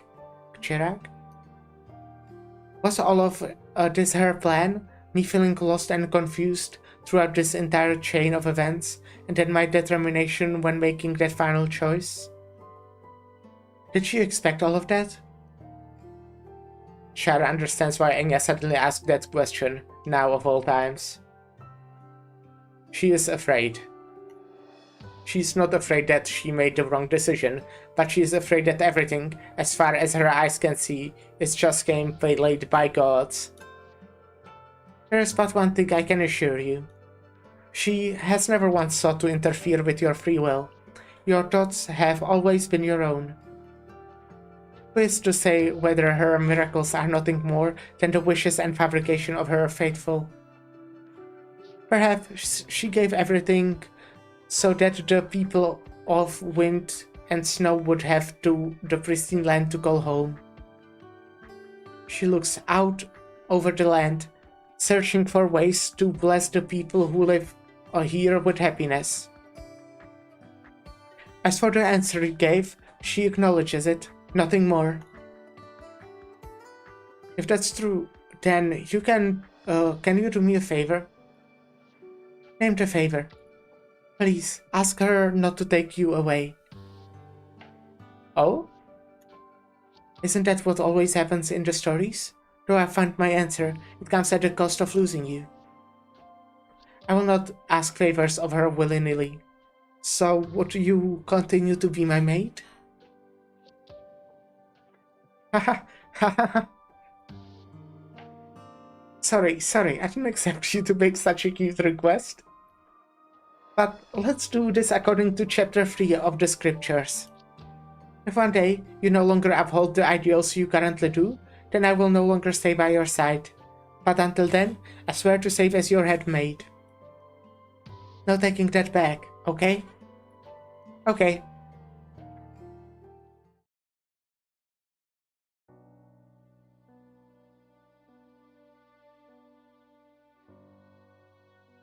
You want me to be a representative to Rhodes Island? That's right. You can devote yourself to your research at Rhodes Island. I trust it will be to your liking. I don't want him there. Did you already have that in mind when you invited them? Just another possibility.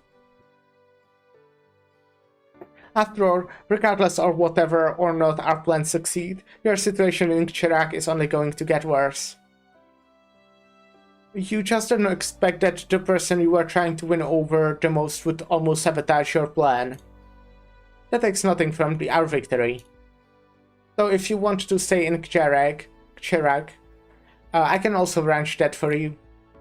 Well, whatever. I don't mind the infamy, but I would get annoyed if people kept coming by to throw rocks at my lab's window. Also, I'd like to meet this doctor for myself. Oh, are you interested? As if. Simply want to see whether your doctor who has already left a mark on this land will end up becoming our enemy. And if not? Then I'd also like to know what level of technical prowess a company that has succeeded in suppressing oropathy possesses. Gnosis, that gleeful hunger on your face looks about as bad as what you accused me of. Gnosis, your luggage has been prepared. It's time to go. Of course. Shall we leave now then? Just a moment.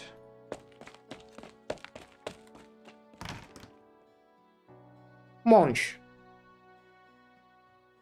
Nobody responds to Gnosis's call.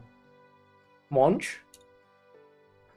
Within the plain room, everything stands in order, except the girl who always spoke with a hint of gloominess has disappeared. He immediately spots a dagger sitting on the table in the middle of the room. He gave that dagger to Munch. He remains silent for a spell, then picks up the dagger and walks out the door. The sun is shining outside.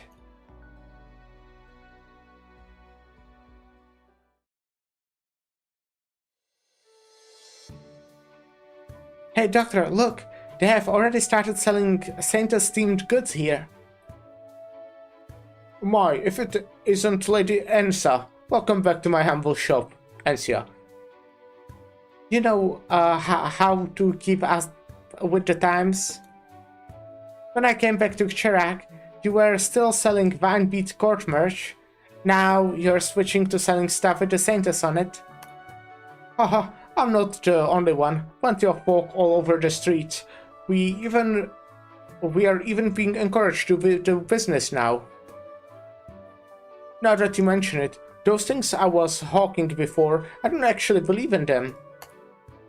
But when I make goods for the Saintus, I have real faith in what I'm doing. When we first heard about the transfer of power, us business folks were real worried about what was going to happen. But I never imagined that the Saintus would be so open-minded. Now, even the most stubborn of folk have nothing to say against dealing with foreigners. Also, I heard that Sir Ensiodas plans to meet with the Saintus for discussion to fully open Browntail and Palaroach territory to the outside world. If you ask me, I'm looking forward to seeing this new day more and more. Heh. I'm glad to hear you say that. You certainly ought to be. Take a look around you. Of all these people walking the street, who isn't smiling these days? Even though all the... Hey! Hello, Ali! Hello, Ali Straight! Hello! How are you doing? Hello, Kiana. How are you doing? How was your stream? What were you doing? I'm currently finishing a side story in Arknights. It's been here for almost 8 hours. That's crazy. But we are in like an epilogue, I'm guessing, unless there's like a second epilogue. So yeah, it's been a good story, I'll tell you. There's spoilers for my tier list later. This is going to the top. Even though all that citizen happens during the ceremony, the Saintress was able to mediate the situation among the three clans. Was a good stream? Did Cult of the Lamp? Did the Lamp Cult game thing? Yeah, Cult of the Lamp. I haven't played it in so long, but I did like that game when I played it like all the way sometime when it released. So I hope you had fun. I mean, you say it was a good stream, so I assume you had fun. It's a fun video game. I really should maybe play it at some point again, huh? Because, yeah, I know there was like a lot of updates since I played it. Lots of DLC there, and also my first time, I see, yeah. Only played it, like, again all the way when it released. And then it didn't come back to it. The Saintress was able to mediate the situation among the three clans. Beat the first two bosses? Good job. I think I genuinely don't remember how difficult it is. And that resulted in something most people could agree with. You know, I have to thank the Saintress and Sir Ensiodes for all this. Oh, right. Were you planning on leaving Chirac in that get-up of yours? Yep, my vacation coming to an end. So it's time for me to head back to continue my treatment and work. In that case, take whatever you want. It's on me. Take everything. We need all the merch. We need all the Enya merch. Treat it like a parting gift to you. Well, no need to be polite. You have earned it. Alright, I'll take you up on it then. I want this portrait of my sister, this embroidery, and this sculpture. Hey, this picture... A painting hanging on the wall catches Encia's attention. It's of her sister Enya and her brother Ensiodes, standing at the negotiating table and shaking hands, seemingly reaching some sort of agreement. For a moment, she pauses. This painting depicts Sir Ensiodes and the Saintress reaching an agreement on Chirac's future. Though I don't know if this scene actually happened, there's no doubt that those two are the ones governing Chirac now. And everyone knows they are siblings. Surely, they must get along very well. Yeah, they do, haha, for sure. Tell me, do they really? Yep, let's see if there's anything else. Doctor, is there anything you want? I'd like some souvenirs too. You got it. Lady Encia, I did say you could have anything you wanted for free, but please try to have some mercy. Now. Doctor. Though the two of us serve as Cinder and Siodes retainers, they are also employees of Rhodes Island. Well, you're fired. No, okay. I guess it's fine. Fuck you though. We would like to apologize to you for all sorts of things. Corinne and I will not shamelessly ask for your forgiveness. We only hope that we will be allowed to come to Rhodes Island to visit Lady Encia in the future. What do you think, Doctor?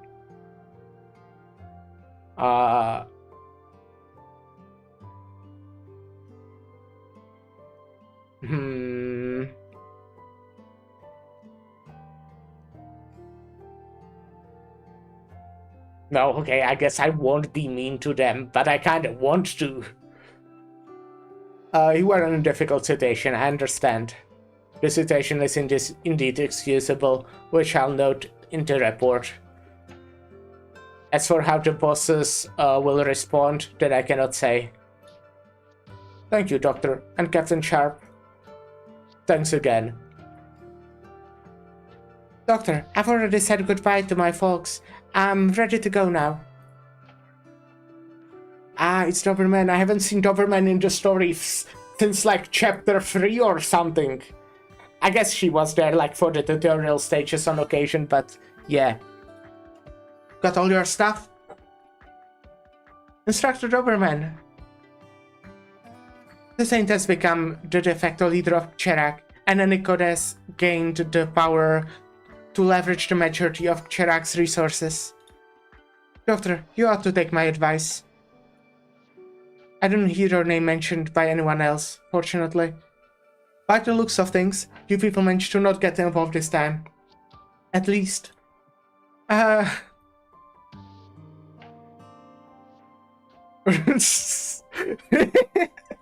we gonna just see everyone? Oh, I'm also gonna say 6 dots, I see. And she's gonna respond 6 dots. By the looks of things, not only did you get yourself involved, you got heavily involved.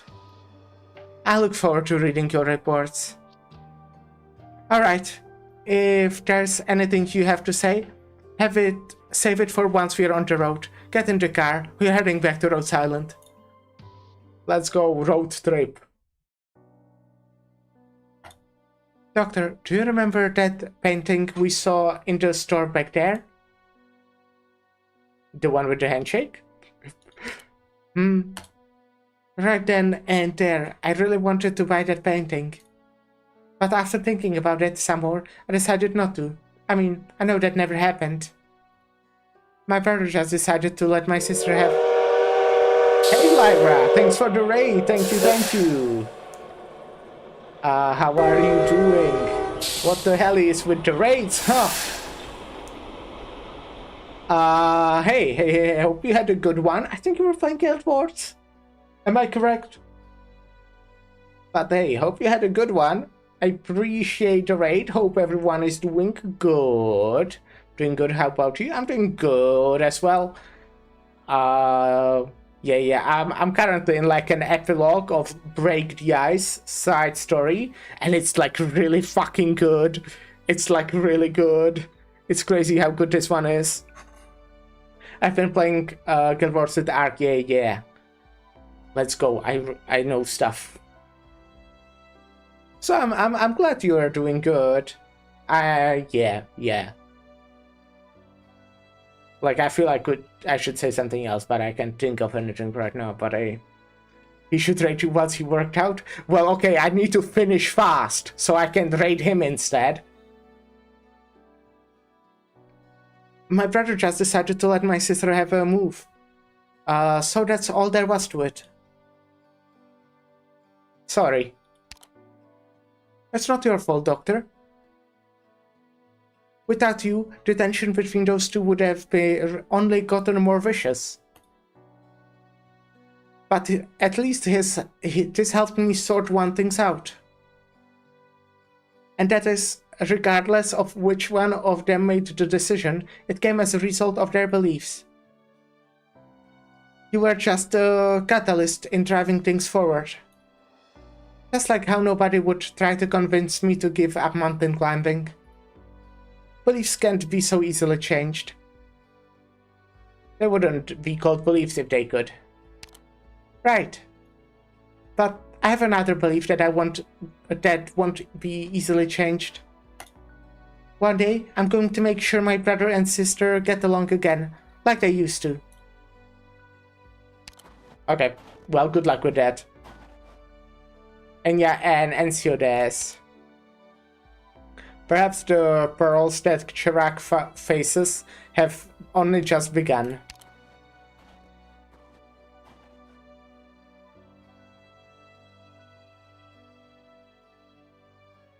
Okay, well, I will go right into my fucking tier list. And oh my fucking god, this was like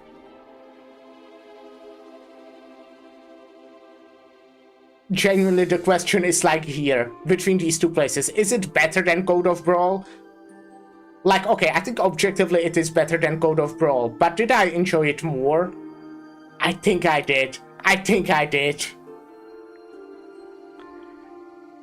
No, Code of Brawl is second now. Code of Brawl is now second.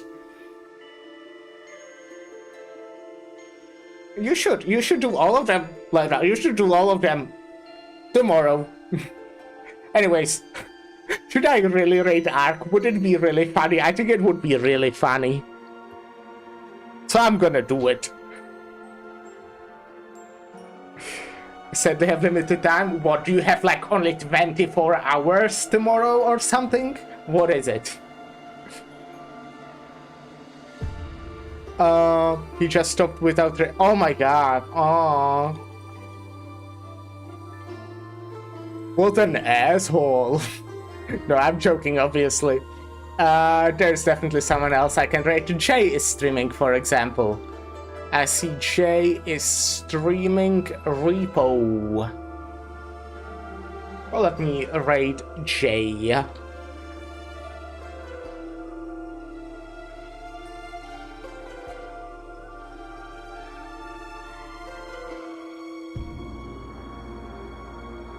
But yeah, that was really good.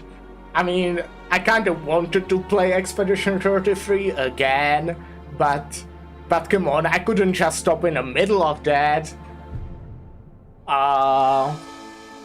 So, but yeah. That will be it for today. We are rating Jay, who is playing Repo, as I will just repeat that again. And tomorrow, I'm going to Plasma tomorrow, but I should be home on time for a standard stream on 2 p.m. Central European time. And we will be playing Republic Terra Obscura. Since we finished this side story, I think it's time to do like a whole stream of Terra Obscura tomorrow. So thank you, everyone, for stopping by. Thanks for the raids, Lyra and Ali. And bye.